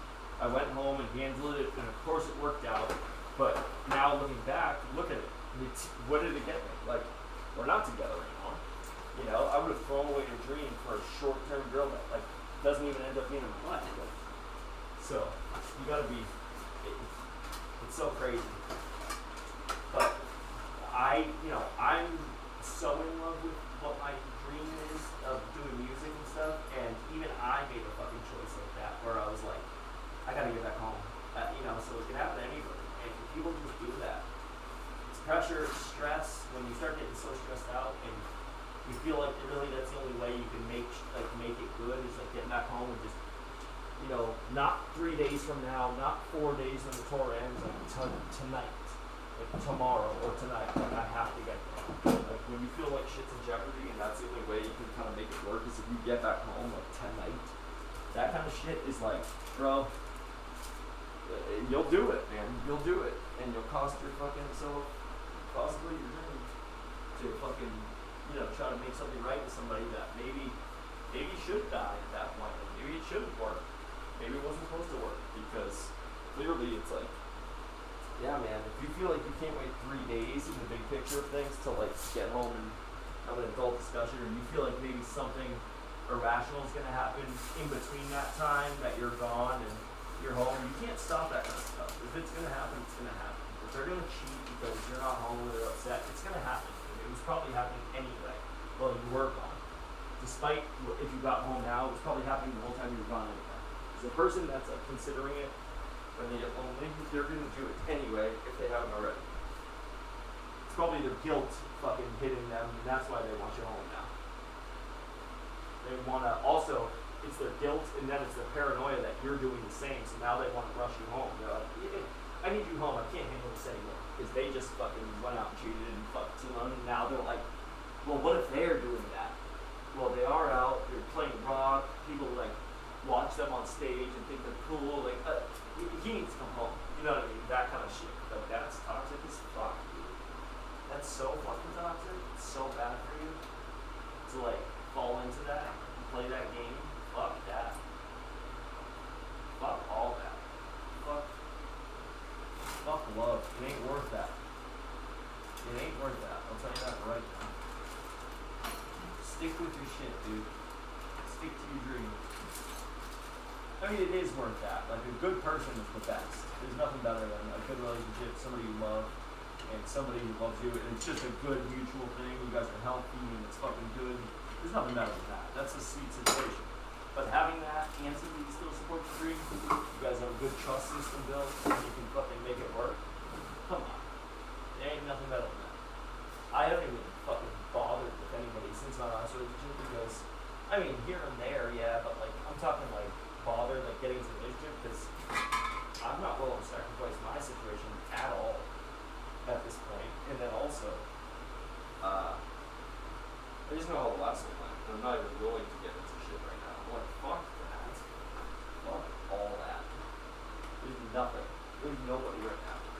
And it wouldn't happen, and it won't happen because I won't even invest the time to get to know somebody to that level to like get to that level where it's like serious enough to make that choice. Because I have zero interest in that.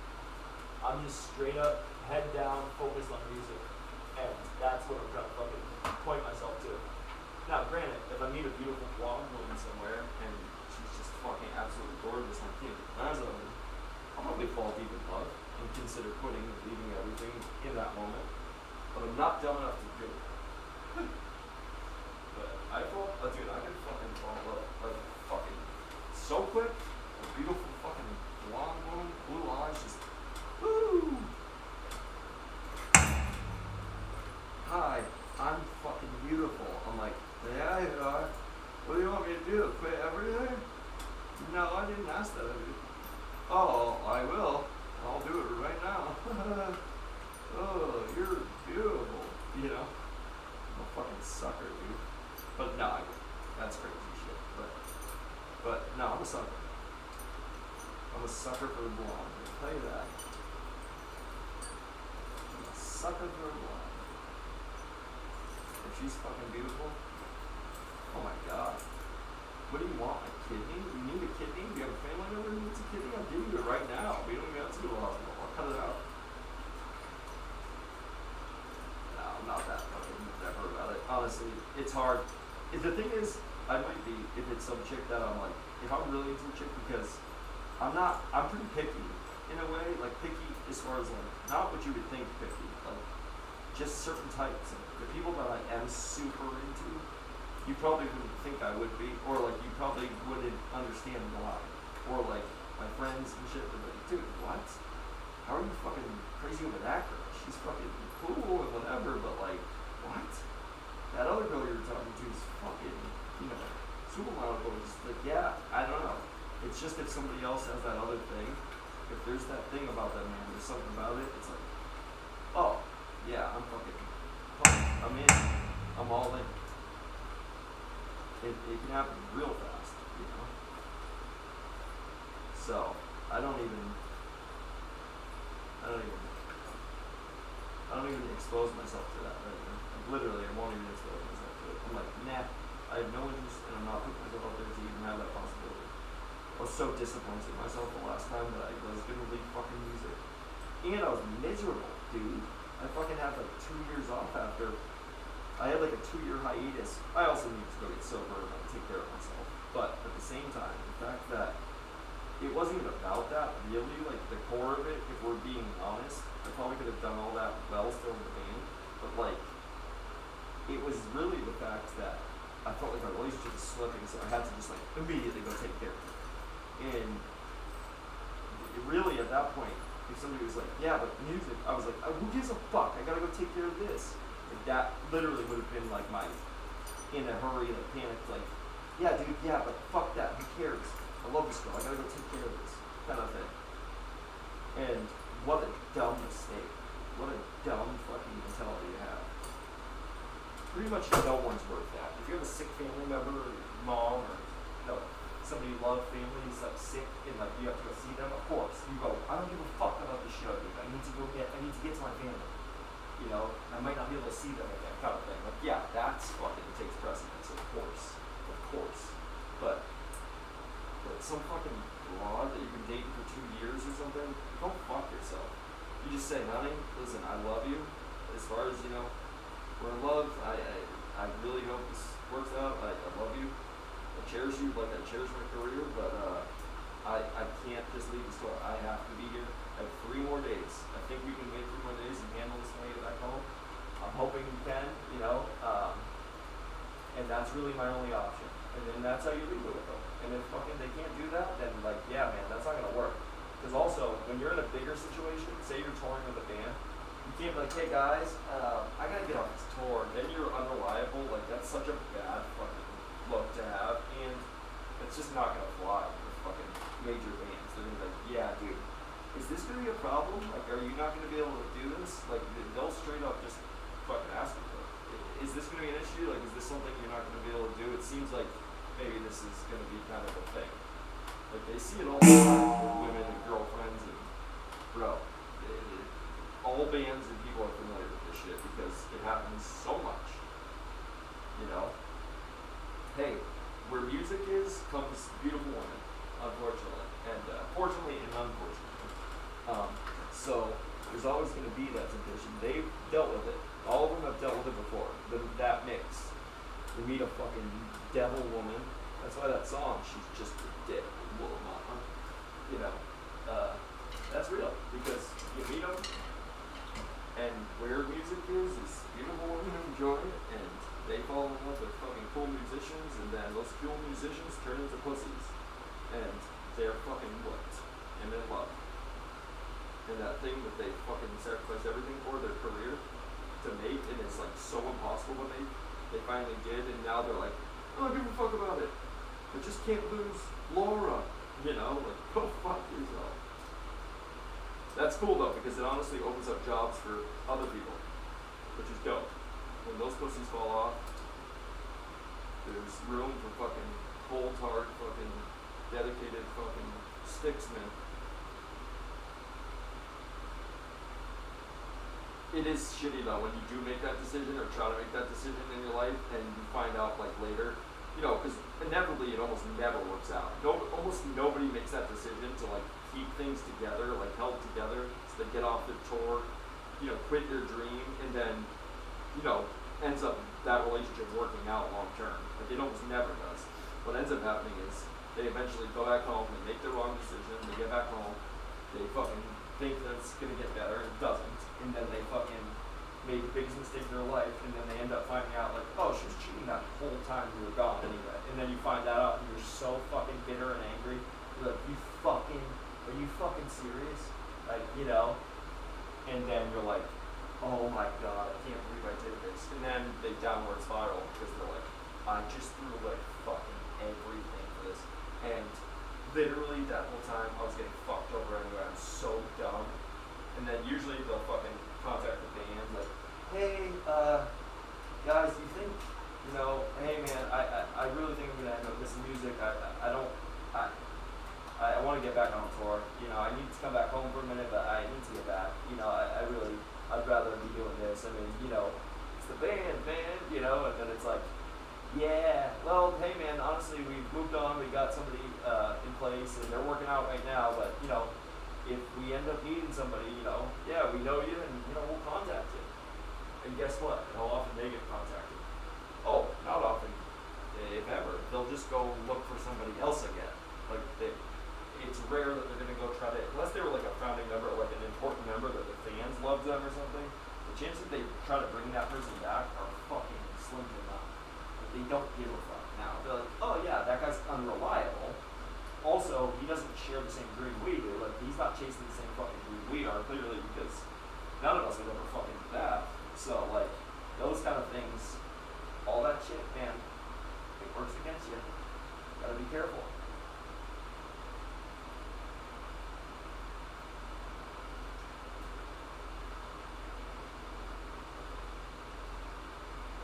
I feel like a working woman, you know? I'm like, yeah, I'm just not really willing to settle down right now. I'm kind of focusing on my career. It's hilarious. Love it. I'm kind of focusing on my career right now. You know, my moves. Oh, good for you, bitch. Herbalife should be popping off any minute. Nah, a lot of real estate women are like that. They're just trying to move on. They don't need that. They got a fucking open house tomorrow they gotta get to. They can't fall in love, bitch. Sorry. Real estate chicks are pretty cool though. I like them. I dig them. They're to the point. They know what they want. They know what they need, and they're moving on. Okay, cool. Yeah, I can schedule you in at 4:30 for sexual relations. You want to get down. If not, I can open house at 5:30, and then I need to sleep because I've been pissed off. Oh, cool. Okay. Well, I can't do that. But yeah, dope chicks though. Very organized. They're boss women. But they always end up with real estate dudes. Like they always end up with somebody. Again, goes back to that whole work coworkers. They always end up with real estate dudes. Real estate chicks, somehow, they have the power. Like, they have a fucking good career. They don't need a dude like that. But they always end up with another dude that's like in real estate. It's like, bitch, go find some dude. Go find some regular-ass dude and fucking, you've got all the fucking shit at that point. You have the sick shit. Why are you going to go now downplay your job again? So now you go to some fucking real estate guy who's making more money than you again. Now you're back in that position where it's like, your career's kind of not even like, yeah, cool, yeah, you have a great job, but like now it's like, you make bank, but once again, you're second to that bank, so now it's like, yeah, I mean, cool, whatever, it's not that like big a deal, yeah, cool, oh, you sold a house, yeah, I sold that $17 million listing just the other day, like, you know, you're always second in that situation again, where if you just dated some regular dude, you would have a fucking sick career, you'd be the fucking breadwinner, but women typically don't like that. That's the funny thing. Every woman thinks they want to be the breadwinner, but most women don't really like when they are. Like, they don't really want to be the fucking breadwinner, making more money than the dude that they're with, and like, nah, it's not really like a super turn on. And they're like, hey, can I get a junior bacon cheeseburger? They're like, you want me to buy that for you? You're like, yeah, I'd be good. I mean, if you don't mind, I'll take fries, but And they're like, yeah, okay, hey, it's not a you thing, just letting you know, my vagina closed up permanently, I can't have sex anymore. Just wanted to let you know. It has nothing to do with this interaction right now at Wendy's. Totally just a side note thing. Just wanted to let you know now though. Yeah, like that kind of shit, like yeah, women don't really like that. They're not super into like you borrowing money for junior baby cheese. From my experience when I was in play and also not doing music stuff. Just anybody who's in that position currently that I was once in, they don't like they're not super into that really. That's not like a thing. I don't think any of them like kind of own that kink. They're not into that. The broke dude one. Some chicks do it because they just think like they're helping or fixing some dude, getting him better, but that never works. And also like that's still not like a turn on. They're just hoping it turns. They like the dude for whatever reason or it's good or whatever, and they're hoping it turns around. But they're never. That's never like, oh, I'm totally fine with this being the end goal. Like fuck no. They don't want that shit. They'd rather have some fucking ugly moron who at least is like, okay, at least I don't have to fucking lend him money for his side of fries.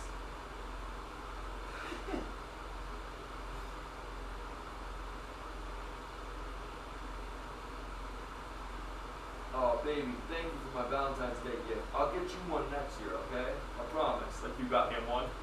So fucking disappointing. You can only imagine. Listen, I've been that dude sometimes in my life. I've been in that position where I'm like, let's not do gifts this year. And they're like, why? I'm like, I just hate gifts. Also, can't afford one. Can't afford to get you one. And I feel bad about myself. So for sure, let's not do it.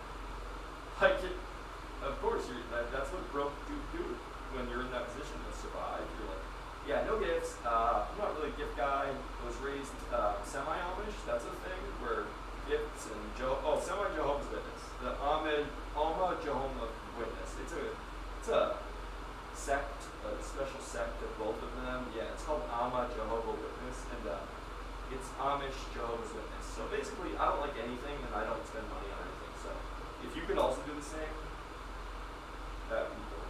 Like literally, just looking for anything at that point when you're in those positions, like when you're hurting like that, dude. Like when you're a guy. Oh god, there's nothing worse. Some dudes thrive on that shit. They feel no shame. They love it. Which is like, hell yeah, this bitch taking care of me. She just got me a PS5. Like, get the fuck out of here. Every time I ever was in that position in my life where I wasn't working and some chick was working, I felt such deep shame. I fucking hated myself. I was so self-loathing at that point in my life. Even if the chick was a ride or die, like, you'll get a good beat soon. Like, I believe in you. I don't care. It's just money. Like, I don't look at shit like that. Like, even if she was one of those chicks, I hated myself so much. I mean, I couldn't have despised myself more in those moments than I did in my life at that point in time. Or in those points in time. I fucking, oh my god, so disgusted with myself. And then I'd kind of be disgusted with them because they're like, how the fuck do you love me so? How the fuck is it you think I'm attractive or want to be? I'm dog shit right now. I'm worthless. And this is not like an attractive quality or like what you want to do. Oh god, I couldn't even look at it. Like, it would become their problem so much because I hated myself so much. Like, they'd be like, why are you not being with me? Like, why are you not spending time with me? Or like, sleeping with me? I'd be like, oh, because I can't stand myself. I feel absolutely disgusting. I hate myself more than you could ever understand because I'm useless and I'm a blah. How you're still with me, I don't know. I'm expecting it to end any day. Like that kind of shit, like that. Oh my god. The times I felt that, dude, brutal. Like literally, I lived at least a couple years as drug addict like that, for sure. Where every day I was like, oh, I'm utterly useless, and it's just a matter of time until this woman finds that out. Like that kind of shit, you know? Like, you're just waiting for the ball to drop all the time. You're like, yeah, I'm a complete useless loser. And the sooner you find that out and just go is probably better. Like, that kind of shit is fucking brutal. When you're in that position, dude, it is such a worthless, shitty feeling. I've been there so much, especially when I was a drug addict. Like, I hung around those alleys. I lived in those alleys on and off all the time. That's where my home was, you know what I mean? Like, as far as relationships go. That's where I was all the was in and out of that. Because even if I did have money, it was all going up my nose. Like, I never had money to, like, invest or, like, go to an apartment together. Like, if I did, I was probably stealing money from our fucking rent. Like, you know, I was fucking extreme. Like, I was never, like, in a good spot where, like, yeah, I got that, I contribute, yeah, let's go halves on that, let's do that. Oh, baby, I got you. It was always like, yeah, I'm broke, I didn't get paid this week, I don't know, my boss is fucking me over. When really, no, that's not the truth at all. I just snorted fucking, you know, 9 oxy dirties and, you know, oh, I just snorted a half a bag of heroin. Like, you know what I mean? Like, yeah, that's where it lands. My boss isn't fucking me at all. I don't even have a boss. I've just been going to a parking lot every day and snorting heroin. If that's a job, I guess I have one. You know what I mean? Like, crazy shit you'll do just to, like, get by. And when you're a drug addict, you don't worry about the next minute, let alone the next day or how that's going to go. Because you're just like, okay, if I can survive today, that's all that matters. You get through one more day, and then the next day, if I keep repeating it, I might be able to live a whole life. Like, so when you do that, dude, Jesus Christ, there's nothing more stressful either, though. Living that lie, living that, like, that uncertain, like, bum life where you're just waiting for the ball to drop, like, where you're just waiting for the woman to wake up and get enough sense in her head that she's like, why the fuck am I with this dude? And you're just waiting for the inevitable to happen and, you know, get pussy here and there when you can. But the truth is, you're really not even, like, honestly, it was never a thing like that for me. I was never desperate for fucking pussy or women. I didn't care about it. When I was drug addict, I literally, that's the last thing that was on my mind. They'd want to hook up, and I'd be like, yeah, dude, I'm not feeling it. Because I hated myself, and I was so disgusted with myself. So much that literally I wouldn't even understand why they would ever want to do it. I'd be like, yeah, I can't even think about doing that right now. I'm so disgusting to myself that to even get into that mood to, like, want to right now, you're beautiful, you're amazing. I'm just a worthless piece of shit, and I can't even imagine getting into that mode right now. And then, of course, that puts extreme strain on the relationship, and then you're going to lose the relationship anyway, which is inevitable, essentially, but yeah, when you as the guy who's also the fucking loser is the one who's like, yeah, I'm not going to fuck you. Like, such a head scratcher for that beautiful woman that's with you, like, wait, what? Wait, you don't have any money, you're broke, I'm still with you. You stole our rent money. You keep telling me I should leave you, and you're denying me sex? What the fuck? You know what I mean? Like, that's gotta be the point where they're like, yeah, I think I'm leaning more towards taking your advice and just leaving you. It's probably a better idea. This is insane. Yeah, it's fucking crazy. I can't even imagine. Hey, shout out to the women that fucking dealt with me when I was a drug addict. I love you ladies. You're fucking special women. I mean, you're also cheaters and liars too, because we all did the same thing, but just I was on drugs and you weren't, which is kind of a better excuse on my part. But I got respect for you for sure, and you didn't deserve it. You guys were fucking probably good women before I was a piece of shit. It might have worked out. Maybe you were faithful, good women, and honest women, and you just weren't, you know, I drove you to all that shit because I was a drug addict and a liar. A ton of stress dealing with me, uncertainty, worrying, and cheating, crazy shit. So maybe it was all me. I'll take full blame for it. But I do want to give that shout out because you guys were probably good women. And also, just respect for dealing with me for as long as you did. I mean, I think it's also pretty dumb. You probably should have never done that. You probably should have smartened up and left immediately when you found out I was on drugs. But at the same time, I love that you gave me the chance.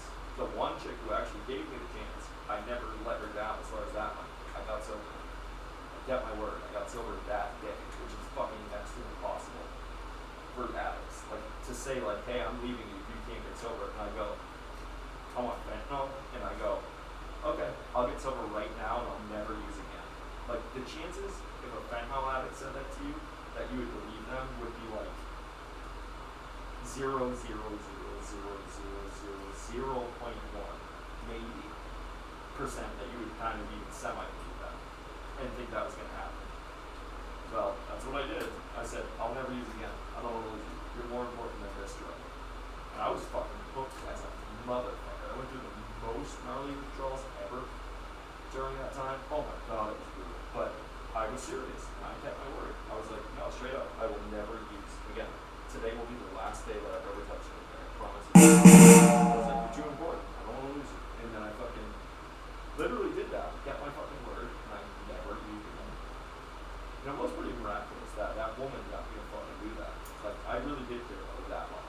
Yeah, that's crazy love, dude. This is crazy. She caught me on the flip side.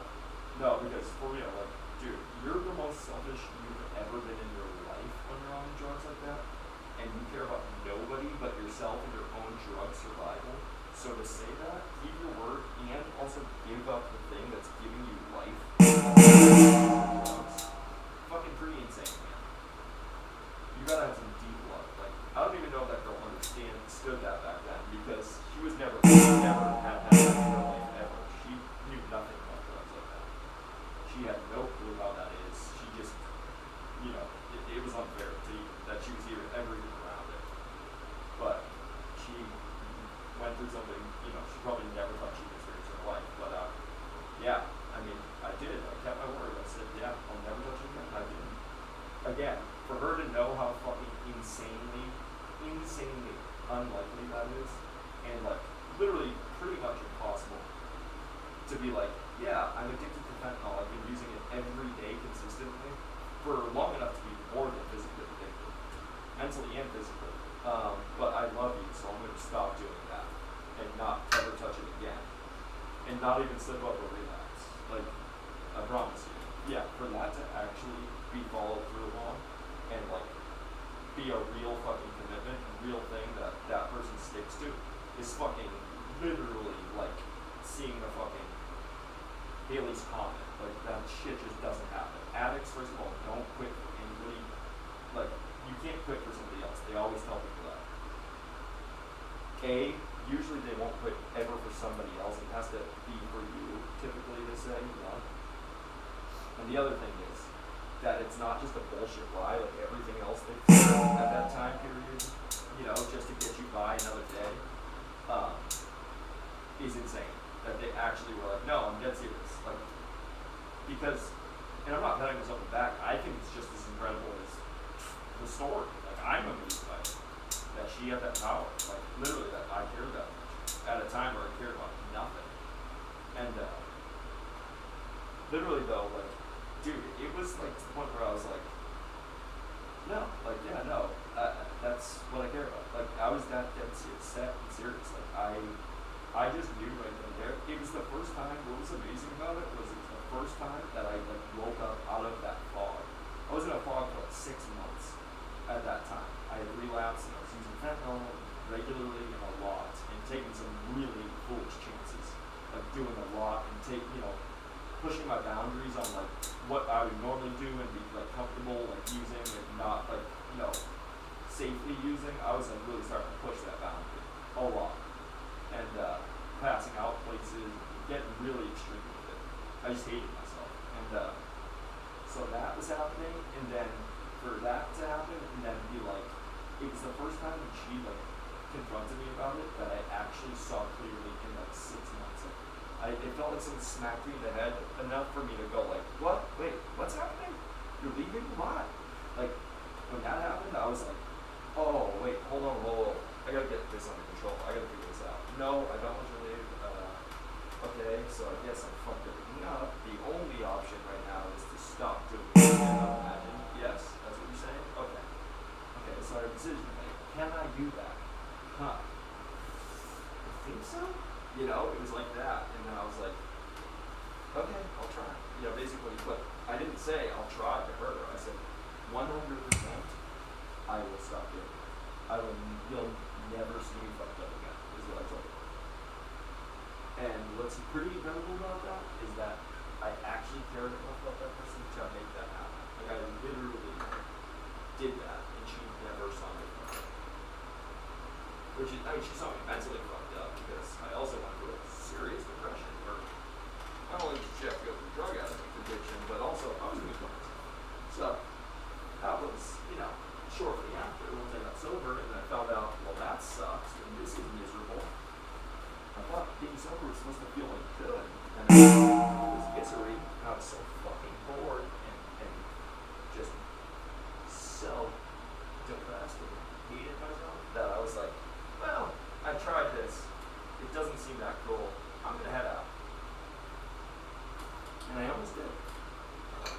until she broke up with me.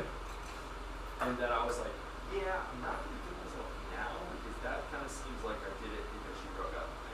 And that's totally not the case. So I'm going to stay a little longer until that blows over. And it doesn't seem like it's about that anymore. Because I can't be dying on false fucking pretense like that. That's fucking crazy shit. So I was like, nah, I'm not like that. I ain't going out like that. And then I, picked myself up a little longer, and then decided, okay, cool. And then I really did just I let it time fucking heal it, and it ended up being a lot better. It ended up getting better, actually. Where I was like, oh, sobriety is cool. It just takes a long time to feel it yourself again. Once I did feel it myself again, I was like, dude, I feel fucking sweet. I'm pretty cool. And then I felt good again. I mean, I still hate myself fairly a good amount, but it definitely fucking felt a lot better than fucking where I was at. Like, I finally broke past that point of like, sobriety sucks, everything's boring, I'm boring now, I'm no fun anymore, I suck. Like, why would anybody want to hang out with me? I'm boring now, I'm not fun anymore. I have no personality, I don't enjoy doing anything, I don't want to do anything. I don't want to walk with you, I don't want to hang out, I don't want to watch a movie, I'm just miserable. I just want to sit and be miserable. And once that passed, I was like, you know what? I think I want to go for a walk. Like, when I felt like good enough to do that again and start that shit again, that was the best. Because I knew I was coming back. I was like, oh, I'm coming back. Like, I don't remember ever wanting to take a walk in the last fucking 10 years. And then all of a sudden I was like, fuck yeah, just going outside for the hell of going outside because it's a nice day. I get that again. And once I got that, I was like, oh shit, this is good. And then I felt like I could function again, which was pretty fucking cool because when you don't feel like you can even function, it sucks pretty bad. Also, pretty hard to keep a relationship alive when you don't literally feel like you're able to do it. When you're like, yeah, I don't want to do anything with you, but it's not you. It's not you I don't want to do anything with. I don't want to interact with life and how that works. Like, I have to use my legs to go anywhere, and everything that we go do, even stuff that should be fun, isn't fun. So it's kind of like pointless to do anything. So I don't want to do any of that. I don't know what that leaves left over, but basically I don't want to do anything because everything sucks. That's where I was at. And that's not a cool place for somebody who's not going through drug addiction and has been sober pretty much the whole time, well, fairly sober the whole time. That's pretty fucking lame to those people, I'll tell you that. They don't really love that. Just from speaking from experience, they're not like huge fans of that. They don't really like that.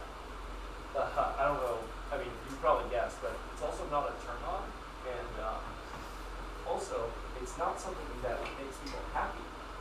So, good luck. If you thought you were going to be turning on a bunch of chicks and making them super happy by doing that, you're wrong. Because it's not how it works. They're actually the complete opposite. They're actually really miserable and very sad. Which sucks. And then that adds to how you feel about yourself, and you'll hate yourself even more. And you'll kind of consider going to work again, and then you'll be like, nah, I'm not going to do it. And then eventually, you'll go your separate ways and you'll feel good again. And that'll be cool, but also you'll be kind of angry because now you're like that person that would have been cool and it shit probably would have worked out. But the fact that it didn't tells you enough about it, so there's no sense you can dwell over it because honestly, it didn't work out. It just probably wasn't going to work out in general. It would have been something, but the fact that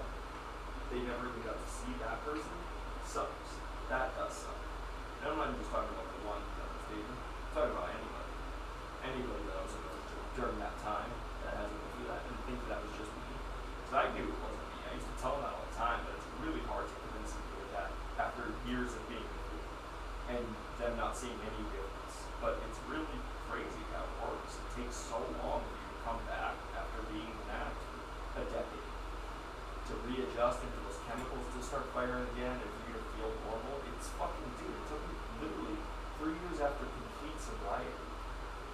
3 years to like feel normal again.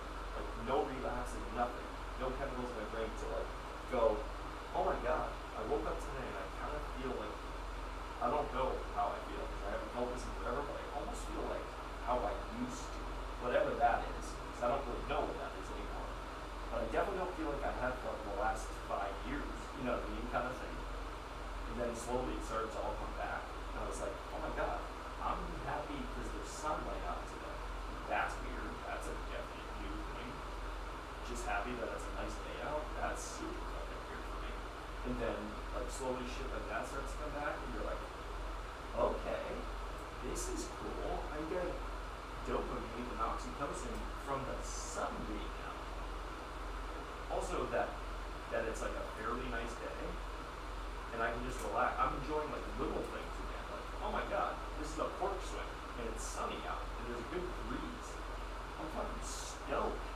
Like that kind of shit. Like you're like, what the fuck is happening? You start to be like, wait, what is going on? I don't even remember feeling this beforehand. Like, but when you start to like your functions start to come back, you realize first of all how much you fucked yourself up on drugs. Like how much drugs really do fuck you up. Like really change your whole system and your whole like whole body. Like the whole machine that is your body. You start to go like, oh my god, yeah, those are really bad for you, huh? That kind of thing. And then also you start to be like, okay, well I get this. I understand. Like now it's all coming back. This is really cool. And then you never take it for granted again. You're like, oh dude, yeah, they couldn't pay me to relax because like I would never want to go through that again. Because if I knew how long it took and I had to go through that again, knowingly this time, like, because when you don't know, yeah, it seems probably longer, but at the same time, it's like waiting for that ball to drop. Like, I didn't know when it was, or if it was ever going to come back, that feeling. So when it was happening, I was just in the dark. So that, you know, it might have felt like I was thinking it might be for the rest of my life that I was going to feel that way. So I definitely had no clue. I was like, I don't know if I can live like this, like for the rest of my life. This is fucking crazy. Like, I'm miserable. Everyone probably hates me because it's a fucking terrible, I'm miserable fuck. I wouldn't blame them if they did. And then, I also, even if they don't hate me, I don't want to do anything. I literally just want to be miserable. Because I can't imagine anything else. Like, that was my life. So, if I relapsed or like started using again and then got off and had to go through that uncertainty of when that feeling's gonna come back, because it's not anything you can it's not anything you can kind of like curate or get like started. It just has to happen. Your body recovers and shit. So, oh dude, I don't think I can make it through this time. I'm not strong enough this time to be like to put in that much fucking whatever. I also just wouldn't have that much drive to use again, so I wouldn't get there in the first place. But yeah, I just definitely wouldn't have that in me to like go through that again and wait that time and see if I bounce back. Sometimes people don't bounce back; it fucks them up for life like that. So if that was even a thought, like, oh, that could be a possibility. That you may never recover from that. That might just be like kind of who you are now, and how you are. Like you might have fried yourself out with this shit, dude. Like all your pleasure centers and happiness, like whatever, those might be shot. Like, you know what I mean? You might have fried your shit out, brother. Like, that can happen. You do too many drugs, you just fry yourself. And now nothing is fun. Like, my mom used to warn me about that. My mom was cool and chill. And never was like a, you know, she's like everything in moderation. You know, kind of, she's one of those people. But she used to tell me that, yeah, you gotta be careful with stuff you do, you know. Sometimes, I mean, that shit can like literally change you. Like change your whole like being, like who you are as a person. Like you gotta be really careful with just trying stuff and doing stuff because you don't want to get on certain stuff. Sometimes some things will just fry you out and you're never the same person again. Like for a night of getting high or like something that you thought was like worth it. It's like, yeah, you gotta be really careful with what you try and what you do and whatever. Of course, I took that advice super serious because I only ended up a fucking oxy addict for like 8 years and then a fentanyl addict for like a year.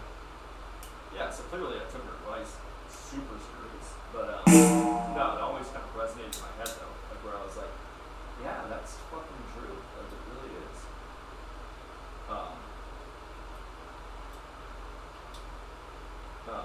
But yeah, it really does too. It's scary, man.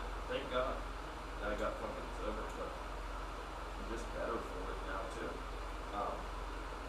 I was thinking about something the other day. The only thing that could be worse than like really relapsing is if I found out that person that I was with like started using. If I like found out later, like, oh my god, they were using, like, if I found out like, oh yeah, I don't know, I tried it one time and now that like they were addicted to drugs. I don't know why I had that thought out of nowhere, it just like hit me. I was like, oh my god, that would be fucking literally like devastating at the time, you know, like, and like, oh dude, if I ever found out like, oh, they're using it right now, they're going through drug addiction, I would be, holy fucking shit, that would like rock my world. I would be dying to try to reach out and help, and I couldn't. Obviously, I can't, and I would just be like, dude, I would fucking do anything, like, to try to just, get, help, because I know I could help as far as like that shit goes. I could help anybody with getting off drugs. Like, I wanted to be drug positive. If I wasn't chasing music, that's what I'd be doing. Like, truthfully, that's absolutely what I'd be doing. That's the only other thing I have a passion for. Is helping people try to get sober or giving them information to at least make it easier and more manageable to get off drugs and like go through withdrawals and like secrets and tips to like kind of make it more bearable so it owns you. And it's literally, you need it. It's not a matter of like, oh, I'm just a selfish addict and I just want it, I'm addicted mentally. Like, no, it's no longer at a negotiating or bartering point. It's like those drugs are telling you every day, like, bitch, I'm not asking you. Smashed an old lady in the face and robbed a fucking nun. Like, you go like, oh my god, how could they ever fucking do that? Like, I would never do that, because as bad as off as I was, I would just suffer if I really had to. But trust me, as good you could be the best person in the world, and those drugs will make you have that feeling for a second. There's a split second where you feel it, and you know that feeling where you're like, oh, I could have done that. I gave in to being a piece of shit and just fully went, you know what, I don't give a fuck anymore. I'm gonna be a scumbag, that's who I am. Like, I could see doing some insane wild shit like that. For sure. 100%. Like, and in no way am I that person. Like, dude, if I ever did something like that back then and had to live with it today like that, oh my god, it would fucking destroy it. I would have destroyed it. But thank god I didn't. But there's definitely days that I would be so frustrated, somebody tell me no, or they weren't gonna enable me anymore, and I would be so fucking frustrated. It was not like aggressive or anything to them, but you're just so like, okay, well, but like that's like, okay, like, it's not okay though, because like, oh, I need that. It's not a matter of like, okay, well, I understand, and I'll just get by. It's like, oh, no, I don't think you get this. Like, it's the kind of shit that you fucking hold your mom at gunpoint kind of thing. Like, it's that fucking serious. And it's not you doing it. Like, you might be the best person in the world, great relationship with them before that. Like, it's literally the drugs. They, like, possess you. And they're telling you, it's not even you. You're like, I don't even want it. And all I would want, I would say, is the ability to just have peace and, like, not feel sick and be able to just relax and go to bed. That's what I would love to be able to do and not have to go do this bidding for this drug. But it doesn't let you do that. It's literally like, yeah, that's cool, bitch. You're gonna go get us drugs. Like, you're gonna go feed me. And trust me, it's a fucking job to stay on it, man. Like, addicts are, that's why when I talk to addicts and shit and I see them, none of them are happy. Like, even when they get what they want, like, sometimes somebody will enable like an addict in their family and they'll be like, there, you got the money. Oh, you're all happy now, huh? It's like, no, you're mistaken. I'm just relieved, because now it's not, I don't have to fucking, like, I don't have to do this now. I'm just in relief. It just so happens that the monster inside me is also inside me. So when you see that monster get fed, you're gonna associate it with me, but I don't even care about getting high. I just want peace. I just want to have peace tonight. I don't want to be running around. I don't want to go down to some sketchy neighborhood, deal with some sketchy dude, the possibility of getting robbed or shot, or, I hate doing this. But this thing owns me, and it's telling me, it's literally a possession. I'm not a religious guy, but like the more that over the years I've heard that reference and like people reference to it and how similar it is in movies and shit, like it literally is like somebody being possessed. That thing owns you. And like you're not in control of yourself anymore. And it is a different person. Because those addicts do shit that, you know, the person who once knew them would be like, oh my god, who are you? You never have done this. Like, yeah, I'm not me right now. Something inside me is making me this fucking demon. Like literally, it is pushing me along. It's making me do shit that I don't even want to do. On my free days, if I have money in my pocket, the last thing I want to do anymore is like go downtown to some sketchy fucking neighborhood and buy drugs. I don't even want the drugs. Most addicts, when they're like in addiction for a long time, they literally don't even want drugs anymore. Like they're overusing. They're like, I don't even care about it. It's not like something I want or like, oh, I want to get high today. It's not fun anymore. It's no longer fun. And so get that out of your fucking vocabulary. It's no longer fun or like enjoyable. It's literally just maintenance. And it's not even maintenance for you at this point. You want so badly to just be able to quit. The only thing that, again, the reason you can't is because it's holding on to you with that sickness. Like, oh yeah, try to quit. Watch how sick you'll get. I'm a part of you. I'm a part of you now. You can't get rid of you. You know how sick you'll get? You'll never be able to get through that. And that's just what it tells you. And that's what you're sitting there telling yourself. You're like, oh my god, they're right.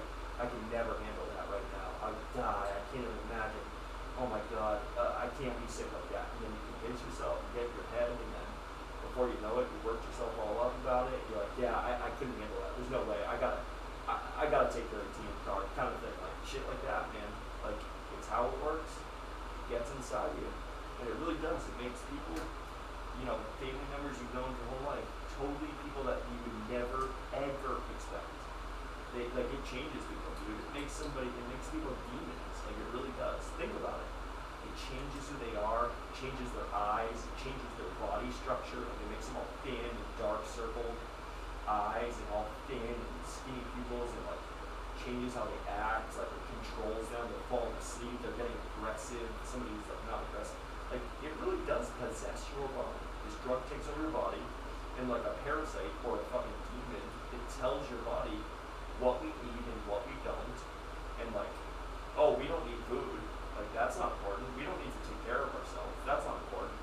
It literally programs you to be convinced the only thing that's important is feeding me this fucking demon in you, drugs. So you neglect yourself in every way, hygiene, fucking, you know, eating healthy, nutrition, anything, and then on top of that, you also just like hate yourself. So it's like hate yourself. You're a scumbag. You're the one doing this. But then it's like running you, and it's like you start out, and at first it lets you have the fun.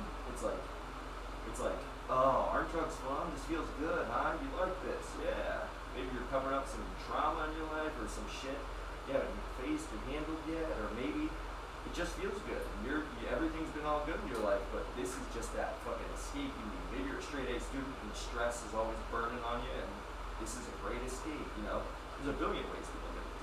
But then, so now you're like, oh, with my buddies, this fucking feels amazing. This is exactly what I need. And then eventually what happens is, okay, I let you have those times. I gave you it, like, now it's my turn. And instead of now it's not about you anymore, it's about them. And when it becomes about them, it's about that thing in you, it becomes, yeah, well now you owe me my part. You had your fun, no more fun, you're gonna feed me. And like now, it becomes this job. And that's exactly what it becomes. And that's why when I see addicts, I go, oh no, they're not happy. They might have got money today, they're not happy. They're miserable. I'm telling you, they fucking hate their life right now. I can see it. I know where they're at.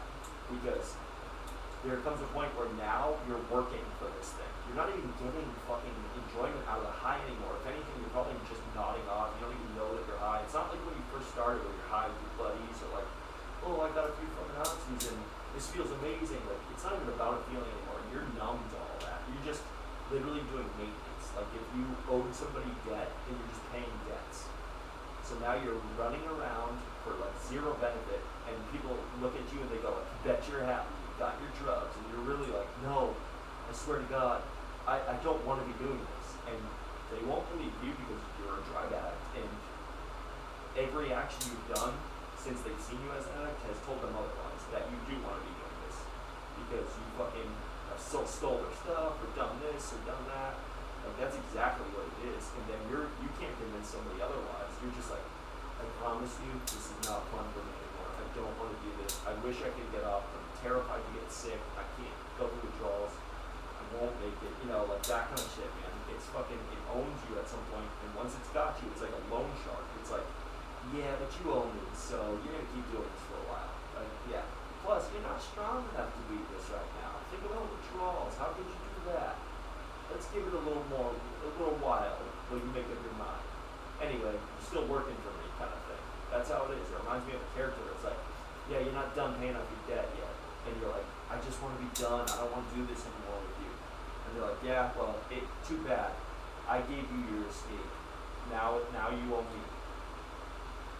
And you're going to feed me. I'm not full yet, you know? And it'll never be full. It'll kill you before it gets full. And that's why you have to be like, okay, I'm not willing to die of this, and also I'm just done doing its fucking bidding. I'm done chasing around for it. I'm done putting myself in bad situations for it. And you make that choice, but damn, it's a fucking tough dude. And it's the realest shit. Like that, it is real. And that is a very real fucking thing. And any addict can tell you that's exactly what it is. And that shit owns you now. And it's also fucking demeaning. Like you literally feel low as fuck, which doesn't help you get sober because you hate yourself already, and you have so many regrets, and already you're so down on yourself because all the shit that you've done in this time period when you're a drug addict, like all the people you've wronged, all the family members you've crossed, or you know, burnt with money, or fucking lied to, or finagled, you know, stolen from, whatever, any of that shit. Like, yeah, but it's like you burnt every bridge around you. Everyone hates you. You hate yourself. Like, oh, dude, it's such a bad time. Such a fucking bad time. But the only way out is up. Like, the only way out is fucking just stopping the cycle, stopping doing the shit, stop it, like giving into it. Just being like, fuck it, I'm done. I'm gonna get sick as fuck, and it's gonna suck, and it's gonna be hard to fucking not just, you know, go back to it, to not feel like shit, but I'm cutting off all my fucking avenues to get it, and I'm just gonna have to get fucking sick, and it is gonna suck. Or you can get on some Suboxone or something, but you gotta be careful with that too. I would suggest just fucking, if anything, you get like one and you taper the fuck off. But what I didn't know is, I'm talking one actual tablet or strip. One. Not like 3, not 10. That's your taper. One. So you get real fucking whatever with it. Like, okay, I'll take one little half. It's literally not about feeling anything. It's literally about not being sick as you could be. So you're grateful for just being like, I'm not as sick as I could be right now. You know, no chance of getting addicted to that or getting hooked on that. You're just fucking doing it literally to give yourself a little bit easier of a time, and that's it. But what I didn't know when I started using fentanyl was whenever I got off oxys, I would just like get a couple Suboxone from somebody and, you know, get through, like maybe have like, you know, taper slowly off like 2 pills, like, you know, spread them out literally by the tiniest like crumbs every couple days. Whenever I'd start not like feeling like I was gonna be like withdrawing sick, like to a point that wasn't bearable, I would take like a piece enough to like make me feel fine. And that always worked. A piece like back then with that was fine. I could get by on that. It wasn't until fentanyl did I discover fentanyl ain't oxys, baby. Fentanyl ain't oxy-30. Fentanyl's fentanyl. Carfentanyl's carfentanil. And purple death is purple death, motherfucker. So like, I would take like not even a sliver of a Suboxone and I could get out of withdrawal sickness when I was on oxy-30s. When I decided that day, and I told her I'm never going to use again, I'm getting sober, I'll get sober. You just have to trust me. Just give me your word that you'll trust me enough to fucking at least give me the trust in me until I prove otherwise. I'll show you though. You'll never see me die again. I promise you that. I told her that day. And she gave me enough trust to give me that, and I didn't ever let her down. I told her I won't let you down, that you're far more important than these drugs. And I didn't even need to take time to make that decision. I said it right immediately. So she gave me that opportunity, and I never let her down. And but what I didn't know was, oh, okay, this is going to be a different ball game than you've ever encountered in your life. And it also scared the shit out of me because what I did encounter for the first time was the reality that the shit I've been doing is some Chinese fucking, fake, chemical lab fentanyl that's not like fentanyl patches you get at the hospital. It's like hard fentanyl, like elephant tranquilizer shit, like shit so strong that you should have been dead 30 times over. Like shit so strong that we found out, an article came out about the exact shit you're doing. It had killed like 42 people that weekend, over the weekend in like 3 states. And like, there's zero reason why you should be alive because you were using it so irresponsibly and reckless, and just any amount should have fucking killed most people.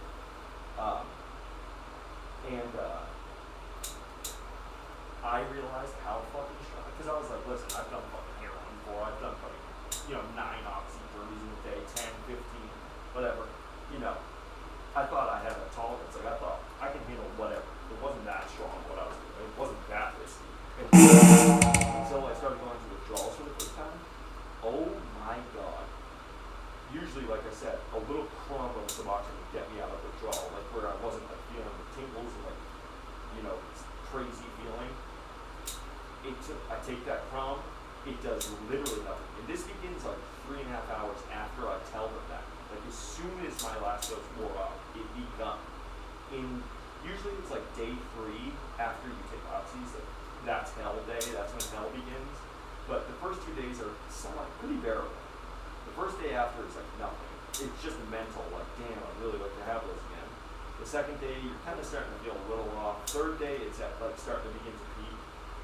And then you're like, wow, this is shit. I hate this. I can't sleep. Like that's when that begins. But like, this began like 3.5 hours after my last dose. Like it was like day 3, day 4 type shit of oxys. Like immediately, hours after I stopped taking it. And I was like, holy fuck, what have I done? And then I was like, okay, well maybe it's just an early reaction. Like, it might not be like that. But then I really found out how strong it was when I went to go take that Suboxone and I took that crumb.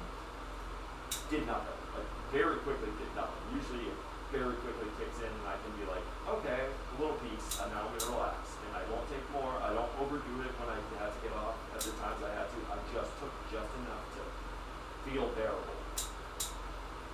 Not comfort myself, but just enough that I'm still withdrawing, but like I'm not like, oh my god, I don't know if I can do this. Like where, maybe I can shut my eyes. It's still hard to sleep, but it's, it's doable. We've been through hell before. You know what I'm saying? This isn't like, oh, I need to be babied through this. You deserve all this, first of all. You got yourself into it, so you should feel something. But at the same time, don't make it impossible for yourself. You're trying to accomplish something. So I would do that. That did nothing. Then I start going into more pieces because it's literally doing nothing. Then I end up taking a full one, something I would have tapered off for like days, usually on oxys. I take a whole full one because at this point I'm like, I don't know what's gonna fucking do it. This is so weird. I've never experienced this in my life. Then, throughout 10 years, a decade of using, I had gotten on and off opiates quite a few times. Just never anything like this. So then I'm like, okay, I just took a full one. There's no doubt that I'm gonna start feeling okay finally soon here. And I'm like, oh. Then literally it does nothing. Like literally nothing. It was as if I didn't take it at all. It still felt the exact same as when it came on. I was like, what the fuck is happening? So then I'm freaking out. So then I have one left. I have 2. I allowed myself 2. I grab the other one. I take half of it just because I'm like, okay, we gotta get a string here. This is insane. I take it, half, still does nothing. I take another half, does nothing. So I've taken 2 fulls now, and it's barely touched it. I go and get 1.5 more from this person that I do. I end up taking, within like an hour and a half after I had just taken those full 2, I ended up taking 3.5 full strength Suboxone. That I would have usually lasted me like a month, and I would have fully gotten off the oxys comfortably and never gotten addicted to Suboxone or anything. I would have been good to go and move on with my life. And in that day, within a few hours after my last dose, I've now taken almost 4 full Suboxone, something I've never done in my life. and I was fucking freaking out. And I couldn't let her know I was freaking out because I was just, honestly, my focus at that point was like, I need to show you how much you matter to me, because obviously I haven't been doing that lately, because I've been not present. I've been gone in drug world, and you mean the world to me, and I haven't shown that, and I want you to be able to trust me. It's impossible right now, I understand, but I promise you I'm going to show you that you can, and I'm going to gain that trust back. It's going to be so slow, and you're going to look at me every day like I'm a liar, and I'm just going to have to tolerate it, but at the end of the day, at the end of a couple of years, I'm going to look back and go, I told you I'd never go back on that. I was determined, and I did. But after those 3.5, it literally terrified me, because I was like, what the fuck have I been doing all this time? Like, how intensely strong of shit have I been fucking doing lately?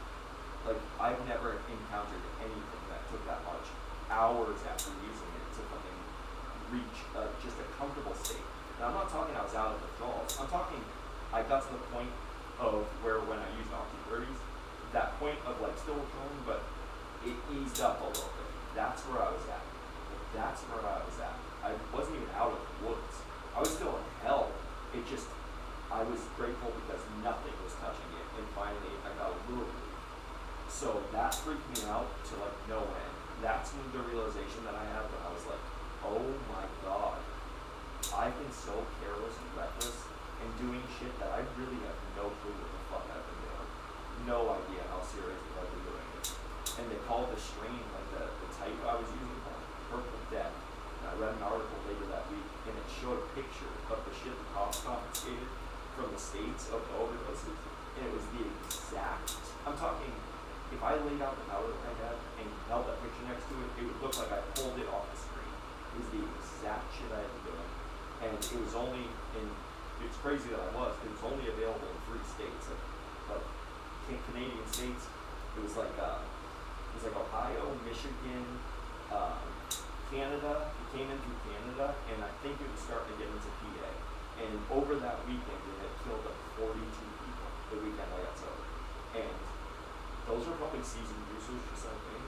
And I was starting to take more chances, doing more, and nodding off. And I had a few close calls for sure. But yeah, it scared the fucking living shit out of me, dude. I was so freaked out. And then I started to freak out even more because, like, oh my god, what has she been around? If that's that strong, I have like a real opiate tolerance. Like, if that's that fucking strong, her just being fucking anywhere near it in this house could have fucking put her in jeopardy. Then I really started to freak myself out. And then I started to get upset with myself and like really down on myself because I was like, dude, you put the person you love more than yourself, more than anybody in this world right now in jeopardy with your stupid fucking addiction. And you thought it was all good, like it was all same old bullshit like Oxys. And it was nothing like it. This is death fucking power.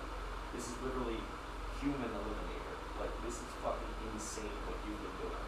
Like, to the point it scared me. And that's fucking crazy. Like, cause like I said, in those encounters getting that fucking terrible drugs, I had guns in my face. I had people threatening to kill me all the time. And I was like, motherfucker, please kill me. I hate my life and myself so much. I'm so unhappy that you killing me right now would be a fucking blessing. Because I wouldn't have the muster up the courage to do it myself. Like, literally zero fear of fucking the worst. So when that was going on, dude, it scared the shit out of me, and then it made me feel so bad that I ever put her in any type of danger like that. Because all I ever tried to do was keep that girl safe. So when I had the realization of that, and then I really went into like a bad like anxiety phase where like I didn't see my niece and nephew and my sister for like 2 months after that because I was so paranoid. I washed my clothes probably 15, 20 times in a row. All of my, every piece of laundry, every piece of fucking bedding, everything. And I was still literally deathly afraid. I wouldn't go near them. I wouldn't see any of them because I was deathly afraid that there was a possibility that I might have like a granule or something like on a piece of my clothing or like a little bit of dust. And if I went near the kids or my sister or something, God forbid, if I hugged one of them or they came close to me, God forbid, they could OD and die. And it would be mine. I was living so anxious and paranoid, like probably to a point that isn't even possible. Like literally so like delusionally paranoid at that point because it freaked me out so much that I was like, I can't go near anybody. I shouldn't be near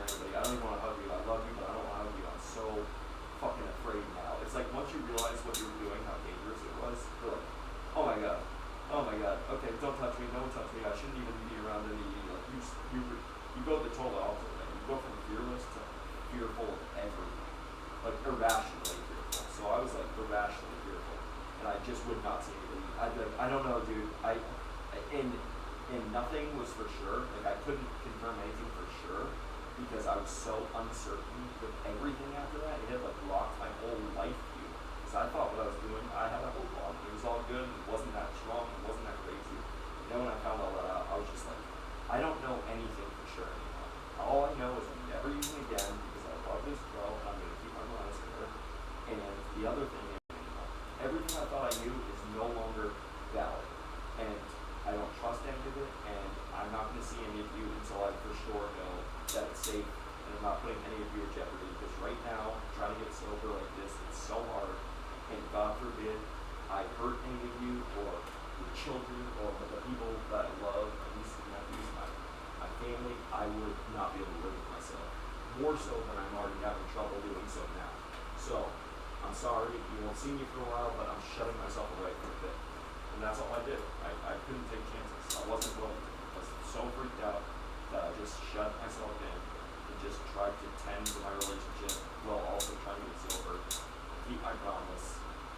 Also try to be a person now, like be a little more like, you know, present in my relationship, and that was really hard. I was trying to juggle them all. It was really a really, really hard time at that point in time. I mean, pretty impossible time, to be honest. Like, it's not doable what I was trying to accomplish, like all at once, like enter into my relationship, like be a part of it again, because I realized how fucking distant I had been and not present. So I was like, oh my god, that's that, I gotta fix that. Also, I gotta keep my promise, because I don't want to lose her, I love her.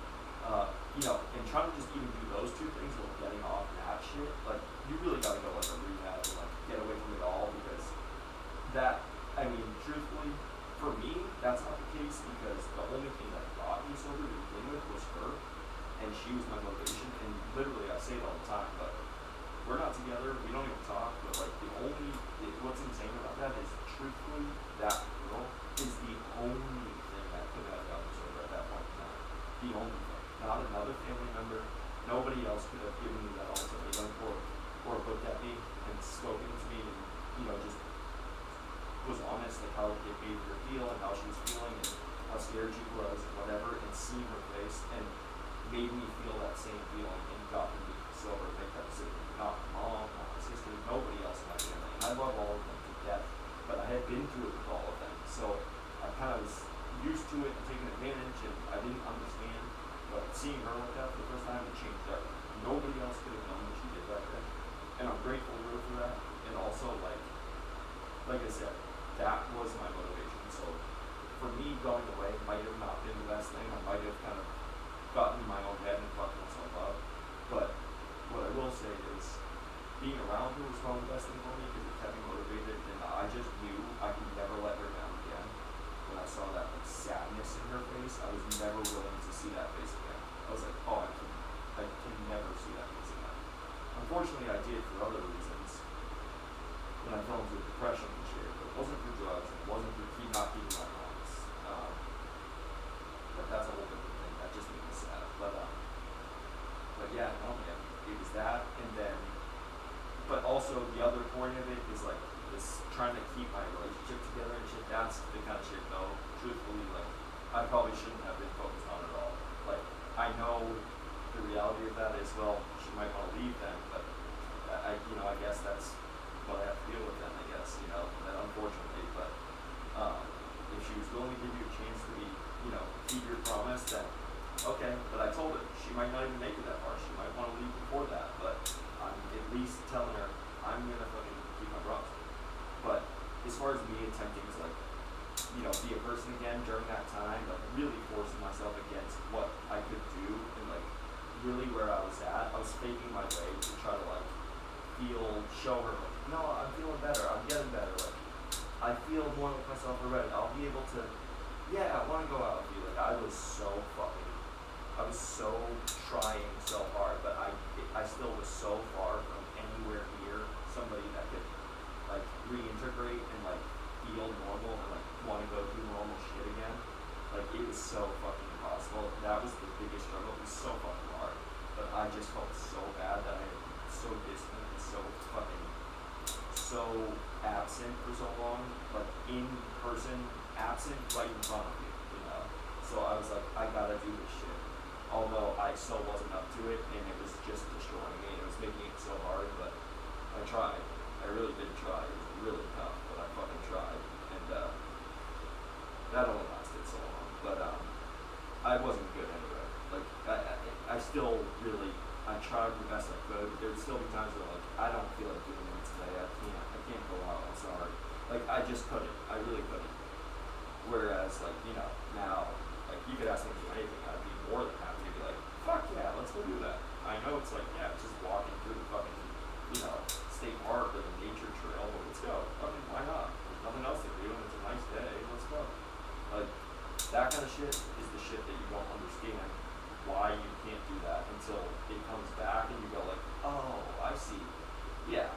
When I said like, oh yeah, I can't, I don't want to do that, it's because you didn't want to do anything. You just wanted to die, essentially. Like, you were hoping that you didn't have to do it, but you were also hoping that maybe something just came up where you ended up dying. You know, car accident, house falls on you, some shit like that. Like, you know, you just definitely didn't want to live, but you also didn't want to have to be the one to do it. But, yeah, I was just so fucked up like that. Like, I wanted to make her happy, but I literally had nothing in me. I was getting crushed by my own weight, just living. And, but then, yeah, man, so you do that and you give up and, but now, yeah, so different. Like, you know, I wish I didn't get as deep in drugs as I had in my lifetime, because maybe I would have been at this point in my sobriety way earlier if I hadn't destroyed myself with drugs for so many years. And it would have been doable to like manage sobriety and also still be, you know, come back to my relationship and like reintegrate to my relationship where like, oh yeah, I'm more than even the person when you first met me, because you met me like 2 years sober and then like I relapsed and whatever, like, and you never got to see this person like now, so like maybe I could have reached this point sooner and you would have gotten the best me that you've ever had, and I would have just been still getting sober. It would have been weird because you would have been like, this is insane, this is the best we've ever been, but you're also trying to get sober right now. Like, but it wasn't that. I was the furthest from this point right now that I'm at. Like, you know, but if I would have been, that would have been fucking kick ass. Maybe if I didn't do drugs so long, I would have reached that point of feeling like my old self again before I even met her, like, earlier, but who knows? That's all, who knows? It wouldn't matter anyway at this point. With all that went down, it wouldn't matter. But you know, sometimes you think about that shit because you're just like, damn, man. It sucks because it's such a hard road, and when you finally get to where, like, this is where you don't even feel good about yourself yet. I don't feel great about myself yet still. I'm going on 6 years now sober, but like, I still don't feel great about myself. But you do reach little milestones where you go like, this is nuts that I feel like this, because you know, you don't have regrets because you can't, because if you had regrets you could never make it another day through anything, because you would have so many. I would have so many. But I just think to myself like, damn, that's really just annoying, because as much as I did love like I couldn't be that back then. I didn't even know where to find it to dig it up for myself to attempt to be it, because I didn't even know how to. I hadn't been this guy like I am today in so long, like a decade before that. So I didn't even know how to play that character if I wanted to try. But then, like now, it sucks because like when you reach a milestone like this where you feel good again, you're like, oh fuck, damn, if I only would have done this sooner, I really think they would have seen such a good thing. We actually would have started having such a good time, and a better time than we ever had at the end. But then I go, yeah, but you can't even tell them that because they never knew this person. You never met this person. Even when they first met you, you were sober and you like had no sign of drugs. They didn't ever really know except for you telling them you had used drugs. They I was in a good place, but like still nowhere like myself. Like today, like I was still figuring out who the fuck I was for sure. I was figuring out a personality. I feel like I found a personality and I was kind of rolling with it back then, but it certainly wasn't like me, and I definitely wasn't confident in it. Like I was just kind of like, oh yeah, I'm quicker, but like off hills at least. But also I'm just kind of like being in the band and like I'm kind of just rolling with whatever. Like, oh, okay, today I'm kind of I was kind of wild. I was kind of reckless, honestly. I just drank a lot and I was just reckless. I just didn't give a fuck. And if you really look deep into how like I was acting, it's almost like you're acting like somebody who doesn't know what they can get away with and also doesn't really know what they're like. Like they're trying to play themselves. Where somebody's like, you're crazy. You're like, am I? Am I usually like that? Like, you know what I mean? Like, I would just do reckless, wild shit. Like, with alcohol, like I'd just drunk and be wild and funny. And I had a great time and I just wanted to entertain people and make them laugh and just, you know, I was falling in love with that shit. But at the same time, when I look back, I go like, oh shit, dude. When I really look back on that, I was so fucking lost that I was just like, okay, well, I really don't know what to be, and I'm just meeting her, and she doesn't really know anything of me, so I don't know. I guess I'll try this guy. You know what I mean? Like, I guess I'll try this dude. Seems to be working. Like, I don't know if this is what I am normally like, but I'm just rolling with it right now because I don't feel miserable completely. I just also don't really feel like myself yet. I don't really know what is myself. You know, maybe this is me now. I hadn't really seen the long-term effects of sobriety, so I didn't really know, like, do I like that anymore? Am I into this certain thing? And, you know, it was just really all foreign territory, and it felt like it. Like, if somebody was like, how do you feel? I don't feel like using drugs. You know, I'm past that, I feel like, which I wasn't, because I relapsed, but, I would have said that, and I would have been like, yeah, but also, I don't really know, I wouldn't say I feel like myself, but also at the same time, I would also say I don't really know what myself was, or is. Maybe this is myself, and I feel exactly like it. Maybe I feel more like myself than ever. I don't really remember, you know? It's been a farm for so long, so like now I was like, I guess I'm doing good, you know? That's how I felt, so it's just like, I'm just gonna keep going with it. I met a really awesome girl, like things are looking up, they're looking pretty good, I'm just gonna keep doing this, I guess. It seems to be working, I don't know, but I feel if this is me yet, but it seems to be working, so maybe even if this isn't me, it'll become me, kind of thing. You know, this will become like the person I am. This is my personality now, because I don't even remember the last one. Or how normal feels, you know. I'm just grateful I'm not on drugs right now. And I'm feeling, you know, I was also in a new state. I was in Ohio for the first time again, like, I was with the band, I was meeting this girl, like, it all happened pretty quick. And, it was just still pretty soon. But then, like, now, when you actually take the time and give it time, like 5 years, going on 6 years this year, this October, like, it's, oh my god, it's such a drastic fucking difference. Like, the clear-headedness, the certainty of, like, who I am and, like, how confidently I feel like myself again. Like, even with Jake, I mean, I've known Jake, you know, 7 years now, 8 years, you know, of our lives since he was 22, he's going on 30. Even with him, like, the talks we had, like, being sober together, like, you know, he's sober, he's never touched alcohol in his life, that's seen alcohol, tasted it, anything. And he noticed, like, lately, we've just been, like, connecting again, like, friends, like, brothers, like, when we fucking, like, even more so than when we first met, because I was drinking, like, we're just on a different level, given the history that we've had throughout the years, collaborating, working on music together, the connection, like, the history that we've grown, how we work together, like, our camaraderie, but then also just, like, the connectedness, like, my present, like, how I'm present, and I still make mistakes, I'm not perfect, I'm still figuring everything out, dude, you know, it's all still new legs for me, but I feel more like myself than I have in the easily the last 10 years of my life. Like, I'm more certain of myself, like, being back, and how, like, because I remember feeling like this before I ever did drugs, I didn't do shit. Like, I felt like just myself again. Like, I didn't need anything to go do something. I wasn't relying on something to walk outside. Like, I feel like, okay, this feels good again. Like, just nature feels good. Shit that I could not have said truthfully. You know, my girl at the time would have been like, you like being out here with me? I would have been like, yeah, I love being with you. Like, do I like sitting outside? No, I think it's fucking dumb. Why would I want to sit in the hot sun? Like, that's something I definitely would have said before. But now I would have been like, yeah, it's a beautiful fucking day. What's not to love about this?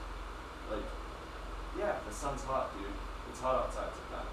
But then you also realize later that, like, oh yeah, well, when you're not withdrawing anymore because you're sober for a few years, but your body's, you just still are all off. Everything in your body's off.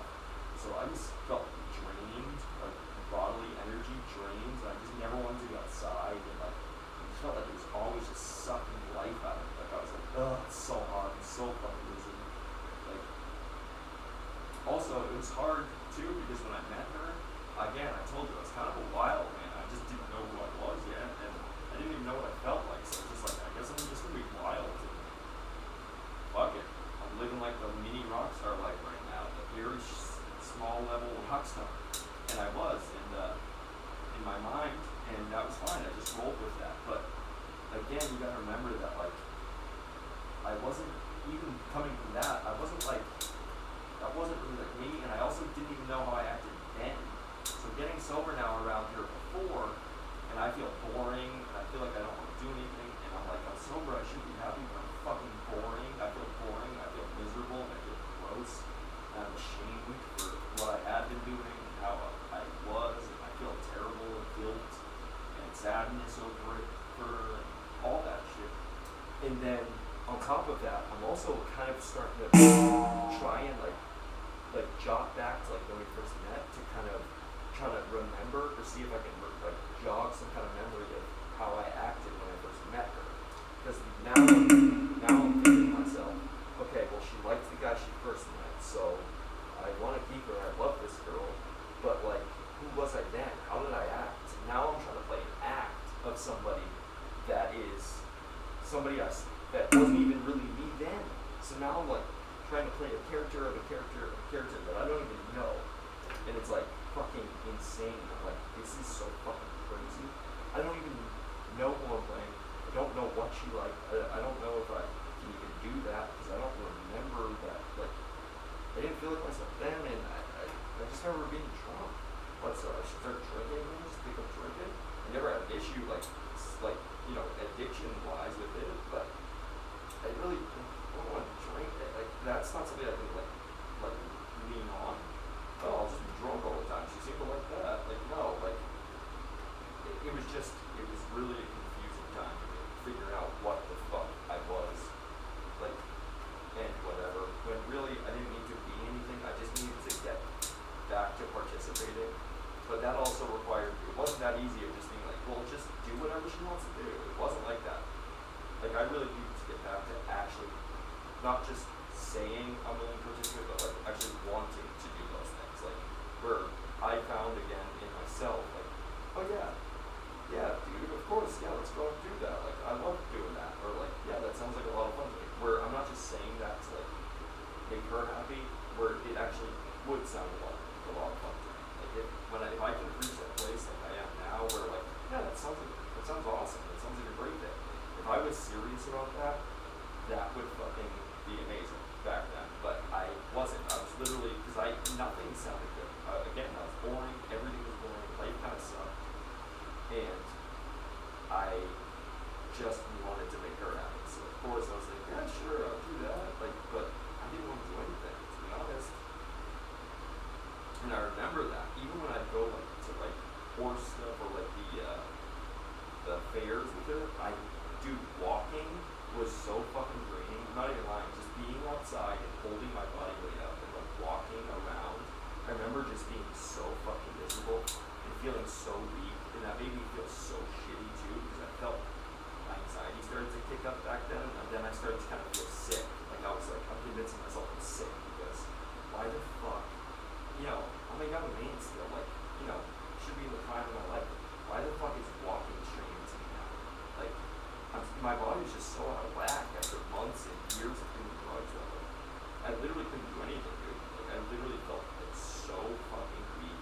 I was like, dude, I can't like carry my own body weight comfortably around, because what did you do when you were drug addict? It's not like you got up and ran marathon. Oh yeah, I was a fentanyl addict, but I also was a dedicated marathon runner. But no, I fucking sat around and nodded off. So my cardio and everything else, and just holding my own body weight up regularly was off. I didn't stand probably more than fucking 20 minutes a day during that fucking time. I just vegged. You know, the only stand is when I was out chasing drums. Like, so, that kind of shit. And then I was like, oh my god, I'm so fucked. And that makes you feel bad, and that makes you feel like also not good. That gives you anxiety. You're like, what the fuck is wrong with me?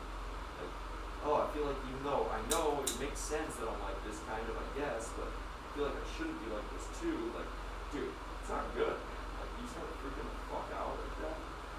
I was so paranoid. I was like, oh, maybe I'm sick. Maybe I really fucked myself up, and now I'm sick about all this. But that kind of shit started crossing my mind. Bro, not good. Not fucking good at all, man.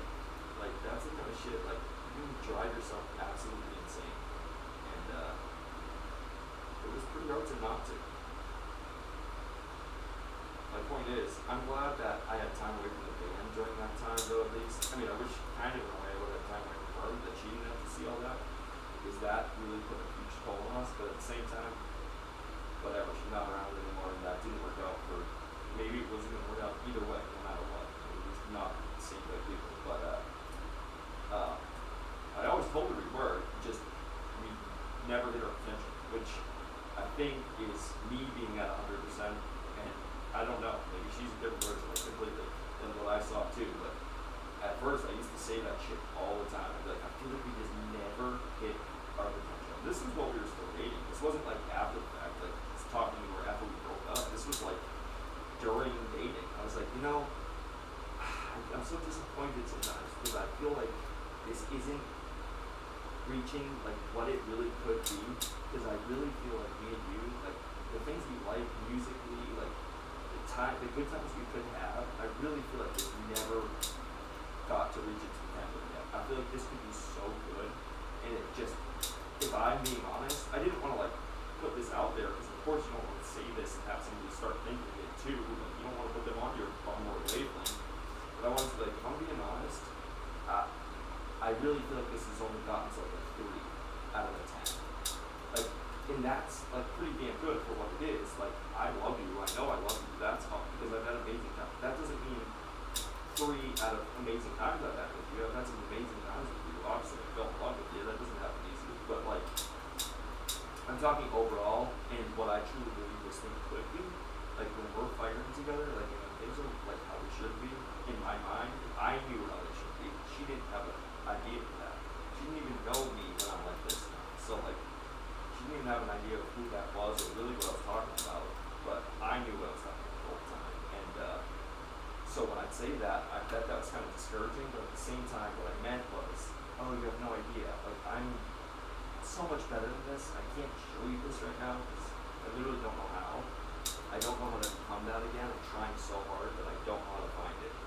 And then also, like, because of that, it dictates how you are. And I'm telling you, we would have just been so much fucking better if I could have just met you when I wasn't this guy right now, you know, or going through this. If I could just fast forward this and meet you again, I'm telling you, like, the person that I know and how, like, just the shit we like musically, and like, even that's the other thing. A lot of shit that she liked, or like, she was like, me now isn't like more into that shit. But like back then, I was either like opposed to just being like confrontational, like being like, yeah, we'll make fun of shit. I like seriously, it kind of weirds me out sometimes too, because I would like make jokes about stuff that like I literally don't even do today. Like, I acted totally different. Like, my personality, it freaks me out because like even the jokes I would make, and like the shit that I thought was funny, or like the shit that I was watching like regularly on my phone, like podcasts that I would watch or something, I don't even watch today. Like, literally I've never watched again. And also like the shit that I was into, or like watching, I was so lost and so bored that I was just trying to find anything, I think, that kind of reminded me of who I, like, what I used to be, and maybe would tie me back to it. Because I felt like, if I'm being honest, that time at the apartment in Brooklyn, right before we moved here, has never felt so unlike me and distant. That's the person I feel the farthest from, if I'm being honest. When I was on drugs, yeah, I was just gone and lost. That doesn't count really, but like, the person that I wasn't, like, I feel like is so the opposite of who I actually am when I look back. It freaks me out.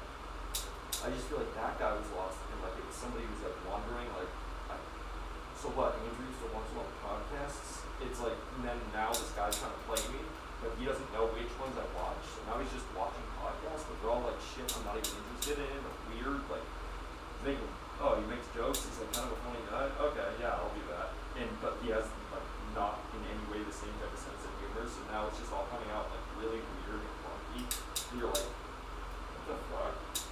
Wait, what are you doing? Like, that's not Andrew usually, like, that's not the kind of shit he says or jokes about.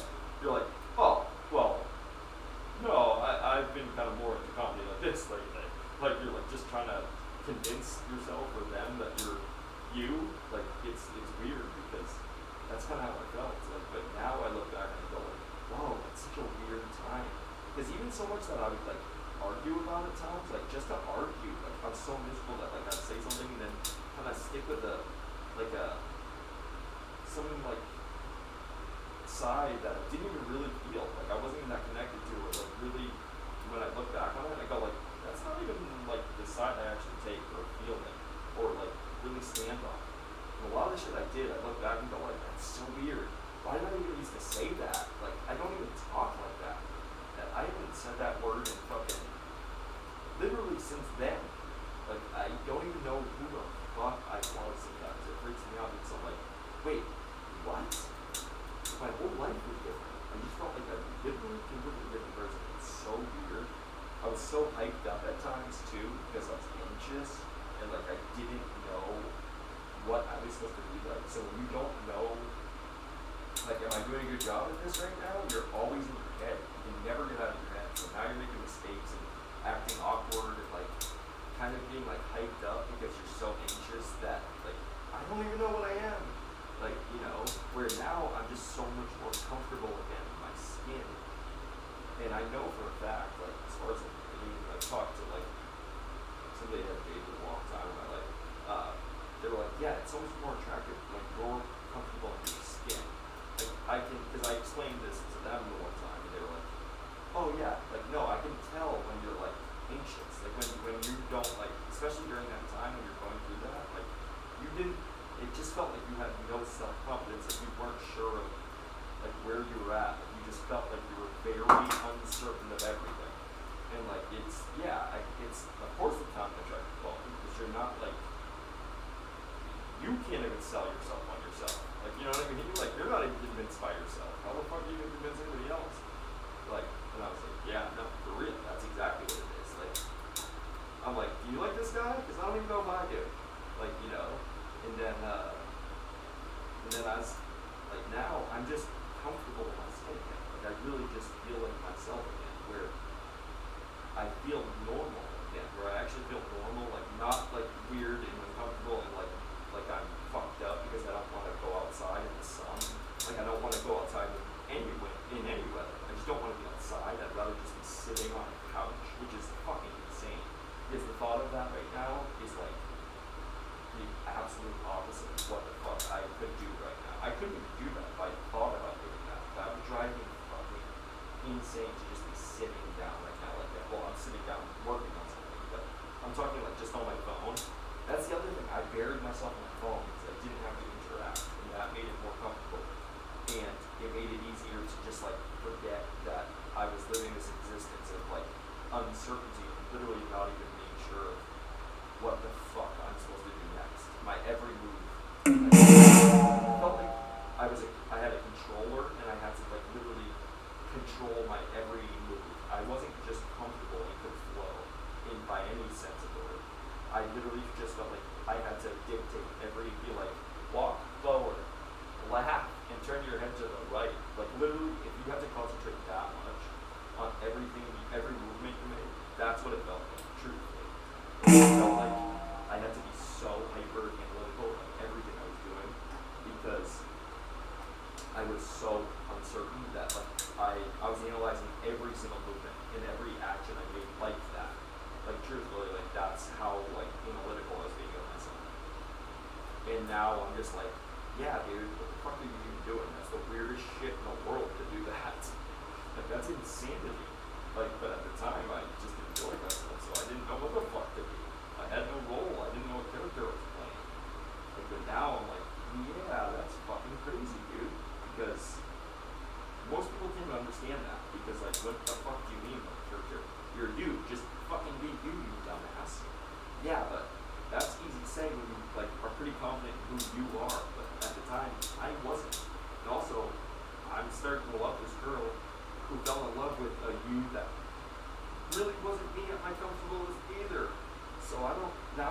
fucking replicate whoever the fuck that guy was, because I don't know this guy again yet.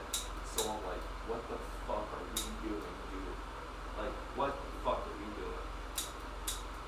I really felt like at times I needed to just run the fuck away. Like I need to like go isolate somewhere and be like really take some like crazy time to be like, okay, who the fuck are we?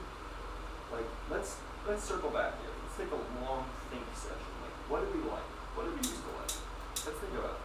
You know, like, we tried to solve this puzzle a lot earlier, but it still wouldn't have helped. It's a feeling thing. It's not even about, like, even if I would have got a script of me today, like, everything I like and what I behave like, I wouldn't have been able to reenact it. Because it's a feeling. It's a mood, it's a positivity, it's a mentality. It's a whole, like, aura. It really is. Like, being like, oh yeah, I'm up for everything. I'm actually comfortable. I'm genuine. I'm also genuinely present with you. Like, I'm here with you. I'm listening to you. I'm taking part in our conversation, and I'm not just trampling you in the conversation. Not listening to what you're saying, not being present. I'm actually participating with you and genuinely interested in what you're saying as well. Like, I'm interested in what you're saying because I love you and I appreciate the time that we have together, that we're together, that kind of shit. Whereas before I was just like, okay, we're in a conversation. In my head, like, we're in a conversation. That means let her talk for a second, now respond. Oh wait, I have something good to say. Okay, I'll say it, you know? And of course at that point in time I was probably abusing that a little bit. I was probably leaning on different crutches to try to just feel semi-normal. I'll admit that. But because there's no shame in admitting anything at this point, at that point, because dude, it wasn't me. It just wasn't me again, and I felt so far from myself. I had no problem saying that shit. Like, I was not doing it. You know, in a way, I was definitely like leaning on different things. You know, like, oh well, I mean, I stayed sober. Like what I'm saying, like I kind of fell into like, well, I don't know. It's distracting me from the way I feel. So I know I don't really love myself like this, and I know they don't. I'm sure this is annoying, but I don't know how else to be. I can't stand myself, so I have to do this. That's kind of how it was. Like, truthfully, that's kind of how it was. I really can't stand myself otherwise, so I gotta fucking do this. I remember one time she had a friend come over, and I literally was so on autopilot. Like, dude, normally if somebody's coming over to my house that I've never met, like, especially like today, and ask anybody, ask my best friend, ask Jim. Like, if I'm meeting somebody new, I would go down, introduce myself, hang out with them for a bit, if they wanted me to, of course. I'd be like, hey, let's go do something. Like, whatever, what are you guys gonna do? You want me to build a fire? Like, I'd be playing part in it. You know, like, hey, how are you? What's up? Like, it's nice to meet you. Like, I'm glad you came over. Cool. Like, just because you take interest in your partner's friends and shit, like, I literally didn't acknowledge them. Like, they were there and I did not acknowledge them. Like, I was like, it's better for me to just hide away. I'll just drum. And what sucks is I use drumming.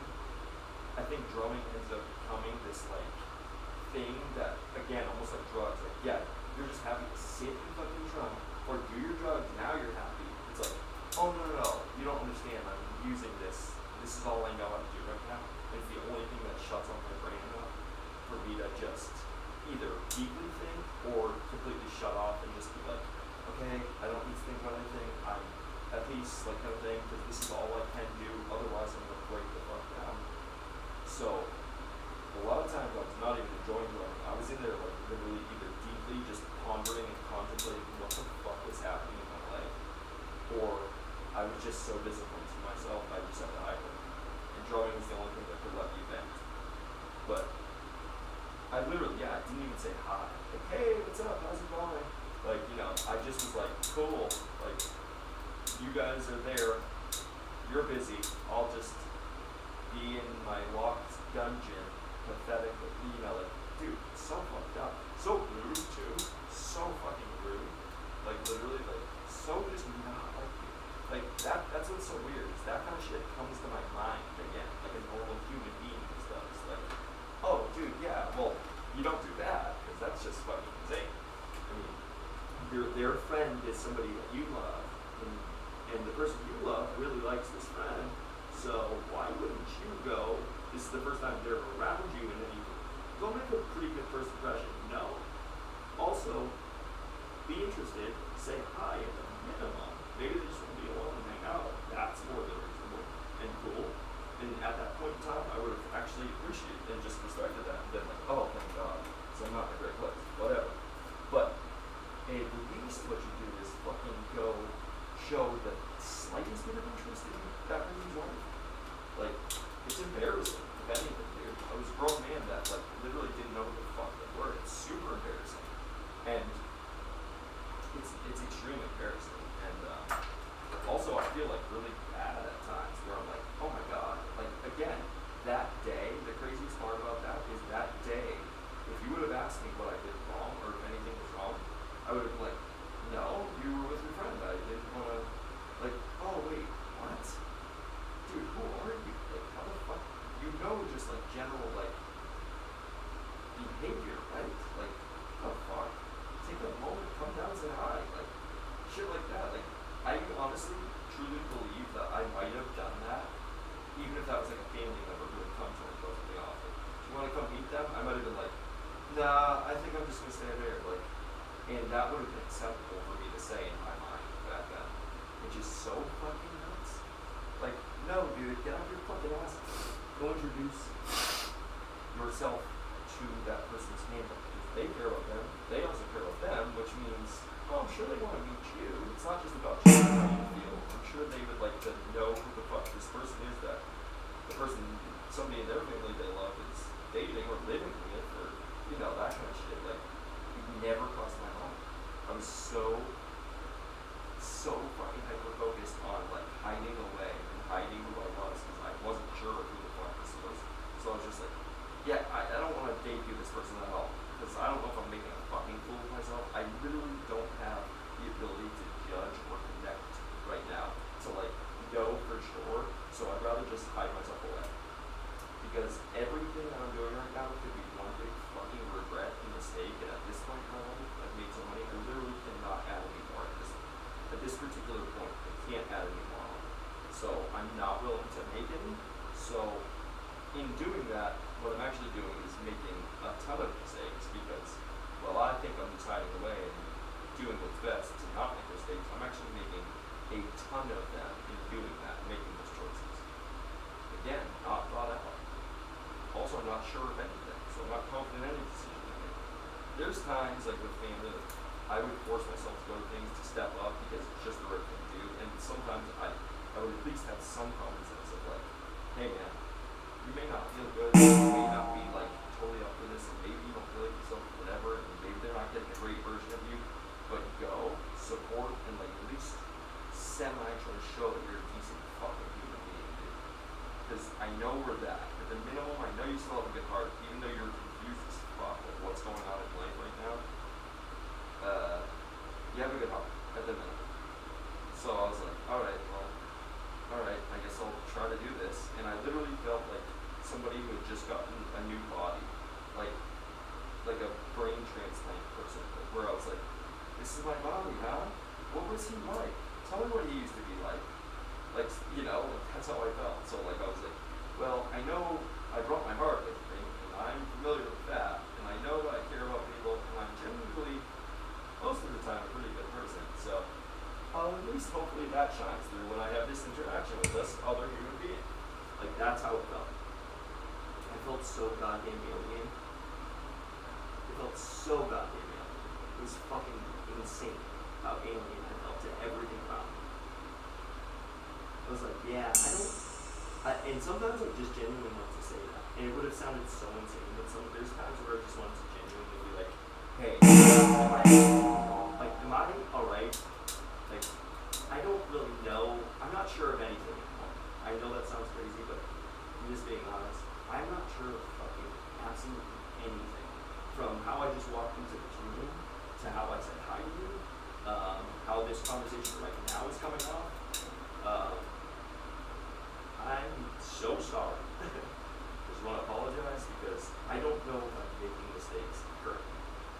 Like that kind of shit. I just want to apologize for my existence so much during that time. And there wasn't, you know, there was just no also good way of explaining that without seeming like a fucking I don't even want to say the word, because it's pretty, I guess, it's offensive in this day and age, but I just felt like such a fucking ignoramus, we'll use that word. I just felt like a literal fucking brain dead. Like, oh, well, you're dumb, and how you survive any amount of time on this planet, I don't know. Like, that's like literally what I felt like with myself. When I was being real with myself, that's what I felt most of the time when thinking about myself. Like, at that point, I was so unsure of my ability to fucking do almost anything besides kind of drum. And now when I look back, even on the videos of me drumming then, it wasn't that great. I look back and go like, oh my god, even the fucking one thing that is like almost completely auto fucking, automated, like where that I could do like in my sleep, that if somebody said, name one thing that you're confident you could do, under, in your subconscious, like kind of semi, half awake, half asleep, I'd be like, drumming. Oh, I know for sure I can do that. I know I can do it. Like, I've done it before. Like, I would be confident in that. Even that, I look back and I'm like, dude, what the fuck? Like, I didn't even feel like I played like myself. Like, I mean, granted, I'm so much more active in it now, but I was playing a lot back then. I really felt like very average, like very mediocre on the kit back then. I feel like I've improved over this time where, like, truthfully, I put in a lot of time on the kit since that breakup, and also I've committed myself just in music again a ton, and also I've come up with a ton of different moves. I've just gotten re-inspired in so many ways to, like, be like, oh yeah, this is what the fuck you do.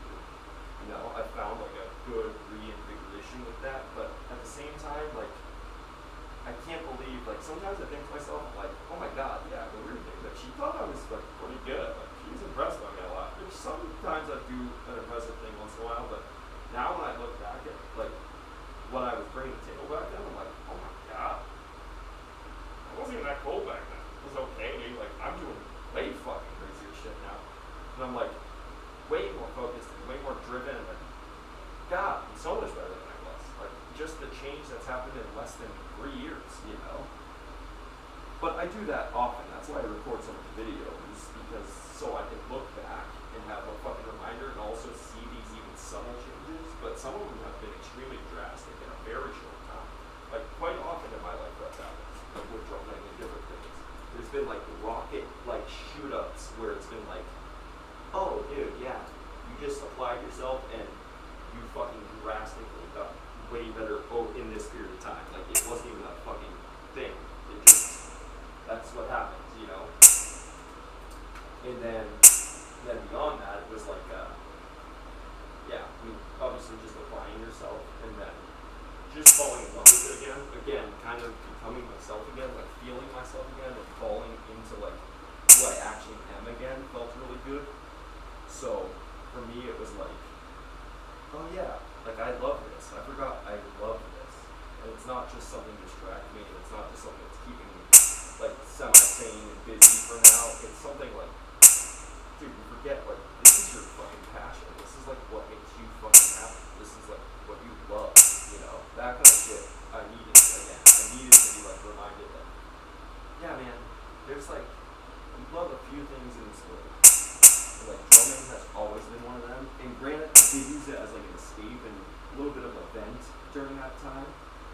I didn't use it for what it actually is. I was using it as, like, a coping thing, when really I forgot to use it as, like, a love of mine, like an actual passion where I was thriving. And, like, you saw the best of me in ways while I was doing it. I was using it more as, like, a therapy thing. And, like, it doesn't need to be that. Because everything, I don't need to, when I sit down and drum, I don't need to think that everything's all good or, like, try to run away from shit. I need to just be in the moment and drum. Because that's, besides being with the people I know, that's, like, the times that I'm happiest in my life. Like, clearly, is when I'm fucking just in flow state behind the kick. There could be anything going on, But even back then, I couldn't focus my brain enough to just enjoy drumming. I have to have a purpose. It had to be clear on my head, or to forget how fucking painfully awkward and uncomfortable I felt in my own skin. Like, there were so many reasons, and everything felt like it had a reason. Like, I'm doing this to do this, obviously. You know what I mean? Like, everything felt like it was dictated by something else, and for some other reason, like the me bone connects to the, you know, like I literally felt like I had to tell myself all this shit all the time. Well, that's why I'm doing that too. You know, like, oh, I'm drumming for this, or because I didn't know why else at times. I literally didn't know why else. I'd be like, why do I enjoy? Some days I'd be like, why do I enjoy this?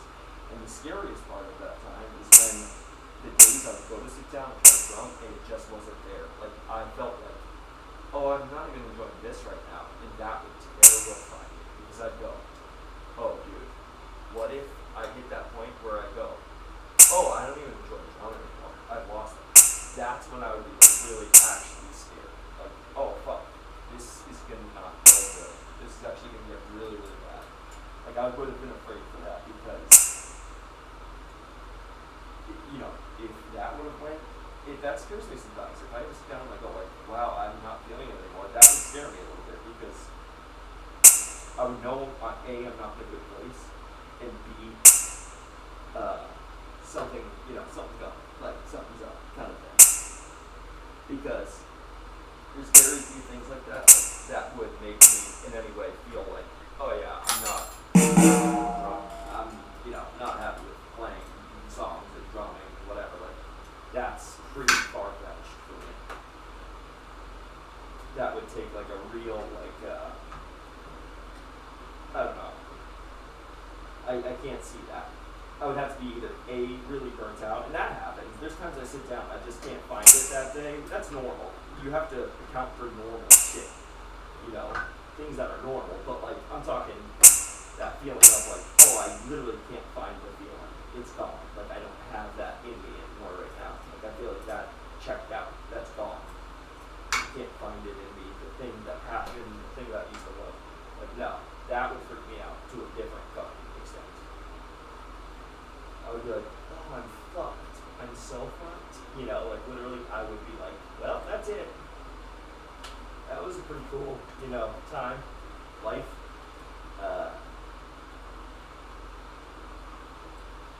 I would feel fucking beyond lost. That would fuck me. What the fuck is happening? I thought I fixed this, and then I didn't, because I'm a fucking dumb fuck. Excuse the language.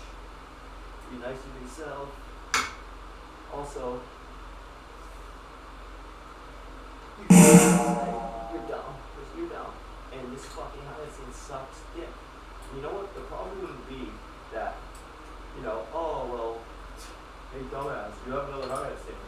The only problem with that is it's bent up beyond belief, and it screws missing from it, and it's not in a position to do anything right now.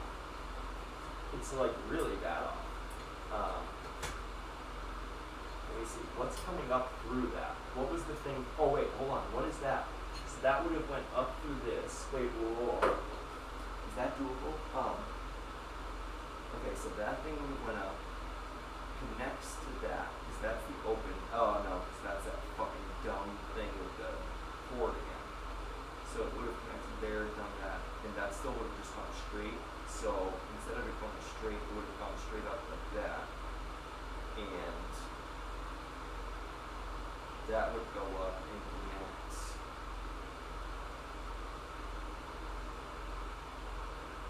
There is a way I could do that, but that would be such a project, and that maybe is something to go into later and try to figure out. But right now, that's not like a doable thing. That's like a real fucking project thing that I literally just don't have the whatever to do that. But there is something there that could be a fucking potential with that, but it's not there. That's like a real whole thing, and there's parts I have to find. And like, that's a whole like real like thing I would have to commit to and do. Like that's a real project. Even though this has been fucking insane, you know, tasking and like taking me forever, it's not like that. That's a whole different thing because I literally am unaware of where a lot of the shit is. I just don't have a clue of where a ton of stuff is, and also I don't also have the idea of how it would work out yet, mapped out completely. I kind of have a thought of how it could work out, but I really don't know. I know I would hit walls and like I know it'll hit spots where it's not possible. Like, oh shit, that's not gonna work with this, and then I would have to kind of adapt, like figure out, you know, okay, well then what can I use for this kind of thing, you know? And I just don't have that like brain on right now. I don't have that hat on currently. That thinking cap of like, okay, well that won't work, but then what could work in place of that, you know? Like I don't have that. I'm not wearing that hat right now. I don't have that fucking idea in my head. If anything, I'm very much like, dude, I would be surprised if this works, like at all. If it does work, it's gonna get me just through playing right now, and I'll have to figure it out later. But that's literally all I've been trying to do this whole time is just get going again for a little bit so I can get some fucking growth. Like just get by, not fucking have a permanent solution as of right now. Just like something for a bit to fucking get it through, and then okay, I know that's fucked up. I'll work on it a little later, like that kind of thing. That's clearly not happening right now. It's clearly not allowed that for me. Let's pay back for fucking.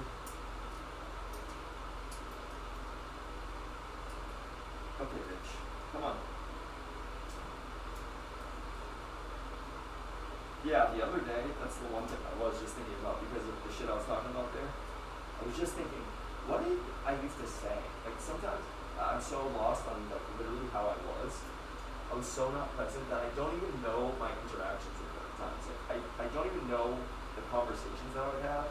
I feel like they were so fucking dumb, and like the shit I would bring up was so not present and like so just like, are you here right now? Like why did you bring that up? Or like I felt like I talked about things that maybe bothered me, and like I didn't even like think, like I wasn't even like, why would that bother you? Like, you know, I'm so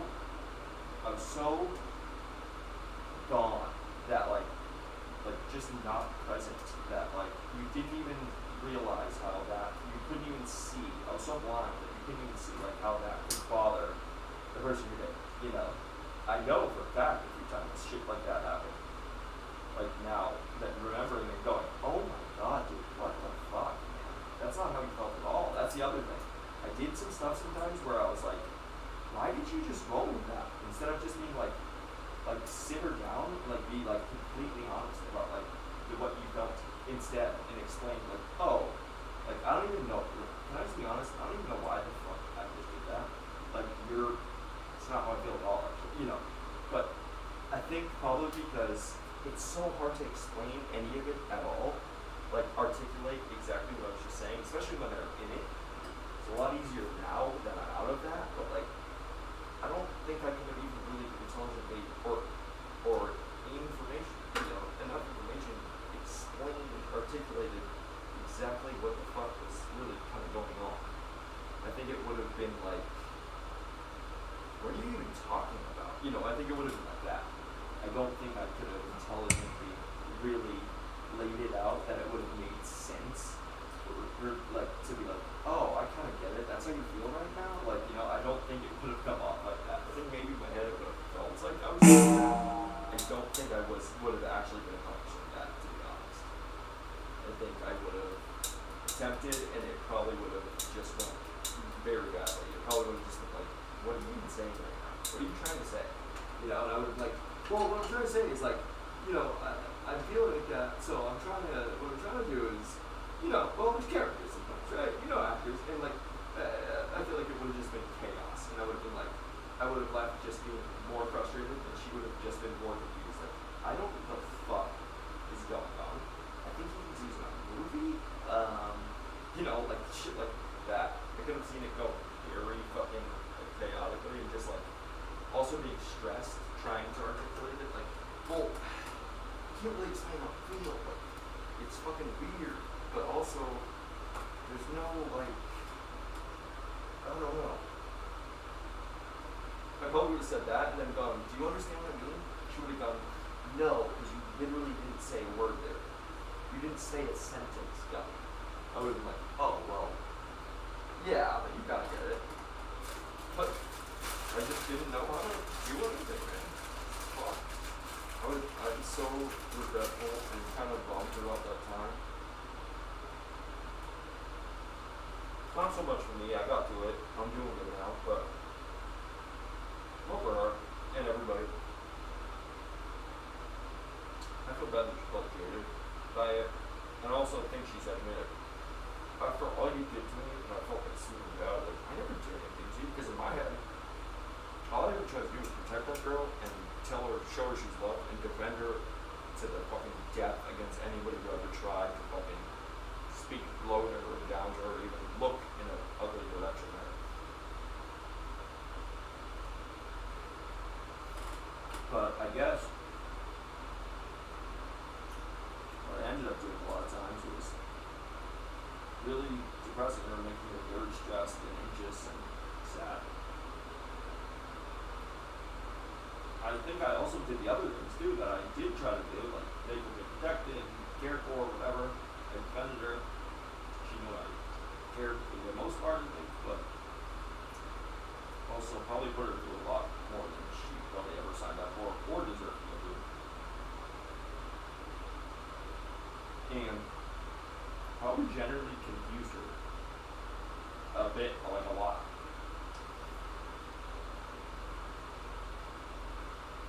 I didn't explain things nearly as well as I probably should have, though I don't know that I would have had the ability to do so at that time, but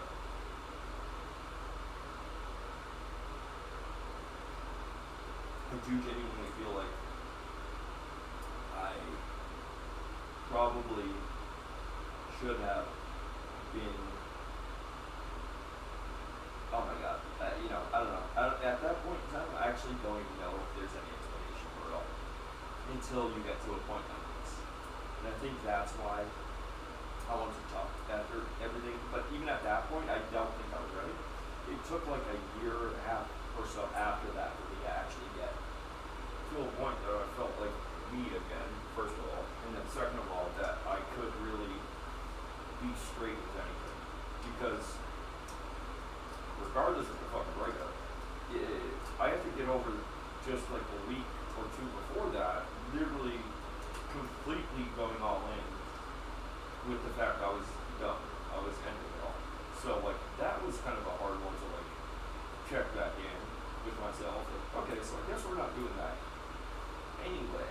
Like you can't just like change speeds on that. Like when you're dead set and it's like literally, oh no, that's 100% for sure. I'm gonna handle my business, my family, so I'll meet everybody, give them a good last memory, whatever. And then just switch like gears and just like, oh okay, I guess we're gonna postpone that for a bit. Like, no, I don't want an explanation. Like, me like into myself. Like, yeah, no, I kinda wanna know what that's about. We can't just like set that one aside, I think it's kinda important. Like that kind of feeling, like, that kind of shit is like, no man, I feel like we should probably address that, like sooner than later, because that's kind of a big one. That's not just like and then of course I'm like, well, I just had a breakup, and it's kind of stressful. It's like, then I was using that, it's like, no dude, this was well before the breakup, this was before any of that was your plan, so that's not just like chalked into a breakup, and that's, pretty normal for the press. Like, no man, this was well before the breakup. I mean, you knew breaking up was inevitable, coming very soon, just by how you were acting, but that was not the catalyst by any means. You certainly were fucking doing this whether you were to spend the rest of your life together or you were breaking up. I was already in your head for sure, so you should probably figure that one out. Probably got to discuss that with yourself and handle that and figure out what the fuck is going on there. There was some weird shit, so I don't think, either way, it wasn't a good time to do that. It's probably the best time for it. Like I told her, you should get out. I wish she had left that door open, to like, when shit was better, have discussion. But I get why people don't want to. And if it was all this confusing, and like, what the fuck, dude? No, man, I don't even want any part of this. I could see just wanting to watch her hands go. I definitely would. Just because, for me, I'm so glad all that's over in my life. Like, not her, I'm talking just the chaos of myself during that time. I'm so fucking happy that I don't feel like that anymore, and I don't feel like even like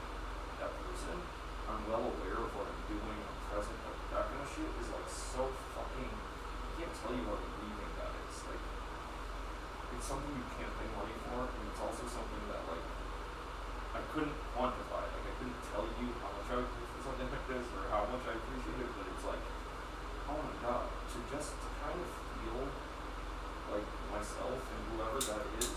And, you know, I don't love myself all the time, but I can say I'm fairly happy with who I am, you know, 80% of the day, as far as my behavior, the reactions I have to things, you know, my level of being present with people, that kind of stuff, like that, I would say that I'm fine with. I'm actually comfortable with that.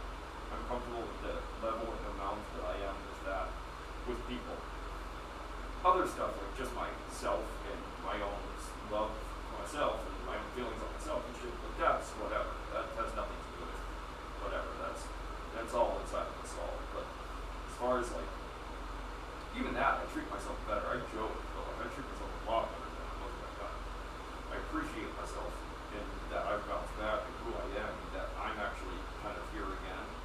And I'm like aware, and I actually feel like myself again. So I'm kind of, I fuck with myself, I joke, and I say some things that you probably shouldn't say, because it's not good to just like, even if it's just verbal, you're putting it out there. I know that rule and whatever, but, you know, I fuck with myself. But, I can't, you know, you can't take shit so seriously, especially when you've gone through as much shit. I just can't take shit so seriously too. But not everything I say is dead serious. But at the same time, yeah, I feel like I probably I do just appreciate that I feel back. I feel like I was on the worst trip ever, and I had to like not only come back, but then I also had to find the other piece to myself and be like, okay, you're not fully back until you find him. He's wandering out somewhere. I don't know where the fuck he went when you were gone. And now you have to go collect that fucking guy and be like, hey man, thanks for scanning in for me, but you just died. You know? Like your Frankenstein that was fucking kind of there during that time, like that, you know, was just a body scanned in kind of thing. You know? Yeah, it's weird. Felt like I wasn't back yet, and I was, and just, oh my god. You look back, you're like, who the fuck was that guy? That's a weird one. But I don't have regrets, like, as far as, I mean, I have a ton of regrets. I have so many that I can't even begin to think of them, because I'll just snowball myself and fucking fall apart, but really, like, you can't, like, a lot of shit happened, and a lot of shit happened for the best, a lot of shit happened for not so much the best, but also a lot of shit happened that probably should have never happened, and it was pretty shitty regardless. But again, you can't blame anybody, and I'm not actually blaming anybody, I'm talking just in general. There's shit that you can't control that happened, that probably should have never happened, it was just a bad time, or shit happened, or damn, you know, I'm sure other people, but we could go back and go, man, if I had that option again, or that choice again to do that, or not do that, I wouldn't have. But it is what it is, you know, and everybody moves on, but also just like I did some good during that time too. I'm not gonna sit here and say I was all terrible. Like I definitely did actually do some good during that time. People relied on me, even though that's insane kind of in a way, like, because I really knew who I was. So helping anybody else figure out who they were, helping anybody else through a hard time, which I did a lot of then, was wild. It's fucking wild that I could get it together enough to fucking try and help somebody else find themselves. Let alone when I was so fucking lost. But I did. And I did a pretty good job for the most part. Like, I helped a bunch of people during those times. But it's easier to help somebody else.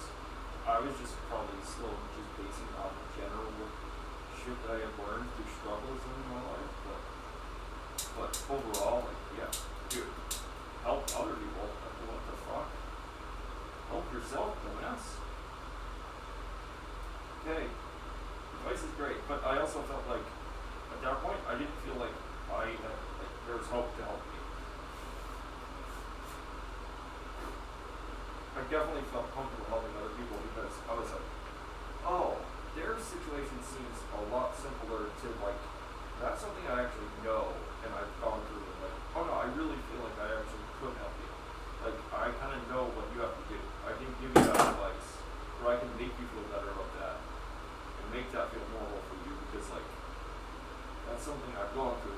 sure I know what that is, and that's something I can definitely handle. My shit right now is like way more complicated, but like not in comparison, but just in general for me. So that's not like an easy fix. But as far as like for somebody else, like, yeah, oh yeah, there's definitely stuff that I was like, oh yeah, okay, that's nothing. You can handle that. I can get through that, dude. Even the state I'm in right now, like, I can definitely handle that kind of thing. So I felt like I could be there for some things for people, but like, yeah, there's definitely wild for that. That was, you know, at that time, if I look back now and be like, hey, should I ask that guy for help? I would have been like, definitely not. Keep going. Go down the road. If you find somebody else, ask them. This guy shouldn't be telling anybody anything. That's how I kind of felt. If I had like an outside look in and watch somebody asking me for any type of help, I would have been like, I don't know if you want to do that. He's kind of, you know, in a I should help myself phase. Yeah. You probably have the answers you're looking for, honestly. I would have just passed them on to somebody else, because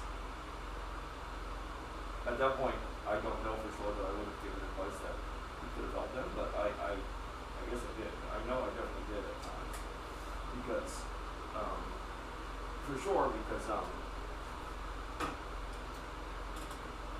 there's a lot of people, you know, I remember a lot of people relied on me, and that's what was crazy too, and also that I allowed that to be a thing. I should have never, I should have like, dude, I love you, and I want to be there for you, but, I gotta be honest, I'm really not doing well lately, and I really need to focus on myself and take care of myself a bit for a while. That should have been something that I should have said far more regularly, and I never did. I never once did. Because I hate fucking, first of all, I hate fucking being selfish. You know, and if there's the option to help somebody else, help myself, I would say 9 times out of 10, I'm going to help that other person. It gives me more gratification, it gives me a better feeling, it makes me feel better too. So, in that sense, I think, yeah. So, if I had the option, it would have been that every time anyway, but for sure, it was very, probably not the choice. If, you know, if you have a psychologist and they're like, hey, stop helping other people. What you're doing is kind of procrastinating on working on yourself, probably, I would say. And they'd be like, you need to really sit down and focus on yourself. You're not in a position to help anybody else. Even though you may be helping somebody else, you're literally not in a position to be offering somebody else. So please, take the time to focus on yourself. I would imagine it's something they would say.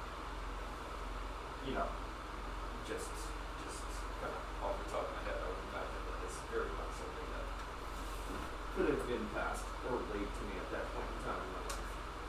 Because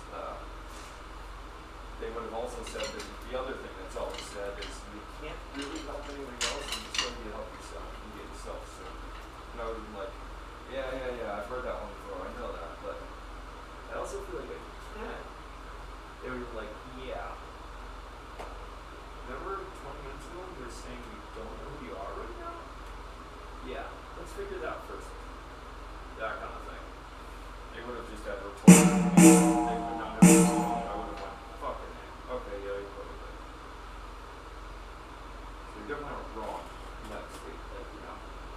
That's exactly what I need to do. And luckily, when everything fell apart, and I just really only had myself, and I also didn't make efforts to go, you know, get bound up and find somebody else, like, you know, I did kind of for a little bit there, and I was with somebody shortly, but then I was like, hey, first of all, this is not fucking fair to them, because I'm literally non-stop thinking about her still, because I didn't get over that probably right away, because I'm still fucking dealing with my own shit. So it's super not fair to this person, because they're like never gonna win. They're never gonna get to win and break through. They're never gonna be them, and that's always gonna be a losing fucking battle for them, and that's not fair to them. Because they deserve their own thing, and they deserve their own fucking like place and acknowledgement, and they're a different person, they're a good person, and they have things to offer, but like, I wouldn't have even let that be a thing. I never would have acknowledged it, or given them the fucking chance. Just because, oh no, you're great. Well, what's the matter? Well, you're not this person. They would have been like, what the fuck? They would be like, oh yeah, that's working against you. Unfortunately, you can't be that person, and you're not, so that's like majorly working against you. They would be like, so, okay, so why are you even talking?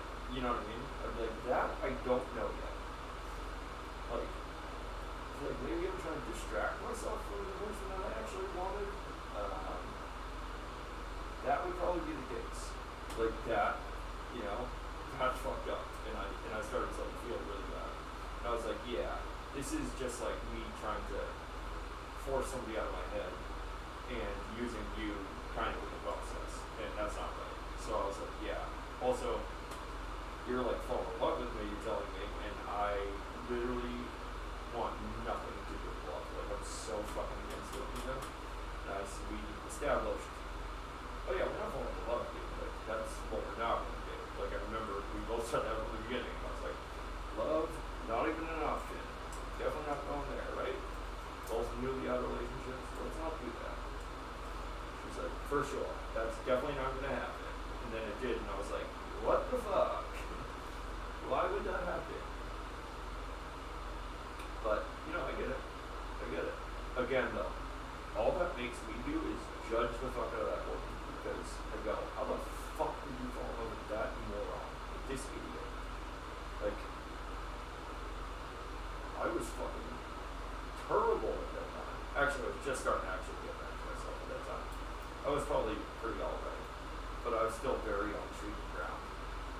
As far as being sure of what the fuck I was doing. So, yeah, I was in a much better place. But yeah. I'm just glad I didn't continue with that. Just the fucking.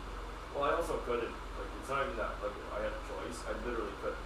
Like, my buddy wouldn't allow me. And also, like, I just could not get into it. I just could not sit there and pretend like I was happy or comfortable with somebody else that wasn't a person, or sit there and try and pretend like I wasn't sitting there thinking about that other person. Well, I was with this person, like faking my way through it just to distract myself. Like, well, it's somebody, and you know, I'm sure there was somebody, so at least you know you're kind of moving along some path, and you'll be alright. You'll get over it, because that's what I always did back in the day when I was younger and shit. Like, when I'd get out of a relationship or break up, I'd just go meet somebody else. Whether it's just a hookup for you guys to both rebound and get that out of your system and kind of forget that person. It always worked back in the day. But then you grow up and you're like, oh yeah, I forgot this isn't just like a stupid little young, you know, late teens, early 20s relationship. Like, I fucking love this person.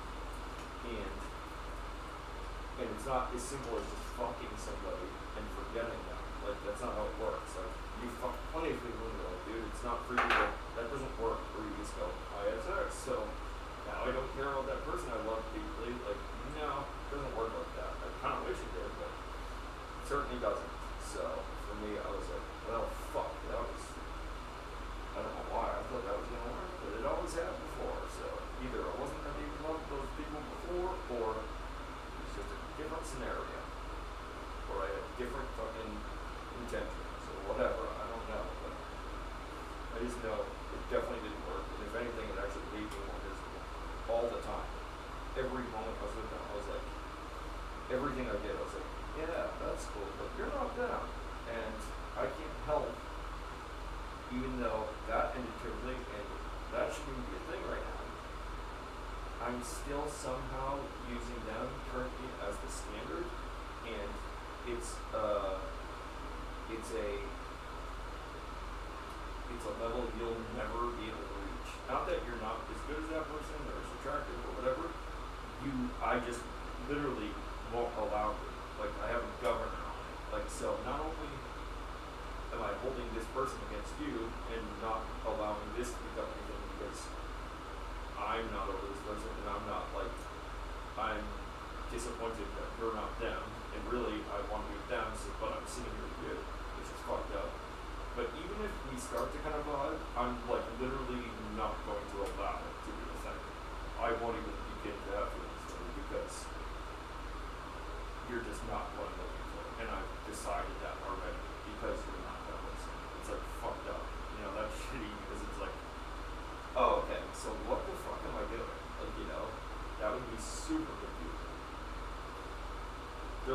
okay, so what's going on? You're like, well, you're not this person that I actually love, and you can never be them. So, essentially, it's never gonna actually work. And they're like, okay, so there's literally zero reason for us to be talking anymore because I can't turn into somebody else and give you something that you're looking for. I'm me, but you're not, you're comparing me to somebody else, and I can never be that person. So I'm literally just trying to go against a losing battle. And it wasn't even just like comparing, like I wanted them to be them, because at that point in time, that person was pretty shitty to me. So it wasn't like I was like, God, I wish you were them. They're fucking awesome to me. Like, no, it was comparisons every other way. Every little thing they did, I was comparing. I was like, oh, well, oh, I don't like the way they did that.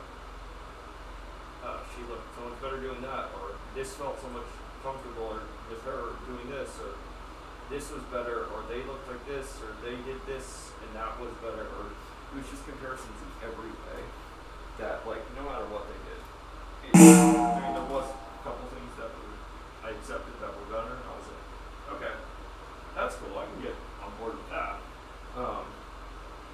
But other than that, I was like, oh, I mean, it's so unfair, like, you know, and I really just stayed because of the song a lot. I really, like, resonated with her kid where I was like, oh, this kid reminds me a lot of me when I was a young kid. And he had, like, you know, his own issues, like his young kids too, and I just felt disgusted, and then I felt bad. And I actually liked her too, like, as a friend, she was very nice, but, like, she started liking something that I hated, and that's me, at the time. And, that wasn't gonna work out. Because, oh, wait, you're telling me I'm good and you like me, and oh no, you're crazy.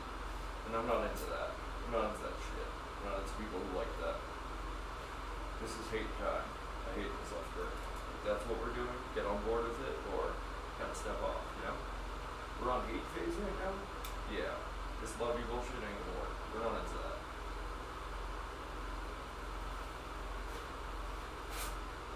Right now, we're on pay for phase, like pay for and regret all you've done phase in the past couple of years. Yeah, that's the phase we're on currently. So if you're on like lovey bullshit, we're not on that phase yet, and we're probably not gonna hit that for a little bit. So maybe stop that immediately, because I'm not into that shit. That's how I felt, like, literally.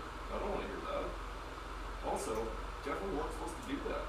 I also felt kind of like upset because I was like, hey, remember when we were like, hey, we're not doing this other shit? Because then also I felt obligated, like, I get once again now to be like, okay, you fell in love with what?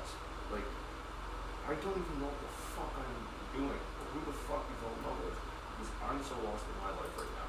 It's so hard, and now you're telling me you love this thing, or this side of me, or person of me, and I literally couldn't replicate it for you if you fucking hate me.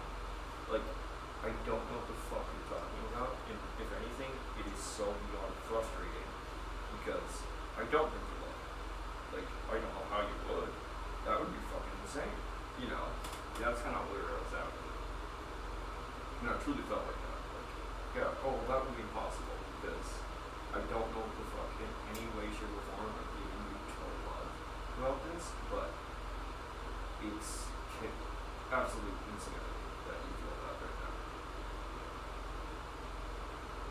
You know, I was a little bothered by it, especially because we went, which always happens, but for some reason I actually took this shit seriously, because I was like, no, like, you know, they're like, yeah, we're definitely not going to fall into anything, no love, and we're not getting into a relationship, this is just like casual. I was like, for sure. I was dead set, like dead sticking to that, 100%. Again, because I was trying to get about the other person, so I was dead set with just fucking away the thought of that person, you know? Nothing more. Doesn't need to be anything more, doesn't need to be anything less. You know, whatever. Having a casual connection kind of thing. No pressure, no love, no relationship. But then, when it becomes something else, I'm like, okay, well now you're fucking everything up. Like, I told you, and I was just dead serious. I told you I'm not looking for that, and I was not looking in any way. It wasn't even like, listen, I'm kind of feeling it too, but we said we're not doing that,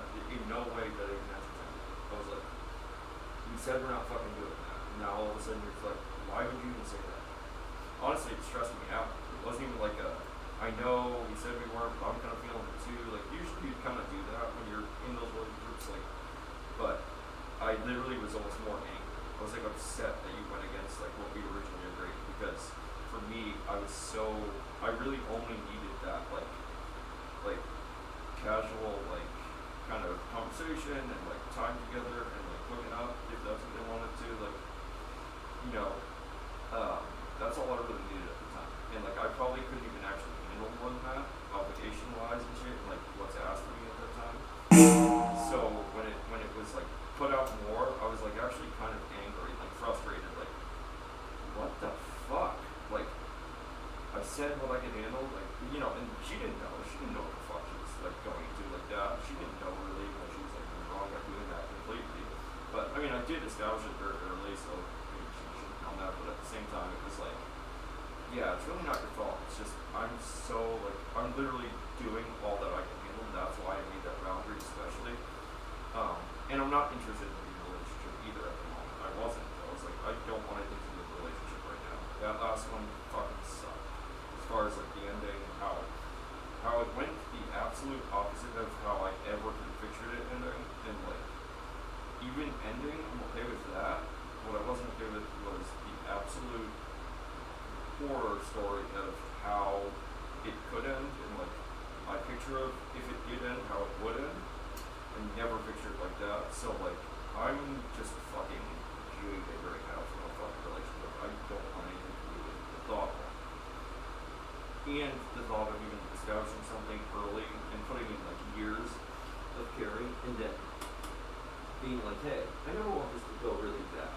And then at the end having it go way worse than really bad. Put it that way. You know, like I was so fucking defeated by that's even a possibility, that like, oh yeah, you know you can do this and like agree, like, and really genuinely say some shit like that, which is crazy to say in a way, like, hey, you know, if you ever wake up, I can handle that. I'm an adult, but you know, I'm a big boy. I've gone through breakups, I've gone through heartaches, and just hard times in life. I can handle that, and I definitely could. Being vulnerable and saying the other thing, especially like very early in the relationship, like, hey, what I can't handle is not knowing you ever, like, anymore. Like, literally, you just don't exist in my life anymore. Like, we end badly and we never want to speak. I'm not saying we're gonna hang out and talk every day. Like, obviously you'll move on, you'll have boyfriends, all girlfriends, whatever. It probably wouldn't be appropriate to hang out and talk every day, but like, I'm just saying that door's open. That would, you know, I just don't want to live a life where, hey, I knew this person I liked. For whatever reason didn't work out, but I genuinely deeply care about them. Like no one else. And then it didn't work out. So for some reason we have to just like completely shut away. And now I'm supposed to go through my life like I never met this person that I ended up falling in love with and caring about very much. And still do. And that bothers me. The thought of that bothers me. For a number of reasons, and I have my reasons because I already have people in my life that I have to do that with that are much different types of situations, but you know, probably maybe even a little more sentimentally deep, but in a different way that I have to just shut my brain off from and act like that part of my life ever existed and they don't exist to keep just my sanity because there's no changing it. So, and I knew that shit too, so like, that had nothing to do with them, that's a separate thing, but just the act of that in general, like, it's such a sad thought. Life's so short, and like, the thought of like, dude, why are we like pretending? Like, you know, like, yeah, if you really genuinely hate that person, like, I just don't know how you hate them after that. Like, I just don't see any reason to hate in life like that, especially if you're sure, even some good times. Like, dude, I can get over pretty much everything. I'm very easy to like live by. Like, I really am. Like, I'll get over shit. Like, you know, cheating, okay, cool. Hey, that just means this relationship obviously, you know, I don't know if we can work out. If we can, great, I love it. If not, obviously this just doesn't have to wait. That's cool. I can move on from that. You know, I'm not gonna hate you for this. Hate is so fucking crazy. I'm pretty like honestly rational. Like at the end of the day, when I'm myself, like in thoughts and like as far as communicating, I'm pretty fucking rational. So like, just would never want that. You know, with some people, whatever, I don't give a fuck. If they don't want to speak to me, fuck them. Let them go on. But like I told them early on, pretty vulnerably, that, yeah, but if you, I don't ever want that to be the case. And there was no future at that point. Things were going very well. There's no real thought that it was going to be the case. I mean, I kind of knew eventually that would probably be the case at some point, but like realistically, as far as just the climate, how things were going at that time, that wasn't really on the plate, like on the, you know, up at bat, like anytime soon at that moment. But I just said it because one day I was looking at her and I was like, I fucking love this girl with that. And I just thought to myself, if for any reason this doesn't work out, I never want to not see this person and care about them. I can adjust how I care about you. I can care about you romantically, love you like that. And even if I still always do, it might be a little hard for me, but I'll never be an appropriate act on it or be like, you know, it's, look, I would never bring that to your attention or cause stress if you moved out of your life. You know, someday people care about having a husband. I would play the new role, which is, hey, longtime friend, or like, you know, somebody I just care about. If you ever need something, bring up the phone call. That kind of thing. I'm never going to be appropriate or cause issues or cause stress for them. You just adapt. You still love that person in a different way, though. I have an ex-girlfriend that I love, and if she ever needed me, she could call me. But it's totally different. Like, to be honest, I don't feel that attraction to her anymore. Things have totally changed between us, but I don't know if she feels, you know, back where she lives, but either way, my point is this, like, it's just appropriate, and it's just what it turned out to be. That's cool. At least you're still around. And you know what, like, I'm glad that I don't have to go to work and like pretend like you don't exist. Like, no. It would be tough, because when I said, like, hey, oh yeah, I love this person. Like, I literally, the reason that even came up at all to begin with at first was because I literally was like, oh, I fucking love this. And like, in a way that like, God, like, she just makes my day better. I'm fucking miserable, mind you, at that time. I'm in such a bad place at that time in my life, but I'm like, you know what? Like, even in the worst of things, she makes things just so much better. Like, she at least gives me some moments of peace and clarity in my life, like, where I'm like, oh my god, everything's chaos, I'm so fucking anxious and unsure of everything, and sometimes I'll just like look at her, and she doesn't know it, because god damn it, I'm so dumb, but during that time, again, talking about how I wasn't present often, I probably didn't say that shit enough. I probably just like literally, when I look back on it, sometimes I feel like I literally just was staring, but we were just having probably what actually in reality was a 3 seconds of a little look, like in between watching TV or something, and I follow like that. But I never probably actually, like, I know I vocalized it sometimes, but I probably in those moments didn't vocalize it because what 3 seconds felt like a 10-second whole thing that I started thinking of a, you know, subtopic like that. But I definitely don't think I felt the same shit nearly enough, and that kind of stuff, it just like, yeah. But I did tell her, like, you know, again, but unfortunately when those things were said, a lot of times they were already in bad situations, like explaining to her why things are so bad for me, and then saying something like, you know, but I get it, and I know it's hard to deal with, but like, you know, you're the only thing in my life that literally, you're the only thing that makes me happy. Trust me, you're in no way bad in my life. You're the only thing, if anything in my life, that actually brings me joy or makes me happy. Like, I'm dead serious when I say that. But when you're saying that about how shitty your life is and horrible, that really doesn't lend a ton of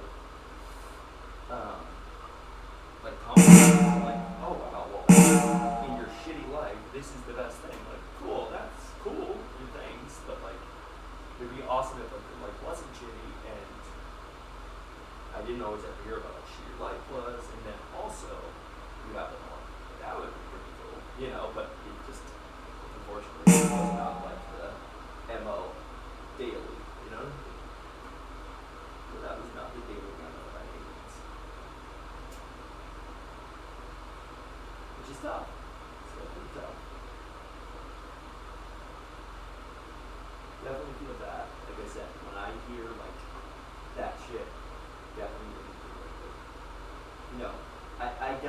some of it was a little dramatic in the sense of like, you know what to do. Like, no, I really don't completely because, again, you didn't speak, and at the end you refused to speak.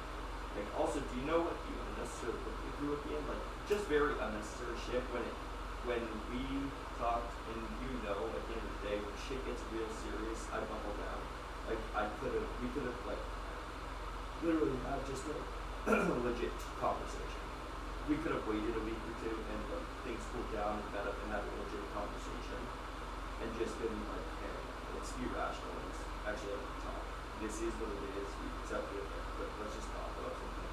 Maybe she felt she couldn't do that. Maybe she felt I couldn't. I don't know. But either way, or maybe she just didn't care. So she was like, I just want to fucking do that. But it's kind of fucked up because I at least think sometimes would feel like you don't owe me anything. I don't owe you anything, but like just respect. I care about this person enough. I want to leave with something like.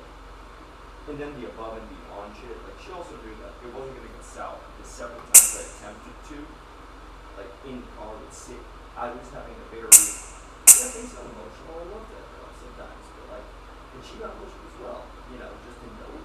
But the thing is, like, at that time, I would say that like, she was well aware that I was taking it seriously. It wasn't gonna be like I was never begging to get back together. I just wanted to talk. I just wanted to see what the fuck was going on. I wanted to understand you better, and I just wanted to leave on a different note of like, hey, okay, I understand, and I totally get why. I also wanted to tell her, things like, hey, I totally get why this has been chaotic.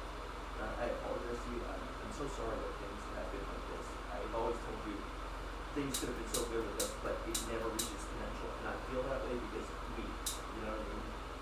You were always good. You walked into something you probably were never fucking prepared for.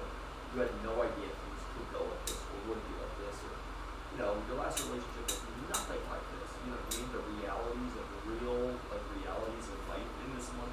If you went from like kind of younger kind of relationship, like regular relationship to like, oh my god, like very serious love problems with people you love, like very serious issues that are like real issues that you have to like sit and consider things and like shit that you've never even dealt with or had around you, or like zero guidebook on how to deal with them.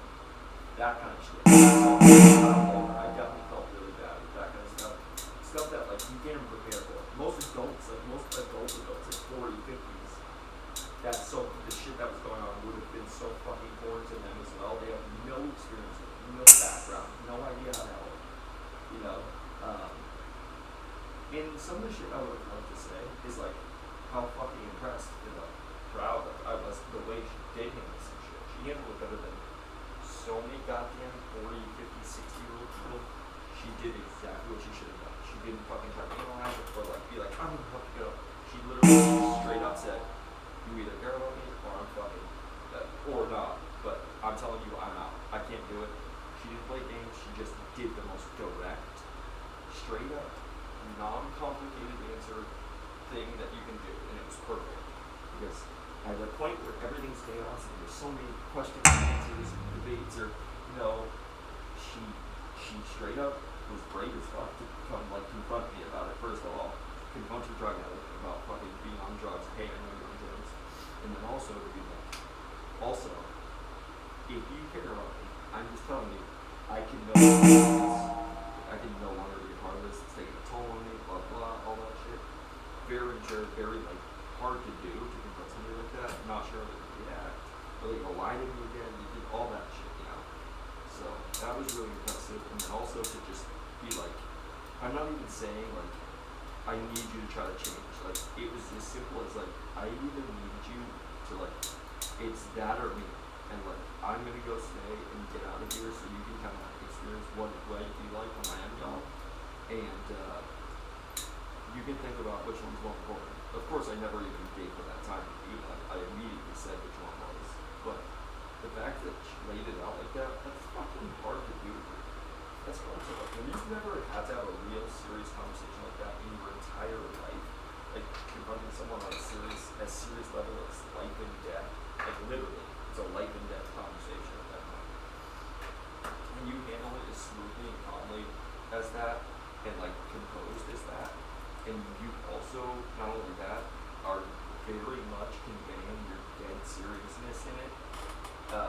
enough that they go, oh my god, like it woke me up. It's pretty fucking impressive for somebody who's literally never experienced anything like that in their entire life. No fucking background with that. No practice run, never dealt kind of with somebody who had a similar story, but just stepped up and fucking handled it. Because, again, she could have just ran away and fucking bailed and left me to die in my apartment, you know, OD in my apartment. But obviously, she did love me at some point like that, because that's a loving fucking thing. It's a straight up loving thing to do. And not only is that, but extremely loving is to give that fucking drug addict that you honestly are, everyone in your life is telling you he would never change for you, he's a loser, he's a fucking lump, he's a drug addict, like all this shit, leave him, whatever. You not only ignore those people that are so hard to ignore in life. I mean, so many people fall into that trap of like breaking up with their spouse or leaving a spouse because pressures from the outside people in your life. And, you know, it's not their life. I always said that. If anybody talks about the person I'm with, I'll cut them out. Like, literally, I don't fuck with that. You're either supportive of me or you're not. And in that case, I expect you to not with me. But I don't need your opinion unless it's positive or whatever. For her to do that and then also give me the chance to get better and show her that when literally she didn't have one fucking single iota of a reason to even trust what I was saying in that moment. Nothing. She didn't have to at all. Like, and honestly, in her head, I'm pretty sure she 100% doubted that I was going to be able to do it. I'm pretty sure she was like, I'll give him a chance, but I know this isn't going to work out. Like, I just know. And, you know, at the end of the day, sometimes I go like, oh yeah, well, you guys are cheating on each other. But yeah, I'm sure she was hooking up with exes or fucking, you know, she met somebody and fell in love. Like, dude, that's all stupid young shit we do. Like, I did so much shit like that too. But like I always tell people, anybody I've ever fucked when I'm in a relationship has never been good. It's never been better. It's always just been kind of a mistake. Like, I didn't necessarily completely regret it, but I was kind of like, why did I even do that? You know, like, sometimes you just do some shit, man.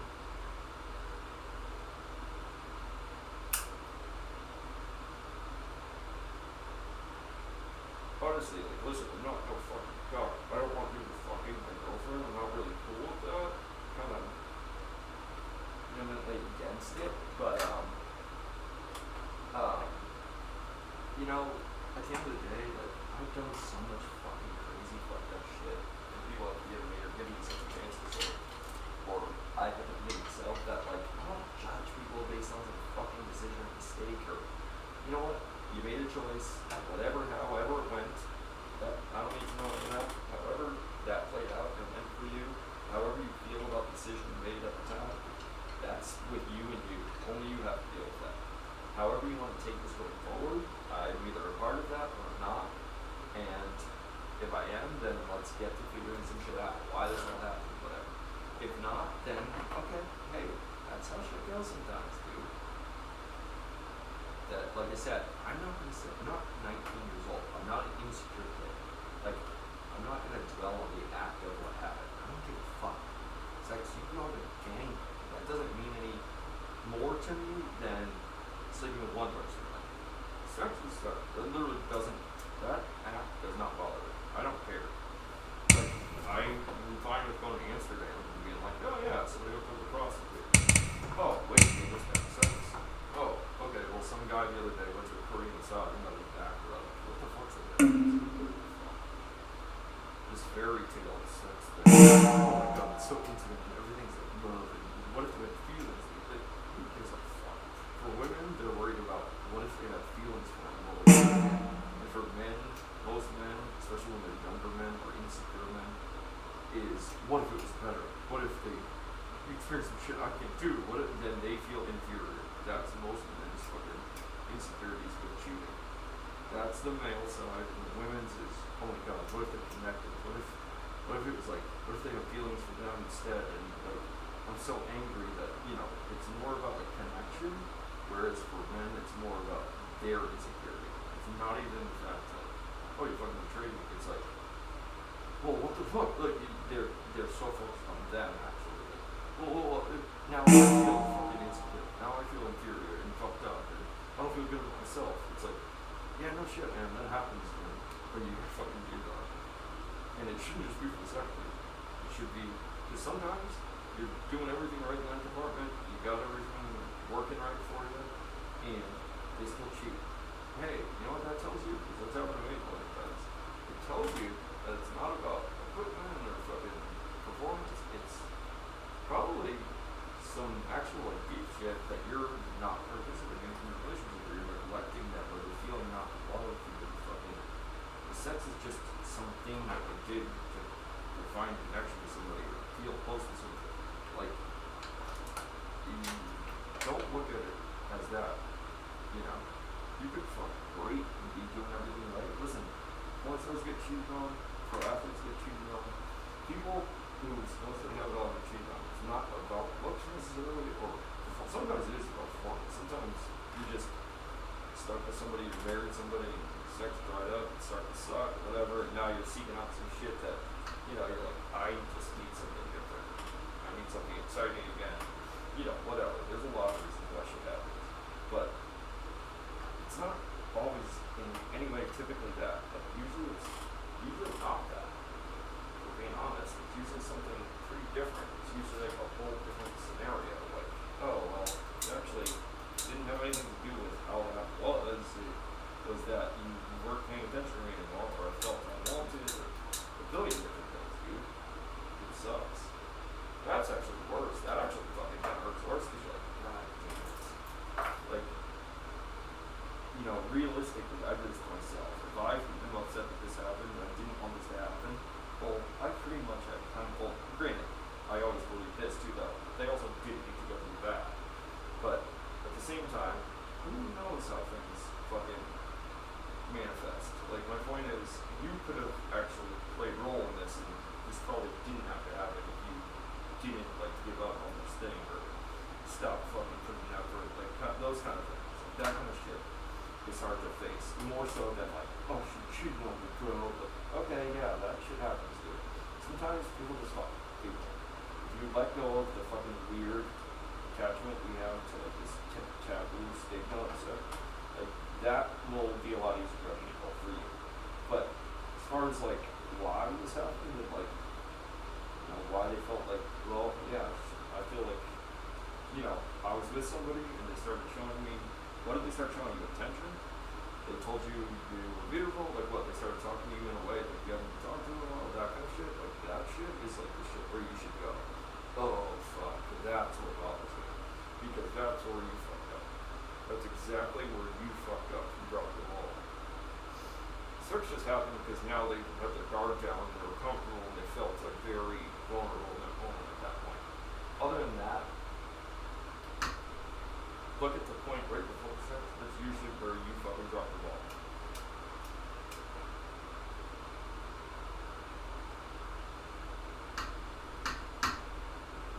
That would suck.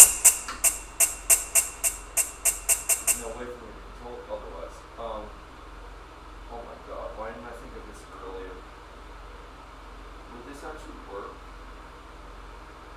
Seriously, would this actually work? Let's see. Dude, if this actually works, that would be fucking insane. Hold on. Seriously? Like, I can't even imagine how this works, but if it does, I will fucking lose my shit. I will fucking lose my shit if this works. But we're gonna say, hold on. It will blow my mind, that's for sure. Let's see. I don't know how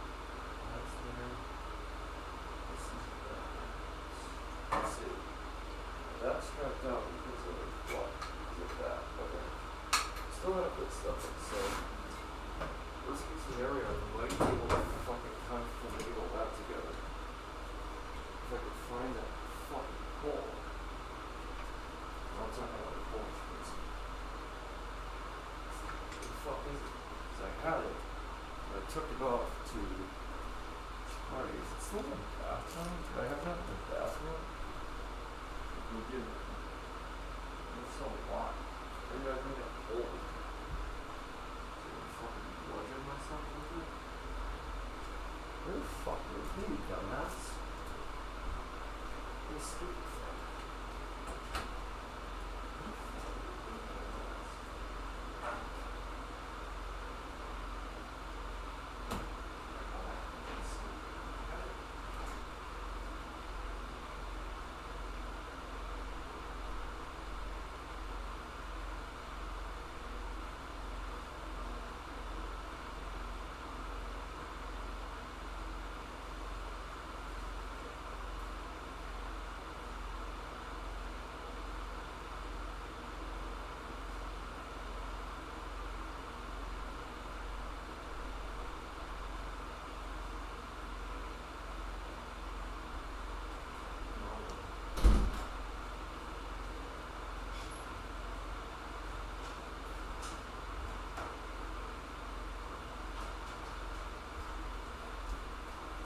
Hey dude, what the fuck?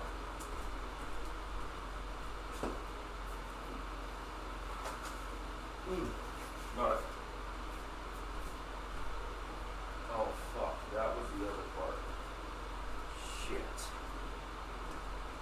That part I'm very concerned with. That is actually, that's the concern. That is definitely a concern. That's what I was worried about. Fuck, I knew where it was at one point too. Is this it? Oh, maybe it is. Maybe that is it right there. Is it? Yeah, that's a part of it too. Okay. It's not as distant as I thought. Okay, let's see this. What is this? What was this? That was a fuckload of tape, brother. Let's see. What the fuck is this? What is that surrounded by? We just see what that is. I can tell if I need it or not. What's that way out now? Fuck, what is that? No. I can't be anything, right? Oh, that's a top. I put that through for,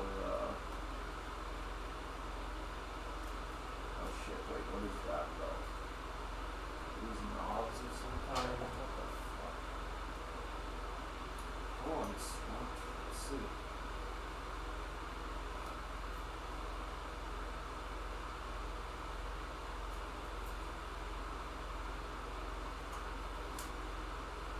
What is this?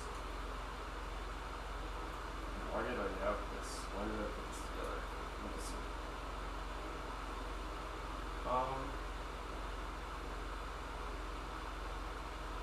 The fuck is this?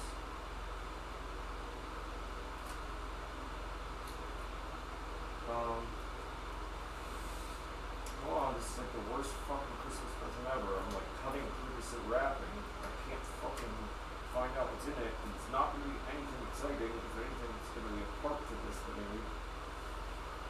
Dumb fuck. Come on. Cut a little faster, bud.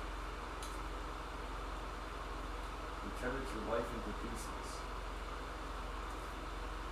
Coverage.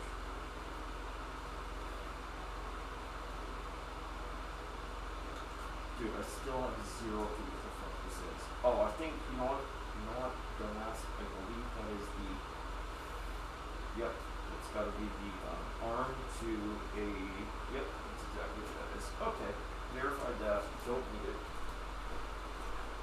Verified that, do not need it.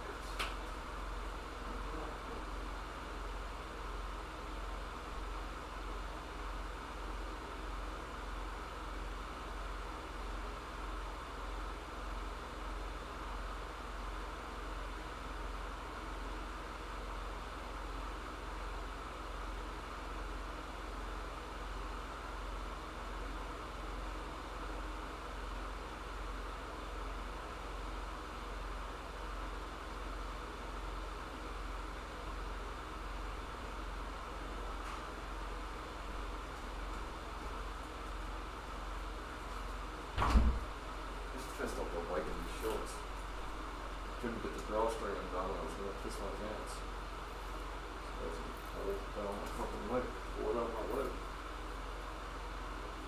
So it's best to be. One time. As an adult man, you can't piss yourself. And you can't be taken seriously. Straight down your leg and fucking piss. Direct fucking street. Direct fucking access. Straight down your leg. Straight down your fucking express leg. Okay, I got that. So, let's see. How do we do this? Is that fucking with that? Can we actually do this with this? Yeah. Or here's my question. Now, oh, did I break this somehow or something? Like that's what I'm concerned about. So, my concern here is that that's not pulling. That I don't like. Oh wait, hold on. I think that has to do with this. Let me see.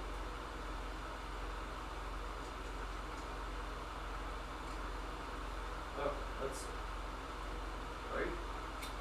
Does or doesn't? I don't know. Let's see. Open up. Okay. Is that tight? Fuck. Yeah. I remember this. I remember this the hard way, remember?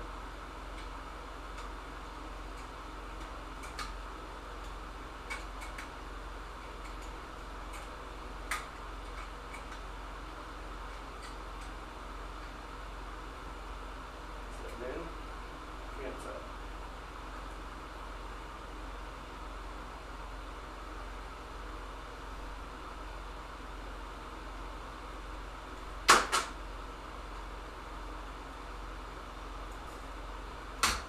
Fuck me, Andrew.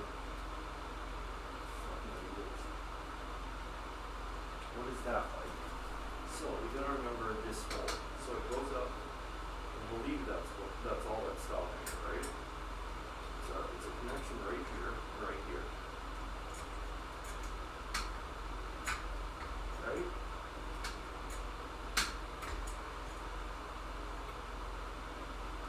If we point that way, we point this way. That means that would have got it right there, right?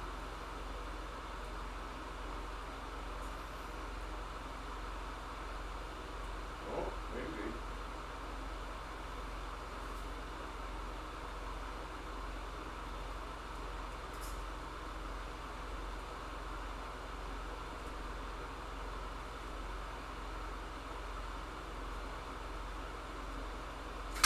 Fuck! How the fuck?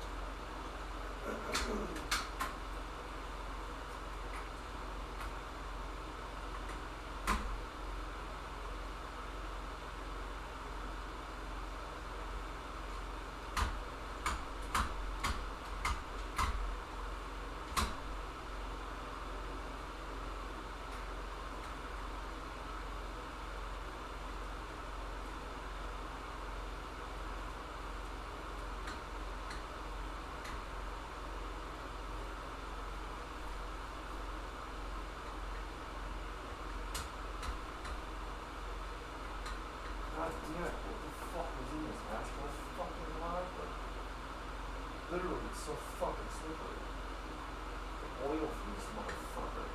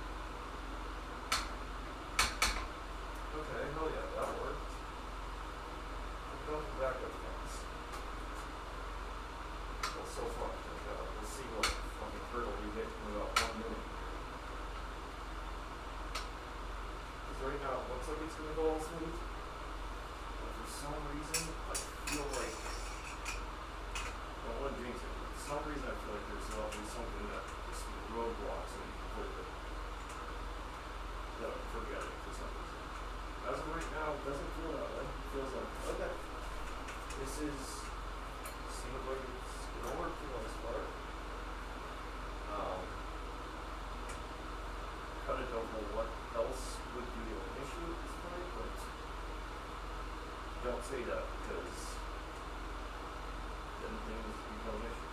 Then you go, oh, I see how that would be an issue.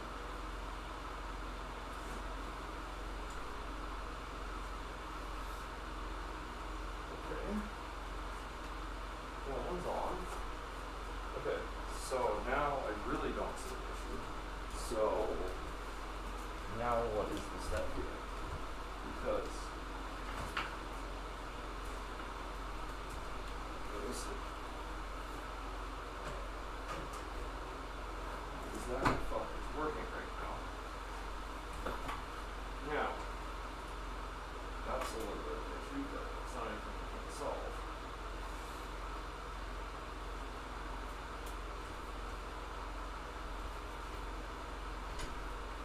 Sense of height. Very doable.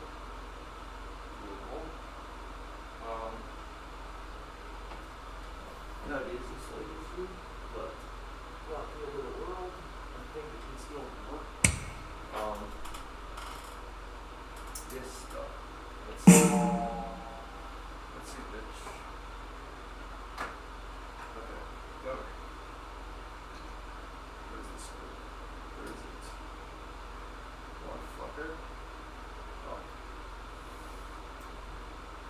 Well, I figured out this thing tomorrow or whatever. This is gonna work. And look at this. Let's see. Now, if I stuck that, no, see that wouldn't, no, so that wouldn't pull up, right? No.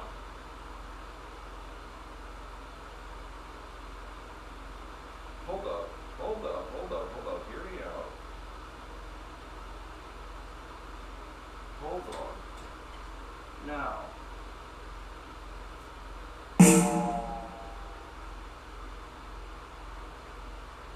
Wait. Would this work? That would kind of be fucking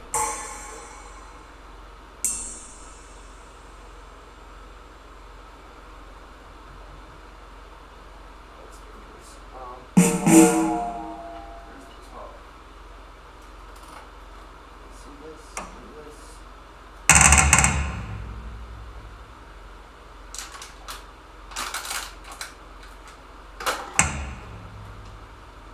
Okay, let's try this. If this works, that would be a fucking game changer, like literally. That would kind of change everything. Okay.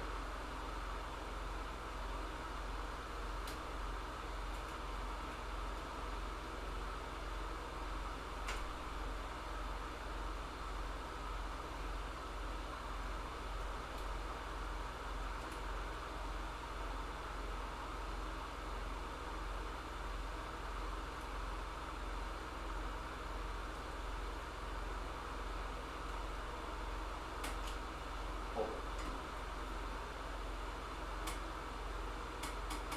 Dumbass, don't you fucking scissors somewhere? Like,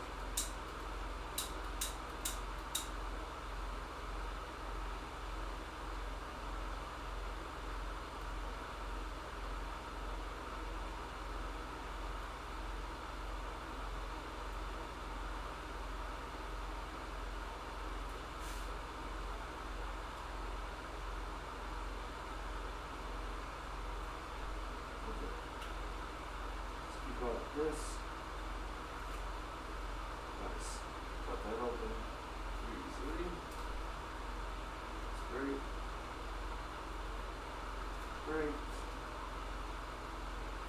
Great. Okay, let's see this.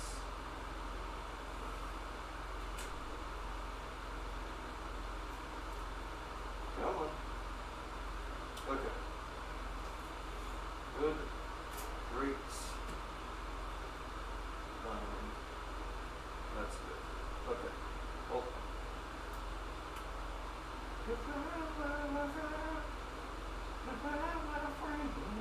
Fuck it, Michael Scott. I'm so glad I remembered that the other night. So funny. He was bummed that she fucking It's so fucking funny. Is that the episode, or is that where, I think he finds out she's cheating, or she left. Is that Holly, that one chick you met at Dave and Buster's, or is that the share model who died that he's depressed about? I can't remember. Now again, I can't remember something about that episode. What the fuck? That's gonna fucking bother me too, but not as much. I just need to know the song. I need to hear him fucking singing that. It's so funny. He's singing it so like under his breath and like so sad. It's so fucking funny.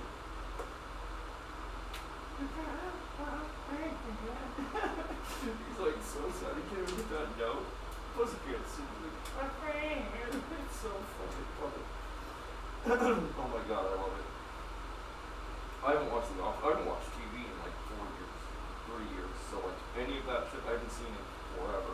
I'm actually like one of those people that I used to hate so much where you're like, oh my god, yeah, that episode, you know, like all the episodes because you just sit and watch TV so much. But when someone says something like, yeah, that one, I don't really know, I barely ever watch TV, like, what? Like, oh, it's annoying, like, I've watched The Office like 7 times over. Like, oh, okay, yeah, I honestly don't watch TV a lot, like, that kind of, like, that's me. It's kind of annoying because I used to, like, hate that guy talking to that dude, and be like, oh, what the fuck are you talking about, man? I don't watch TV a lot? What the fuck are you doing all the time, man? Like, you know, I used to like think that like made sense to be like, but like, I was so comfortable sitting watching TV, and the craziest part is I literally cannot sit and watch a single thing on TV. I'll watch like podcasts here and there because that's what I like. Podcasts I find more interesting, but like, I cannot fucking watch a TV show to save my life. The only thing I happen to watch, like I said before, that one time is the Pam and Tommy series on Hulu. With Sebastian Stan and what's his name, and Seth Rogen and shit. Like, he played the guy who robbed the tape from them in real life. He played that guy supposedly. But, yeah. Other than that, yeah, no, I can't. I have zero ability to just sit comfortably like that. I have zero ability to sit and just like veg and like just be comfortable doing that. I can't. I literally don't know how anymore. I used to be fine with that. It's so insane. That's all I want to do because I'm so miserable, but like, I cannot just sit and watch TV. I haven't spent over fucking, you know, I think I watched those in like segments too. Like, I didn't watch those all in a night, like the series, like the 6 episodes or something. I fucking watched them over like a week.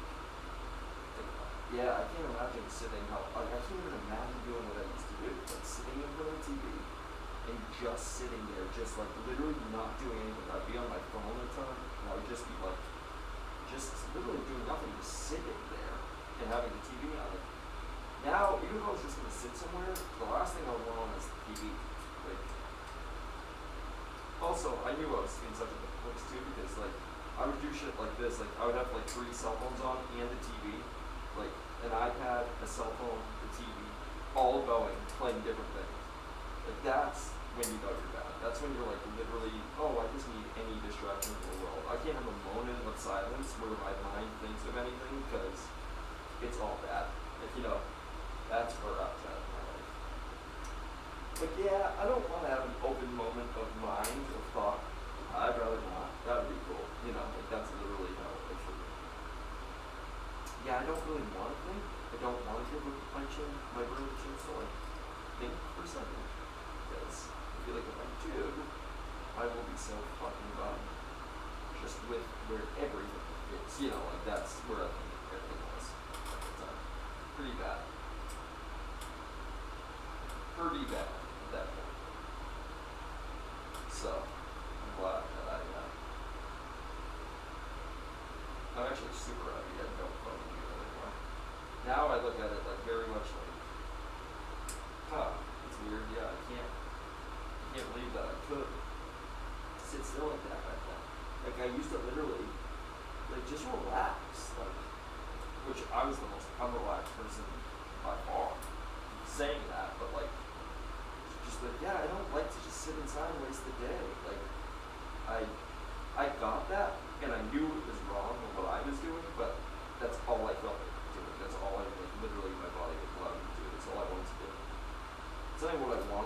was just all I knew I was gonna be able to do and feel like I could do and like want to participate in. So, I just acted like that was something that we should do, and it's definitely not. Like, it's literally, I would enjoy nothing, like almost nothing less than that. That sounds absolutely terrible if I'm being honest. And just doing that all the time, oh my god.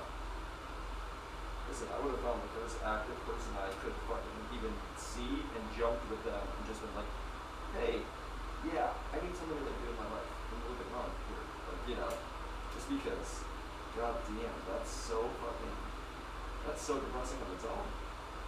Sometimes you facilitate your own depression. That is such a depressing, like, action to be doing all the time, just sitting, like, watching TV.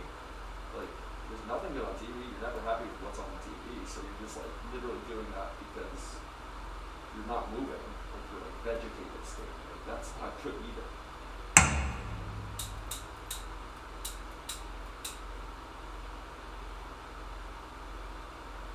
So, yeah, I mean, fuck, man. God, when I really sit back and think about stuff, there's so much that fucking bums me out. Like, when I think about that kind of shit, I haven't thought about it. Because I don't like to picture it. I honestly don't even like to go there mentally to think about all that. So I just don't. Like, I just try not to. But sometimes shit does just come up.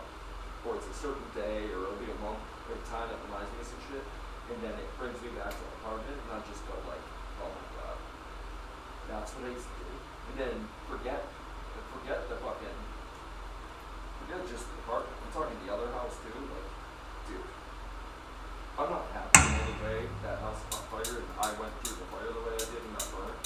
But if any place needed to fucking catch fire and be like cleansed in a way, like, you know, just like kind of in a way, like, not literally, because it would have made a lot of things better than it never had happened, because you know, I lost everything I ever owned, my clothing, like everything. So that sucked. But also, there's so much in that house that I was totally okay with. Like, okay, yeah, you know what? At the end of the day, I'd just rather not have any of that. It reminded me too much of that time in that place, and I fucking hated it. It was some of the most miserable. I mean, that was the time and place where I was. That was gonna be my last fucking memories of this fucking world. Like, that's insane to think. Like, that I would even want to go out on that note. Like, it's fucking terrible. So, that's insane. You know? And it just has so much bad fucking memories. Like, the fucking energy in that house before that shit burned. Dude, you know what's insane? And I hadn't really thought about where that fire had caught. Literally the top of the stairs, at the top of the landing, right there, right where all that shit was going down to. Like, that's exactly where the fire began and carried out and continued to burn viciously there. Like, insanely. And it was in that exact spot where so much shit had just gone down, you know, a couple of years before. And just such a terrible night where people piled in, and it was like such bad energies in there, and just like vibes and feelings, and it's so chaotic in the moments it's happening, and just like confusion and no speaking, just all pure like feelings, and it's kind of like setup and just weird like betrayal and just like such gross energy right there. And I'm not big on like energies and spirituality and everything like that. I don't mean that. I mean like behaviors that like. But because of that, my thing is like, oh, that's fucking wild. Because that is exactly where that fucking house got fired. And that's exactly where the fire stemmed from, that exact spot where it was. And that is exactly where fucking the house burned from. It's exactly where it began. When I looked in that corner, that fucking corner was on fire. And I was like, oh my god. But honestly, I could never go inside that house again. Like, I couldn't. Like, it fucks me up. I don't like being there. It gives me just like such stress. Not only because I went through the fire there and fell and it fucking got burnt and whatever. That part's pretty fucked up for me, as far as stress goes. But honestly, more so than the fire and being burnt and shit, is the other shit that took place there. So, like, it's just such a gross place for me now. And even the outside, the garden area, like, I have too much, it holds too much memory, and also too much, like, disappointment in my own situation. And I fucking hate it so much, to be honest. I hate it so much. And it sucks when it's my own house, and I feel bad being like, yeah, I hate it there, I won't go there. But it's disappointing. And then on top of that, but now, you know, that room that we fucked up so many places, and it was on me a lot, like having separate, like, little micro room or like room, like, it's good to have space in a relationship, but not when you're really not spending much time together to begin with. You know, like, there's a lot of things like, oh yeah, that probably wasn't smart, like separating further from where you're already feeling purely separated. Like, yeah, that was probably pretty fucking dumb. Those kind of things, like, just made some bad moves. Save where she was at. And I think she was when yeah, whatever the metaphor is at that time. Yeah, she had told me, oh, I was already moved on for like a year or whatever. It's like, why the fuck were you still living there, dude? That's the kind of dirty shit I'm talking about. Like, why are you still sitting in the bed? Why are you still also coming to the mail? That kind of shit is fuck. That's where I go, like, alright, that's just extra shit. Like, that's some shit, like, I just want to do with somebody because, like, hey, especially where I was at, I'm like, yo, I'm not doing it. I'm still gonna be there for you though. I'm still like gonna try to get you through your fucking storm. Get you to your shit so you survive. Like, if only one of us can survive here, I'm gonna stay alive long enough to push you ahead so that you get on the fucking rest of the shit. Like, that was my mentality basically in my, like, darkest time.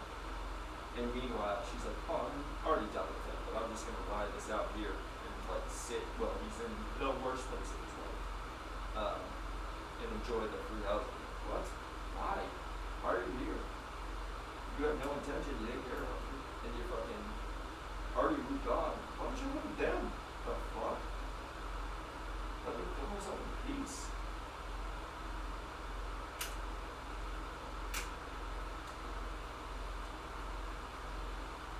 Like, geez, that would have been easier. I assumed that you didn't want you either. I may have misunderstood the arrangement that you guys had. But what do I know? This is Lady Dominatrix, the male conqueror. Chews men up and spits them out. Or is level 8 like that? He's trying to be that. It isn't that at all. It's really just a fucking terrified whatever like this is, but he's really wants to be that so badly because it gives her strength and some feeling of power when she's felt helpless many times in life. That's the important part. I don't like to make fun of that. I actually genuinely feel sad about it. Actually genuinely pretty sad right now. Yeah, that shit's fucked up. Trying to be empowered, like, oh, I hate men. It's like, no, I don't hate men. There's been some really shitty men in your life. There actually continues to be some really shitty men in your life. And if I'm being honest, I don't include myself in that. I think I was going to be a really shy guy, but as far as what I did for your life, like, I caused a lot of stress at times, probably. But overall, I don't think I was a shitty influence for any means, and I also think I provided something for that person at a time when they really needed it. In an integral way. Because, like I said, if I remember correctly, right before I met you, you were in a similar situation, not doing well, and it was centered around breakup, and also parents were concerned, etc. So, like, yeah, you know, that kind of stuff is like, for me, I'm like, yeah, well, you got what you needed from it. Like, it was something you needed from it, and something you needed to feel like a human being. And I provided that. It made you feel a little exciting. It was a little exciting at the beginning, and it was a little different, and you needed to feel welcome. You know, like, you were amazing, but you were. And I should have probably continued that because I still felt like that. I lost sight of myself, so I couldn't continue to do that. But I just feel like you had so much growing to do too. It was so much fun growing to was still so fucking, I felt like I was also teaching a fucking life class at times sometimes. Which I didn't mind. I didn't hold that against them. It was just more like, oh my god, I can't give you life experience. So you're gonna have to go out and get that. And unfortunately, I shouldn't get attached to you because the only way you go out and get that is without me. You know. So I lose this. That's why from the beginning I kinda didn't want to get super annoyed. But then I did. I tried everything. Honestly, I tried pretty much everything. I tried literally saying, like, let's keep this kinda open for your sake. So that you don't have to feel bad that you would never really go out and do what people your age do and fucking treat and wanna have fun and whatever. We'll just keep it kinda casual and I'll be there for you, and if anyone ever talks with you or anything, I'll be more than happy to be there for you. And if you ever need anything from me, I'll take care of you like that. Like, but it's probably not like the whole love thing, because I feel like the only person who can really, really lose at the end of the day in that is me. I should have stuck with those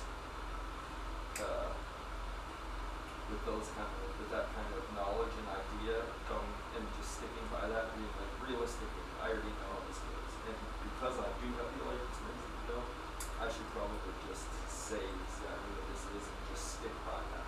Instead of giving anything assurance, I should have just been like, let's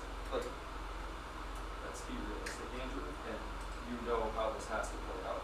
Even if it goes the best it does, you know how this has to play out because you've seen life play out in so many different sectors. You don't get around this. It doesn't, like, there is no shortcut around this. Like, everyone needs to have it, they're gonna have it. So it's like, let's be real. But I got clouded and I made that decision because I couldn't just be real with myself. I had to be like, yeah, but it could work, you never know. Or, I don't think I did that. What I think I did was ignore it and worry about it later. Like I did so many other things in my life at that point. I was just like, well, I don't have to worry about that now. And who knows? Maybe I won't even catch feelings. Like, you fucking idiot, dude. Instead of being like prepared and just going when it was easier to say like, nah, let's not this. I instead was like, let's just see how this plays out. I'll go fine, like whatever, you know. But realistically, I always knew, again, the only person that can go really actually not great for is me. So, what the fuck are you doing here? Like, why are you taking a fall for somebody that at that point you don't even know? Why are you taking a hit and giving to somebody's life and taking the hit? And they ended up getting more than they actually wanted by the end of it for sure, but taking a hit and like losing, like actually suffering in some ways to give them like some experience, some little bit of chaos and just like kind of different shit in their life when they needed it, and they just needed, honestly at that time they probably needed something that was totally different from their life, and I think they got that for a while. They at least got it for a while. And that's cool. But I'm an entertainer, fuck it. I'll take it. I'm an entertainer. If nothing else, I'm an entertainer. Fuck it, right? No? Fuck it, dude, provide a service. Rather than fucking role play in that sense, I would rather just been a fucking gigolo, a fucking whore. Instead, I just was role play for like life experience. Hey, can you take me to a bad neighborhood? Sure. You know, you protect me when I feel scared in a bad area? Yeah, I guess. No, that's obviously I'm totally fucking kidding because if I was more like engaging all the time, all the time, I totally would have been. I was just, I mean, I think anybody who's ever been depressed or hates themselves understands, like, oh yeah, hey, the last thing I'm trying to do is not when I literally am disgusted by myself and I hate myself more than, pretty much everything. So yeah, the last thing I'm trying to do is like, although it's good, I can fucking take care of business. I don't want to. That's in fact one of the last things I want to do. For a number of reasons. That kind of thing, like, yeah, that's tough.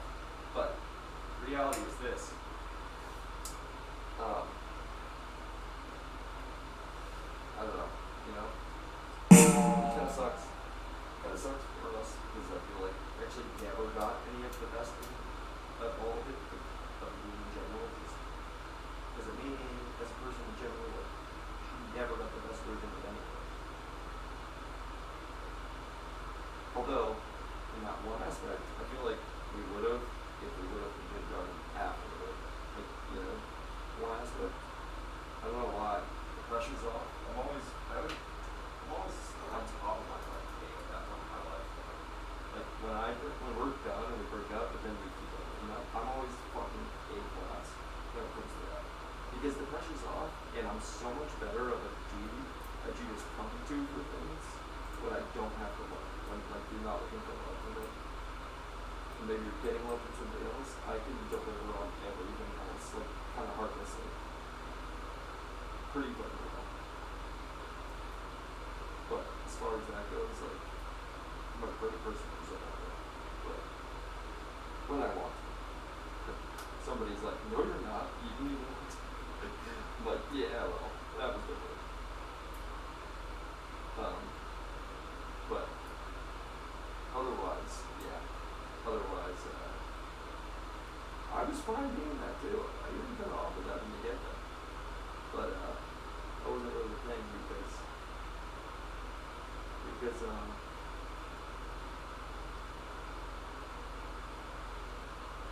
yeah, no, because fucking I was also playing the counselor. Well, that could have been kind of cool. People are always trying to fuck the counselor. Fucking therapist. You're alright, we'll play for you.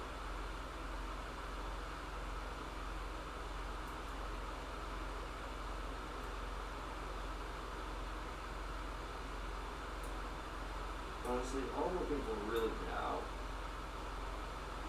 there's no love at this point. Just some chick who wants to build all the things comes in and make some money. If you need a partner and you want to film a good camera friendly partner that wants you when you want to film like an OnlyFans content and you're a hot one, just really no commitment and no judgment. Well, that's what I'm kind of looking to get on board right now. I'm not looking for relationships. I'm not looking for anything. If you want to be a partner in fucking OnlyFans, you should. I mean, I'm not even looking to really take that to me. I'm just saying, like, I can bring something to the table. I'm in a band, I tour, people are going to see. Probably help my fucking, also help my making the road very easily. You can already see what's up. And then also, just I'm a pretty good performer on camera. I feel like I'm a pretty good camera performer. Been on camera before, familiar with angles, familiar with things like that. Very professional. You know, what happens to happen, that's up to you. But I can definitely stay at this point in my life. But if you're just looking for somebody to match well with and like look decent with for your videos and some video shit, make some extra money out of your pocket, yeah, sure. I would take an OnlyFans definitely at this point. I'm not saying like I want to see you out on OnlyFans, I don't go on that. I'm just looking for like, I need to make content. I want to make, we'll make some content. I'll continue to drum and go on tour. Something to do, something to keep busy with. Have a cool kind of little business. It's odd. We'll probably look good together. Plus, if it's like business, I'm down to just do whatever the fuck you do for the video. Or whatever role. If you want me to be Australian, I'll be Australian. If you want fucking Russian, I'll be Russian. If I need to learn like 8 months of a language on Babel, I'll do it. No, I won't. I'm totally kidding about that, but I will be like, alright, yeah. So where's the furnace? I reckon where's your furnace in here? You said you need the goddamn furnace fixed. Like that kind of thing, you know? But then you shouldn't have probably told my number's not our game line, you know? And then you're like, well, I don't know. Like, maybe you need to think about it. Give me a call back when you're ready. I'm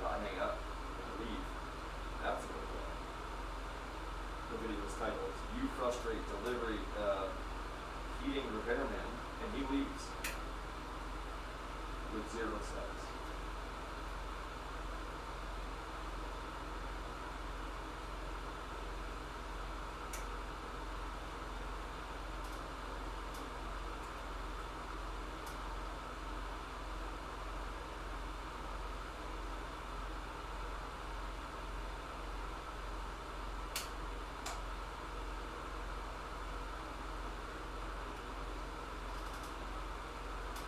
Dude, okay, kick this fucking shit into overdrive, you fat bitch. I can also do that kind of stuff into deprivation.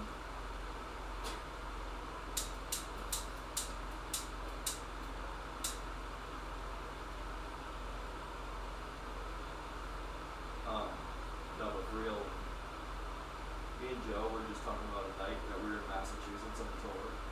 And I'm from New Hampshire, so I actually know people in that, general area. And one night on fucking tour, we were just like Tinder, like I was Tinder because we were staying over, we were at his like aunt's building house, and like we were gonna be there for a couple days. So when we're like stationed somewhere for a few days, then Tinder will come out, whatever.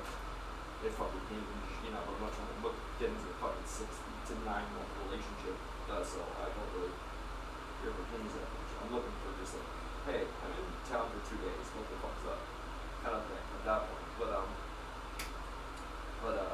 So literally just, I got drunk that night, and I haven't been drinking like, at all. I almost never drink, to be honest now, unless I'm like hanging out with people who are like partying or like meeting somebody, spending some time with somebody. I might have a few drinks, but like, it's like really rare that I drink. I almost never do. I just don't feel like it. But so we got, I was drinking a little bit, and we drank Jameson out in the van, and I passed out. I got drunk for like 45 minutes, because I hadn't been drunk in a while. And I drank a decent amount quickly, but I had no like desire to continue, because I know they were gonna give up, and they weren't gonna drink anymore. So if the guys are drinking all night, I'm not going to the extents I go when I drink, which is deep. Because I just go deep with anything. That's just how I am. I was trying to party, so I've only kind of bailed, and I was on Tinder just fucking swiping like insanely. Like just like, yeah, sure, I guess. My standards by the end of that, like when I started getting buzzed, and by the end of like when I was kind of nodding up, passing out in the van, because I was also tired, my standards were dropping lower and lower, and every time I kind of wake up, I'd look down and be like, what the fuck, dude? There's no fucking way I would be okay with that if that showed up here. And I was like, I swiped on you?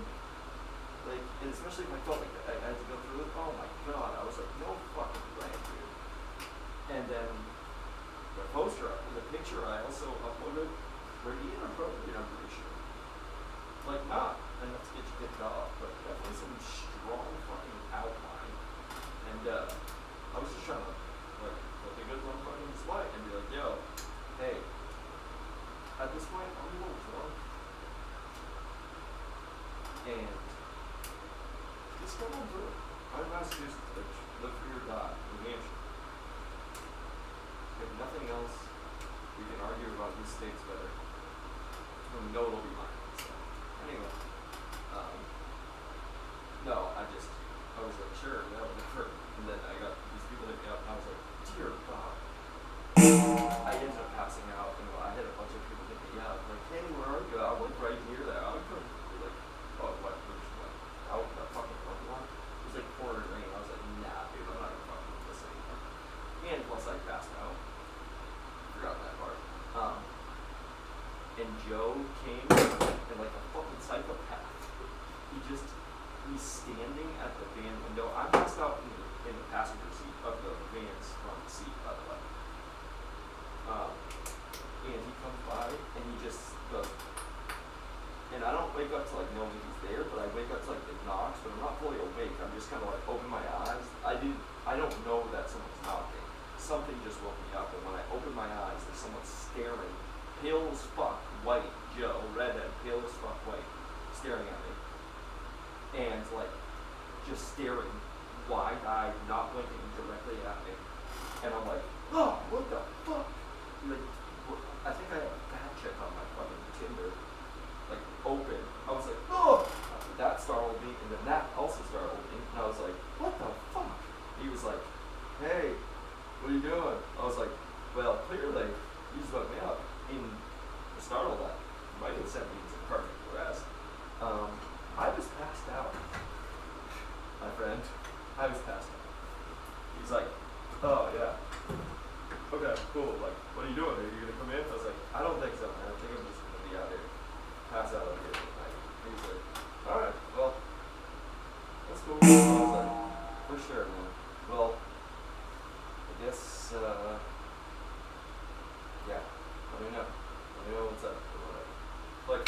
I was so fucking bummed. Like, I was like, yeah, I mean, okay, it's fine. Like, yeah, I'll just be out here. I'm not really doing much, you know, kind of thing.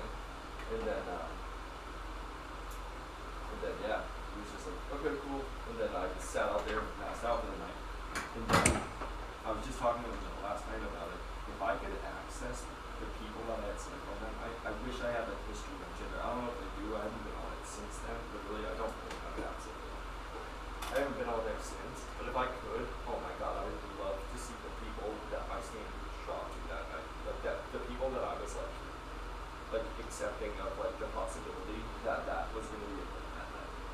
I would love to fucking see it, because I'm not joking when I say, like, bro, I was taking some fucking chances. I was taking some chances that never in my life would I have taken.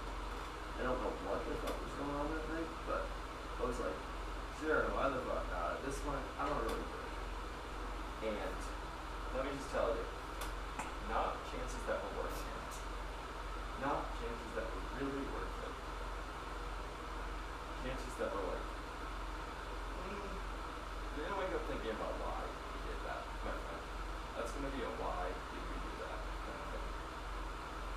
I feel like, you know, it's kind of felt like there was no real upside to it at that point. But, you know, things happen. Things go the way they do. So this is, so the thing about this is, what I was thinking is, I can still have this here, not change it at all. Take this, and if I do that, that would go here, this would pull down that, right? So this would stay there. Put that back on. No, that wouldn't work. Because this is, well, I have to get that on, and I don't want to fucking do that. I actually can't do that. So what would happen there is, this could essentially go there. No. I think honestly it's just easier to pull it as of right now. I can fix that later to clear it up. I think it's easier to pull it. I do. That's what I'm standing with. That's what I'm going with. I think it's easier to just pull it and fucking say fuck it on this stand for now. And keep it off on the stairs just with the some shit when you needed it the most.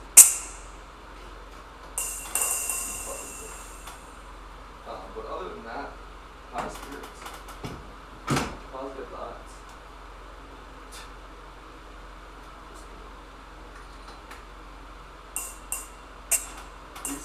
Please tell me what I'm missing here. What's gonna go wrong and you go like, oh, duh, why the fuck did you think that would work? Please show me. I want you to show me the way. You've ever don't get wrong.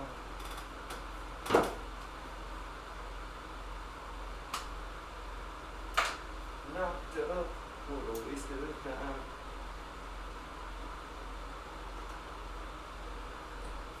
Alright, let's try this. Yeah, that's a much better spot, honestly. Let's see. Not against this game, just for the fuck of it, because I mean, let's see. Let's see what the fuck.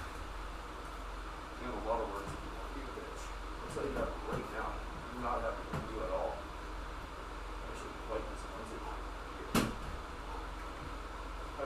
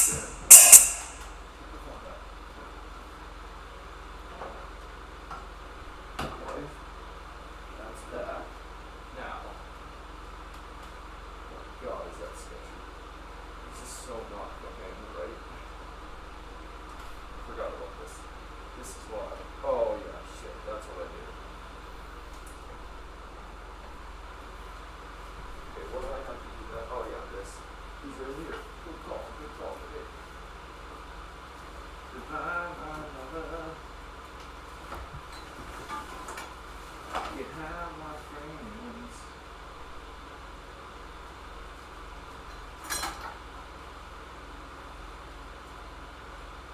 It's so fucking fun.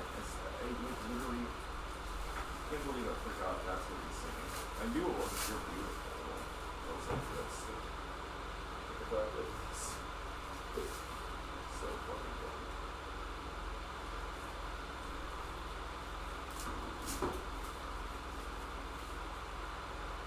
I love like turning something on to purposely try and feel sad. It's hilarious to me. But it's so funny. It's like it does sound feel like very believable.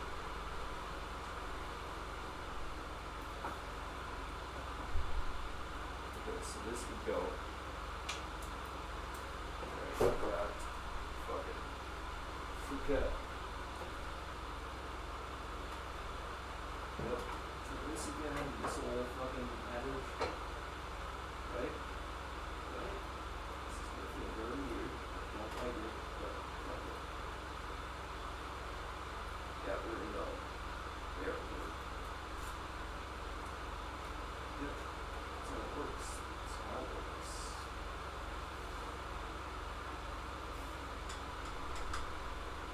Okay, that's weird, but it's not how it works. Fuck you. Okay, so that stays with that. Do this. Okay, that's 1, 2. But on my shoe, don't fuck. Alright, try that. Those can't look anymore until you cut that. Dumb bitch.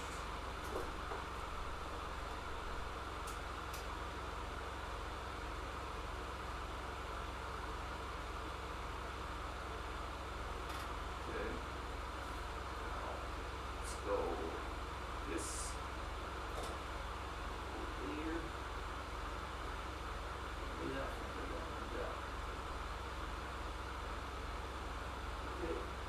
That works. Now, smart, very intelligent, That's some dumbass shit.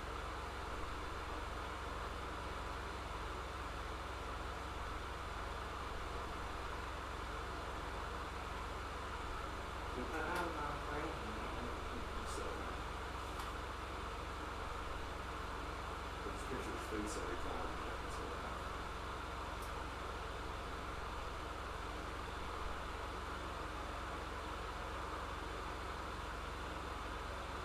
Okay. That works. Let's see.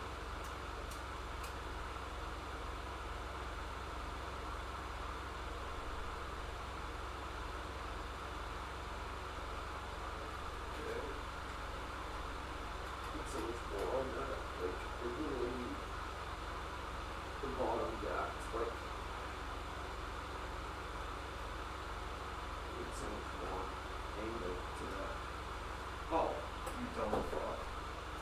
What are you doing? You have the answer right here.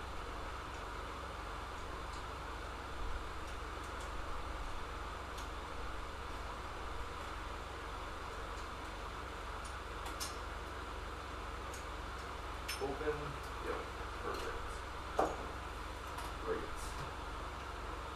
Right there.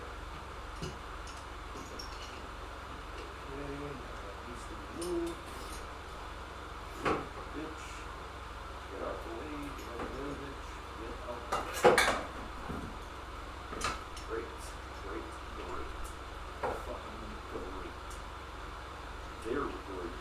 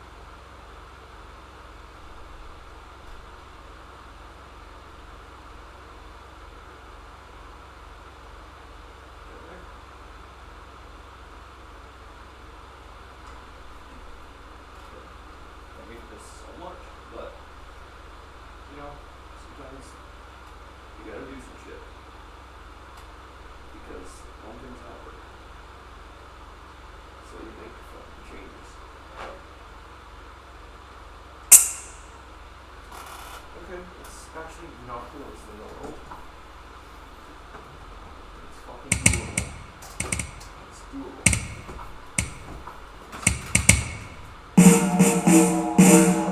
Fuck up. Dumbass.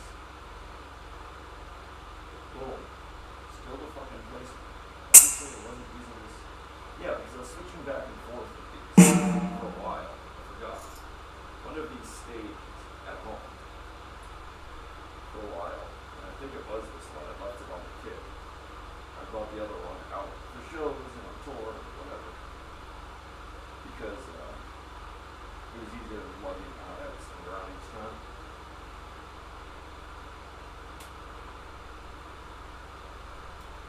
It may actually still be the case that I might find here, so who knows. It's a little rough on it, but it is opening and closing, so.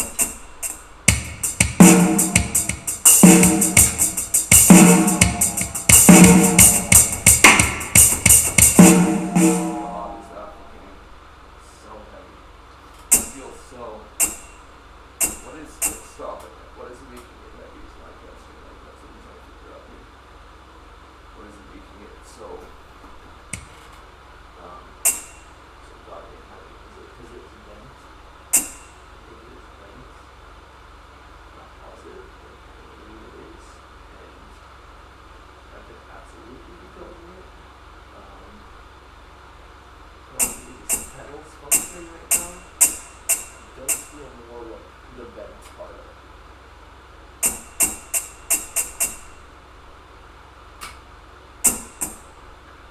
Yeah, that's sort of what it feels like, but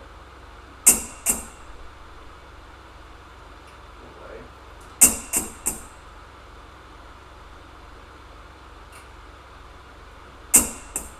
Yeah. Yeah, I would have to say that's more of what it is.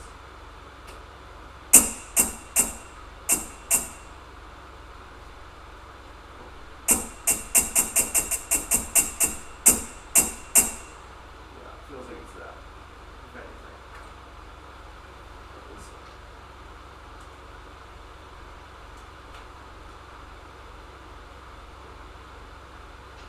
Look at that part, so you can see that. Get that the fuck off. That part sticking out is probably not helping, I'm pretty sure, but what the fuck is that?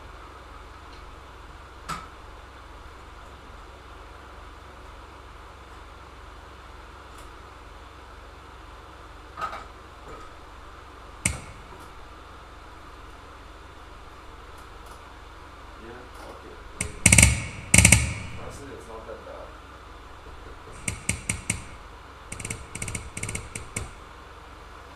It's really not that bad. I honestly really wish that I thought of that solution fucking hours ago.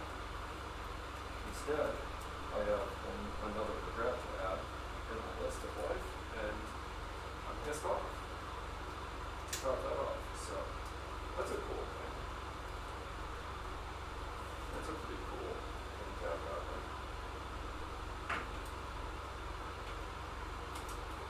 Don't like that, that's for sure. Yeah, hate that in every way, almost every way. That's tough.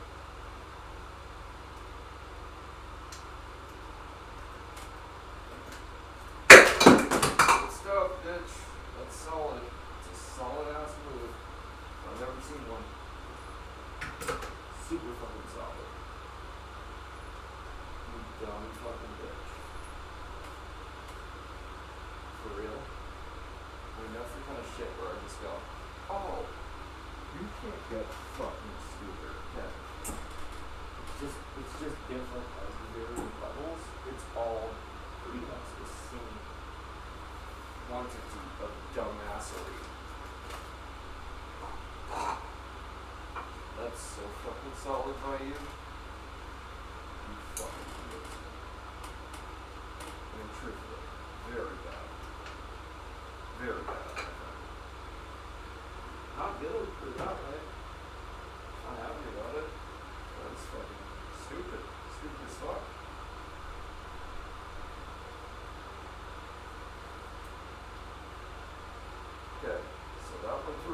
again, drop that now. And just shut the fuck up. Pretty simple. Okay. So that goes there.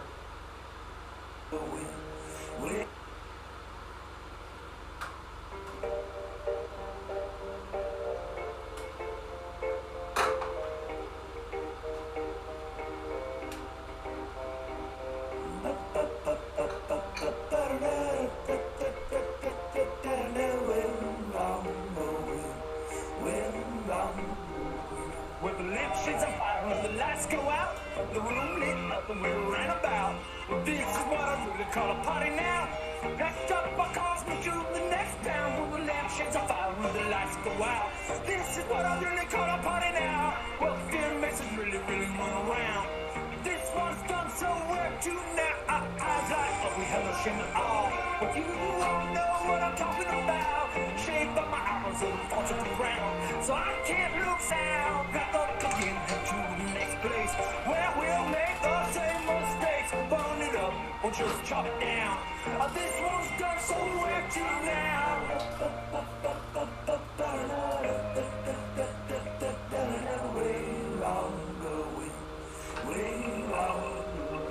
With the lampshades on fire, when the lights go out. This is what I really call a party now.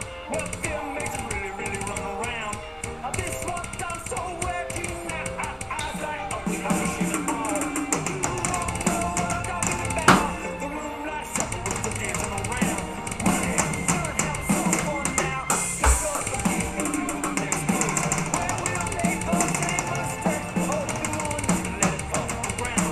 My life is going when it almost out.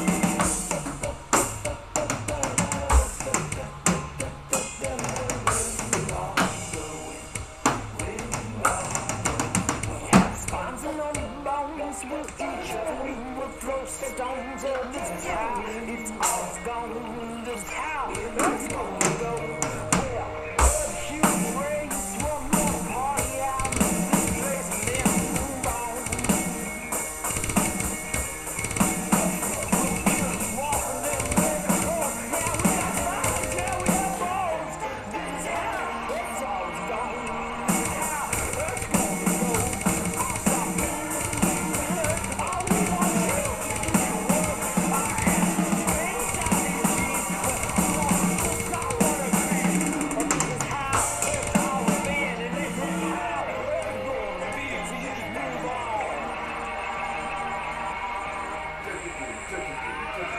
Yes, I'm fire, so now better find another one 'cause this one's done. Waiting for the magic of the scientist look. Push, push, push, push, pull us up. Spend some time floating out in space. Find another planet, make the same mistakes. Some minds are shattered when we climb aboard. Hoping for the scientists.